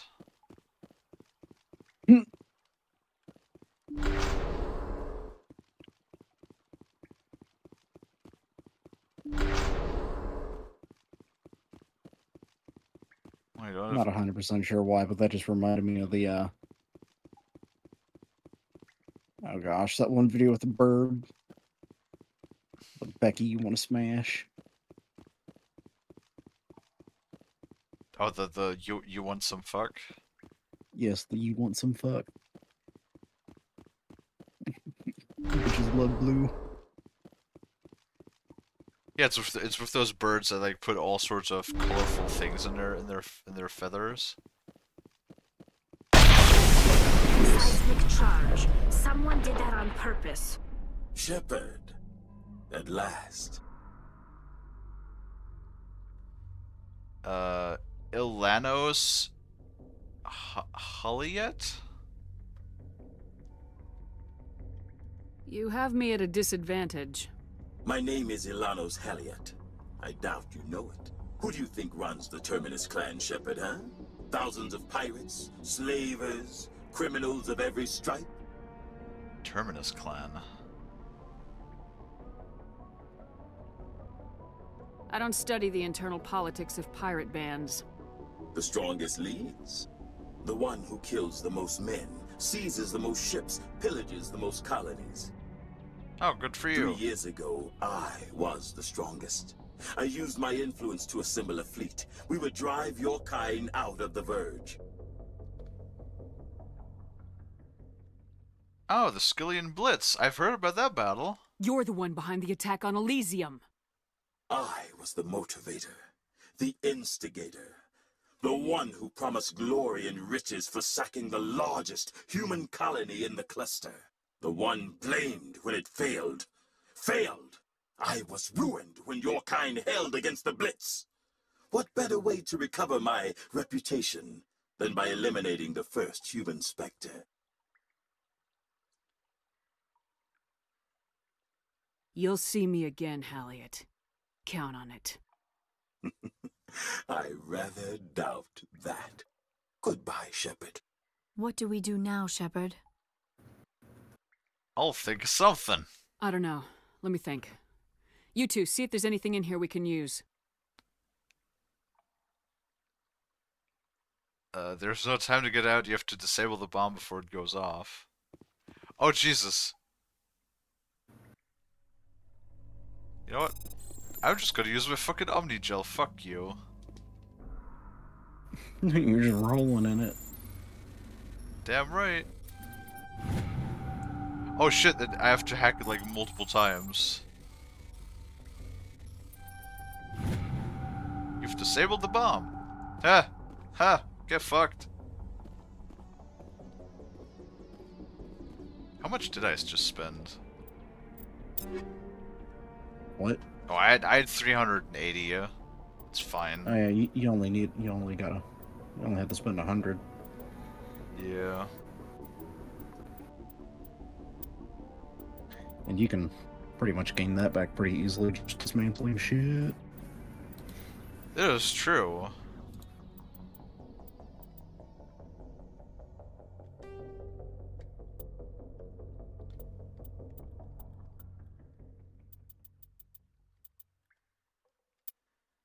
Oh my god, I picked up so much like level 5 stuff.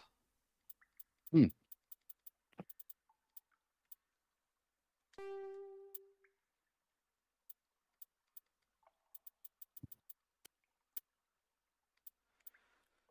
Light armor, Turian. Nope. Don't have a Turian in our group. Oh, nice. It's a thunder upgrade.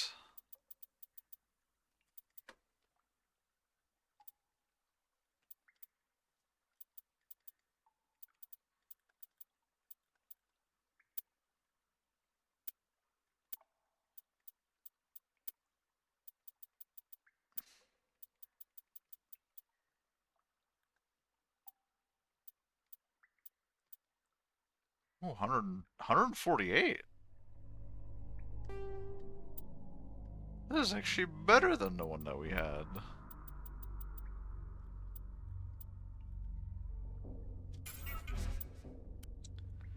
Yeah, but there we go. 340. Easy peasy. So, does like the crew management become easier in future games?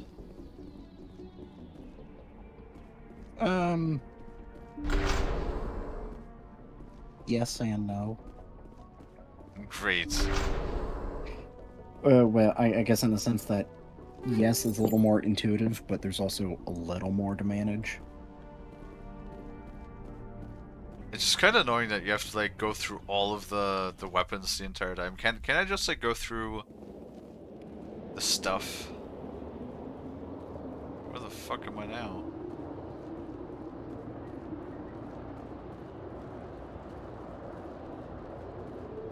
Oh. There's the Mako. It's more like annoying, you know, that I just have to like look at everything like throughout each of the inventories, that I can't just like go, hey, just equip strongest.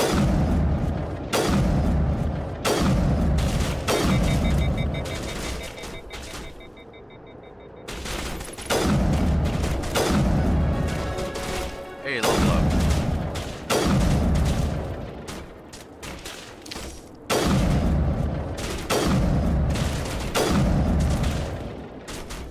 And they are dropping some stacks.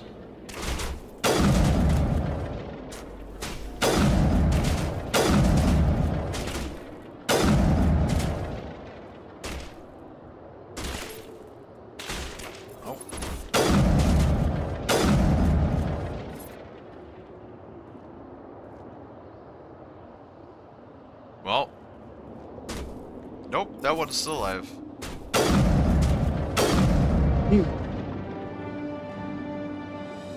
Elliot went through a lot of trouble to draw you here. A pity it ended like this for him, at least. Now that you're above ground, your suit radio has established connection with the Normandy. Time to get the hell out of here. 11,000 coins. Oh my god, what the fuck was that? I just kind of went Speedy Gonzalez there for a moment.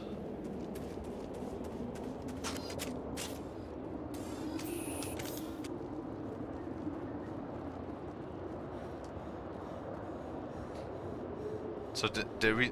Was the guy just outside here?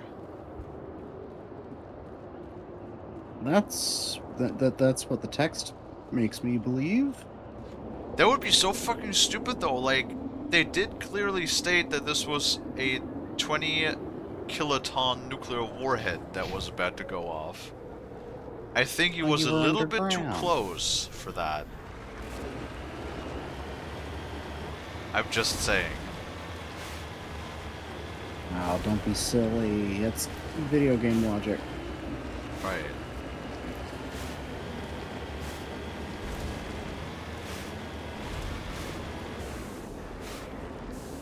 Scavenger corpse.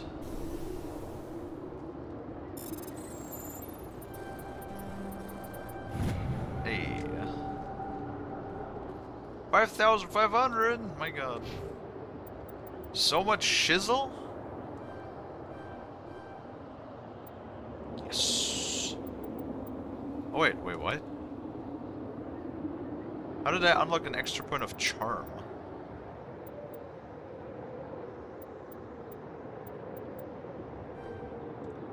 Fascinating.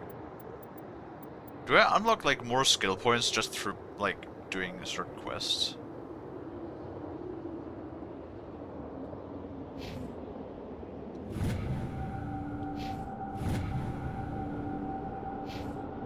Well, thanks for your input, Frost. I appreciate it. No problem, anytime. What'd you say? Do I just like unlock extra skills by just doing quests? Or is it level bound? I think some of them are level bound, some of them are doing specific things.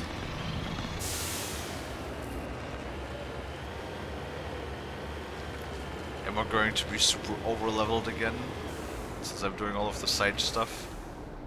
Very likely. Great. That's how I like it. Makes the game easier.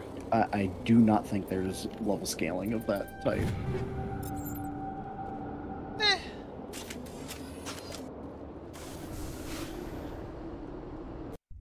Back to the Normandy we go!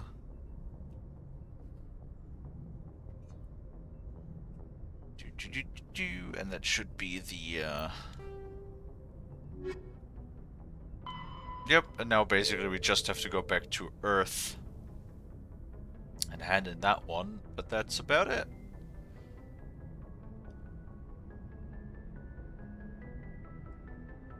We did a lot of side quests already. Yes. There's a lot of them. So that's why you said the game could either be short or very long. Yes. Oh, if you do nothing but the main quest, it can be over decently fast, you know, for a game of this type and caliber. Or I mean, if you go through and do all the side quests. That's how it usually goes, isn't it? I mean, I finished Horizon today by doing. I mean, we did kind of like I did everything side quest related wise in Horizon that I found that I came across. Mm-hmm. And like I beat the main game in like what was it, 78 hours I had playtime. Wow. And that is without the Burning Shores DLC. Fuck me. Well, to be fair, my first and only playthrough, The Witcher 3, was 200-something hours. Oh yeah, no, that yeah. I think my first playthrough of The Witcher 3 was also like 280 hours or something. That was without the DLCs. However, I did go through the painstaking process of uncovering all the question marks on Skellige. And that was a tremendous pain in the ass, let me tell you. And there wasn't even a fucking achievement for it. That's like the thing that annoyed me the most. I think I made a screenshot of it? I hope I made a screenshot of it. Because that was so much time that I just spent going from stupid question mark to question mark. In a fucking boat, nonetheless. Because, you know, they're all around the stupid island in the water. Yes. Oh, man. Alright. Let's do a fourth save, and then I'll just rotate saves. Alright.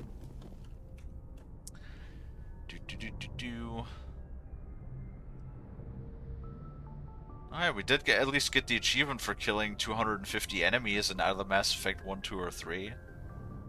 Nice. But it's only called Recruits, so I'm hoping there is more. Oh, yeah, there should be more. Trust me, you're going to be killing a lot more than that across all the games. I gotta kill first. I gotta kill. Hey, you got a bloodlust. I mean, Shepard is supposed to be the best of the best, right? Something like that, yeah. Alright. Need a moment? Yep. Alright. I just want to say, because we're going to be wrapping up now because I'm tired, thank you guys everybody so much for watching. I really appreciate it. If you like what you see, if you like hanging out, if you like chatting and watching me play games, maybe consider leaving a follow if you haven't already. I also have a Discord that you can join, and if you pick the streaming role, you will get a live notification whenever I go live, so you'll never miss me again. That's everything I have to say for now. Make sure you check back again tomorrow when we'll be playing more of Horizon Forbidden West, the Burning Shores DLC. And then after that, we're going to be playing something else. Maybe we'll play even more Mass Effect, or maybe we'll just play Minecraft or whatever for once. Because I feel like maybe tomorrow I want to play a different game. But either way, I appreciate all of you guys coming by and hanging out. Really means a lot. And